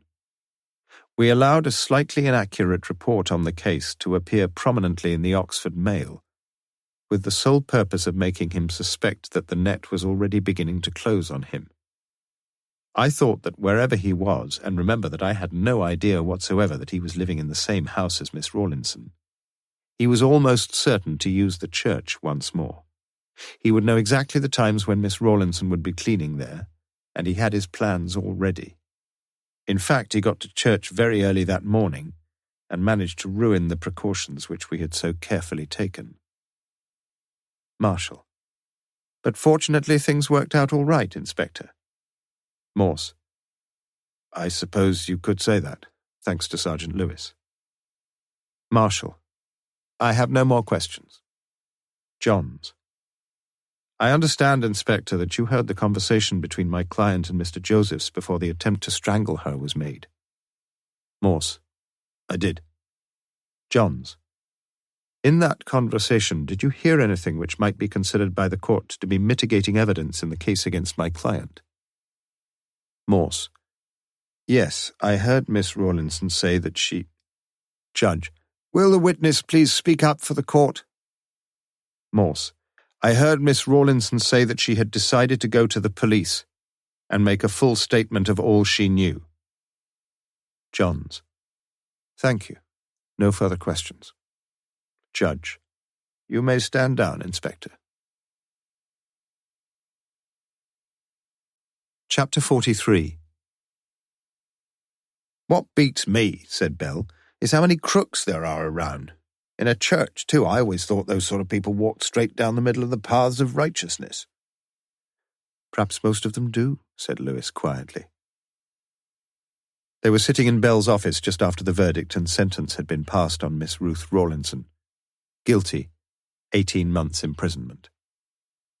Still beats me, said Bell. Morse was sitting there too, silently smoking a cigarette. He either smoked addictively or not at all, and had given up the habit forever on innumerable occasions. He had listened vaguely to the mumbled conversation, and he knew exactly what Bell had meant, but... His favourite Gibbon quotation flashed across his mind, the one concerning the 15th century Pope John the 23rd, which had so impressed him as a boy and which he had committed to memory those many years ago. The most scandalous charges were suppressed.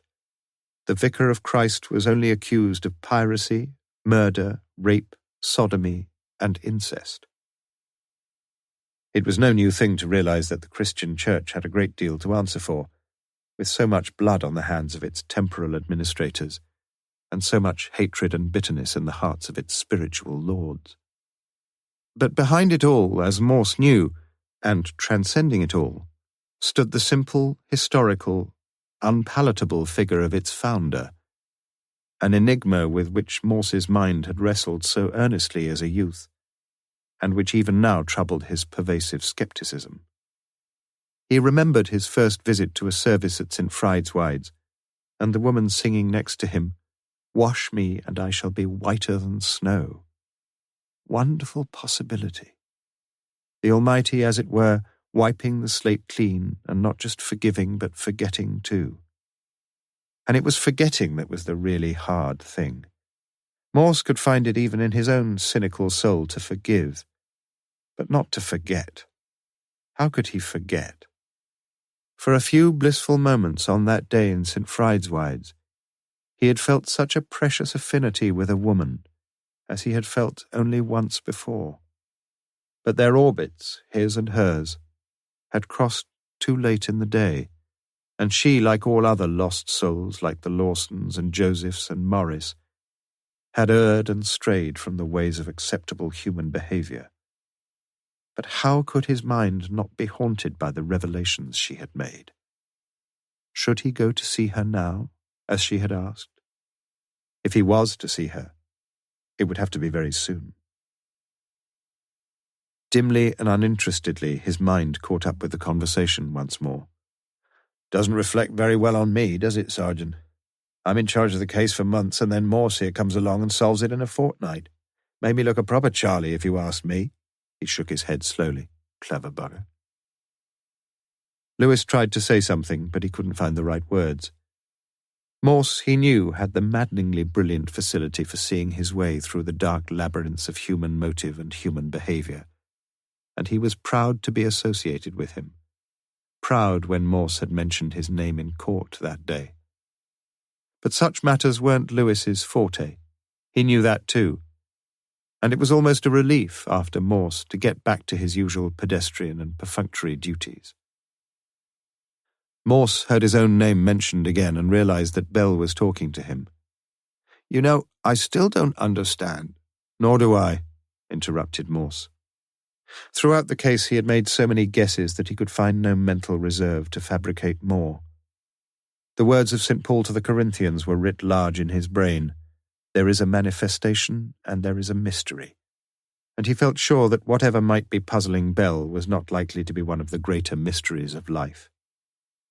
Wasn't one of the real mysteries the source of that poison which had slowly but inexorably dripped and dripped into Lionel Lawson's soul? And that was almost as old as the seed of Adam himself, when Cain and Abel had presented their offerings before the Lord. "Pardon?" "I said the pubs will soon be open, sir." "Not tonight for me, Lewis. I don't feel much like it." He got up and walked out of the office without a further word, Lewis staring after him in some bewilderment. "Odd bugger," said Bell. And for the second time within a few minutes, Lewis felt he had to agree with him. Obviously Ruth had been crying, but she was now recovered, her voice dull and resigned. "I just wanted to thank you, Inspector, that's all. You've been so kind to me, and I think if anyone could ever understand me, it might have been you." "Perhaps so," said Morse. It was not one of his more memorable utterances. "And then—" She sighed deeply and a film of tears enveloped her lovely eyes. "I just wanted to say that when you asked me out that time, do you remember? And when I said... Her face betrayed her feelings completely now, and Morse nodded and looked away. "Don't worry about it. I know what you're going to say. It's all right. I understand." She forced herself to speak through her tears. "But I want to say it to you, Inspector. I want you to know that—" Again she was unable to go on, and Morse touched her shoulder lightly, just as Paul Morris had touched Brenda Josephs lightly on the shoulder on the night of Philip Lawson's murder. Then he got up and made his way quickly out along the corridor. Yes, he understood, and he forgave her too. But unlike the Almighty, he was unable to forget. Mrs. Emily Walsh-Atkins had been called upon to identify the battered corpse of Harry Josephs. It was Morse's idea. She had done so willingly, of course. What an exciting time this last year had been. And the goldfish flashed its tail almost merrily in her mind as she recalled her own part in the tragic events which had centred upon her chosen church. Her name had appeared once more in the Oxford Mail, in the Oxford Times, too, and she had cut out the paragraphs carefully, just as Ruth Rawlinson before her, and kept them in her handbag with the others. One Sunday morning during the hot summer which followed these events, She prayed earnestly for forgiveness for her sins of pride, and the Reverend Keith Micklejohn, standing benignly beside the north porch, was kept waiting even longer than usual until she finally emerged into the bright sunshine. Mrs. Alice Rawlinson had been taken to the old people's home in Cowley immediately after her daughter's arrest. When Ruth was freed after serving only 11 of her 18-month sentence, the old lady returned to 14A Manning Terrace, still going strong and looking good for several years to come. As she was helped into the ambulance on her way home, one of the young housemen was heard to murmur that anyone who predicted how long a patient had got to live was nothing but a bloody fool. A few books had been found in Harry Joseph's upstairs flat at 14B Manning Terrace, and after the case was over these had been given to Oxfam and were slowly sold at ridiculously low prices at the second-hand charity bookshop in North Oxford. A 17-year-old boy, by some curious coincidence a boy named Peter Morris, bought one of them for 5 pence in the early summer. He had always been interested in crime, and the large, fat, glossy volume entitled Murder, Inc. had immediately attracted his attention. That same night, whilst browsing through the assorted articles, he came to a piece about suicides on page 349, heavily underlined in red biro. Myopic jumpers invariably remove their eyeglasses and put them in a pocket before jumping. Chapter 44. Morse took his holidays later the following year and decided again to go to the Greek islands. Yet somehow his passport remained unrenewed in its drawer, and one sunny morning in mid-June the chief inspector caught a bus down from North Oxford into the city. For an hour he wandered contentedly around the Ashmolean, where amongst other delights he stood for many minutes in front of the Giorgione and the Tiepolo. Just before midday he walked across to the cocktail bar at the Randolph and bought a pint of beer, for he would never lend his lips to anything less than that measure. Then another pint. He left at 12:30, crossed Cornmarket and walked into St. Frideswide's. The north door creaked no longer, but inside the only sign of life was the flickering candles that burned around the statue of the Virgin. The woman he was seeking was not there. As once before, he decided to walk up to North Oxford, although this time he witnessed no accident at the Marston Ferry crossroads. Reaching the Summertown shops, he called into the Dewdrop, drank 2 further pints of beer, and continued on his way. The carpet shop from which Brenda Josephs had once observed her husband had now been taken over by an insurance firm, but otherwise little seemed to have changed. When he came to Manning Terrace, Morse turned into it, paused at one point for a second or two, and then continued along it. At number 14A he stopped, knocked briskly on the door, and stood there waiting. "You." "I heard you'd come home." "Well, come in, you're the first visitor I've had." "No, I won't do that. I just called by to tell you that I've been thinking a lot about you since you've been, away, and you'd blush if I told you what happened in my dreams." "Of course I wouldn't." "Don't take any notice of me, I've had too much beer." "Please come in. Your mother's there. Why don't you take me to bed?" Her large eyes held his, and in that moment a sparkling mutual joy was born. "Can I use your gents?" "There's one upstairs, it's a lady's too." "Upstairs? Just a minute." She was back almost immediately with a Yale key labelled 14B in her hand. "Hadn't you better tell your mother?"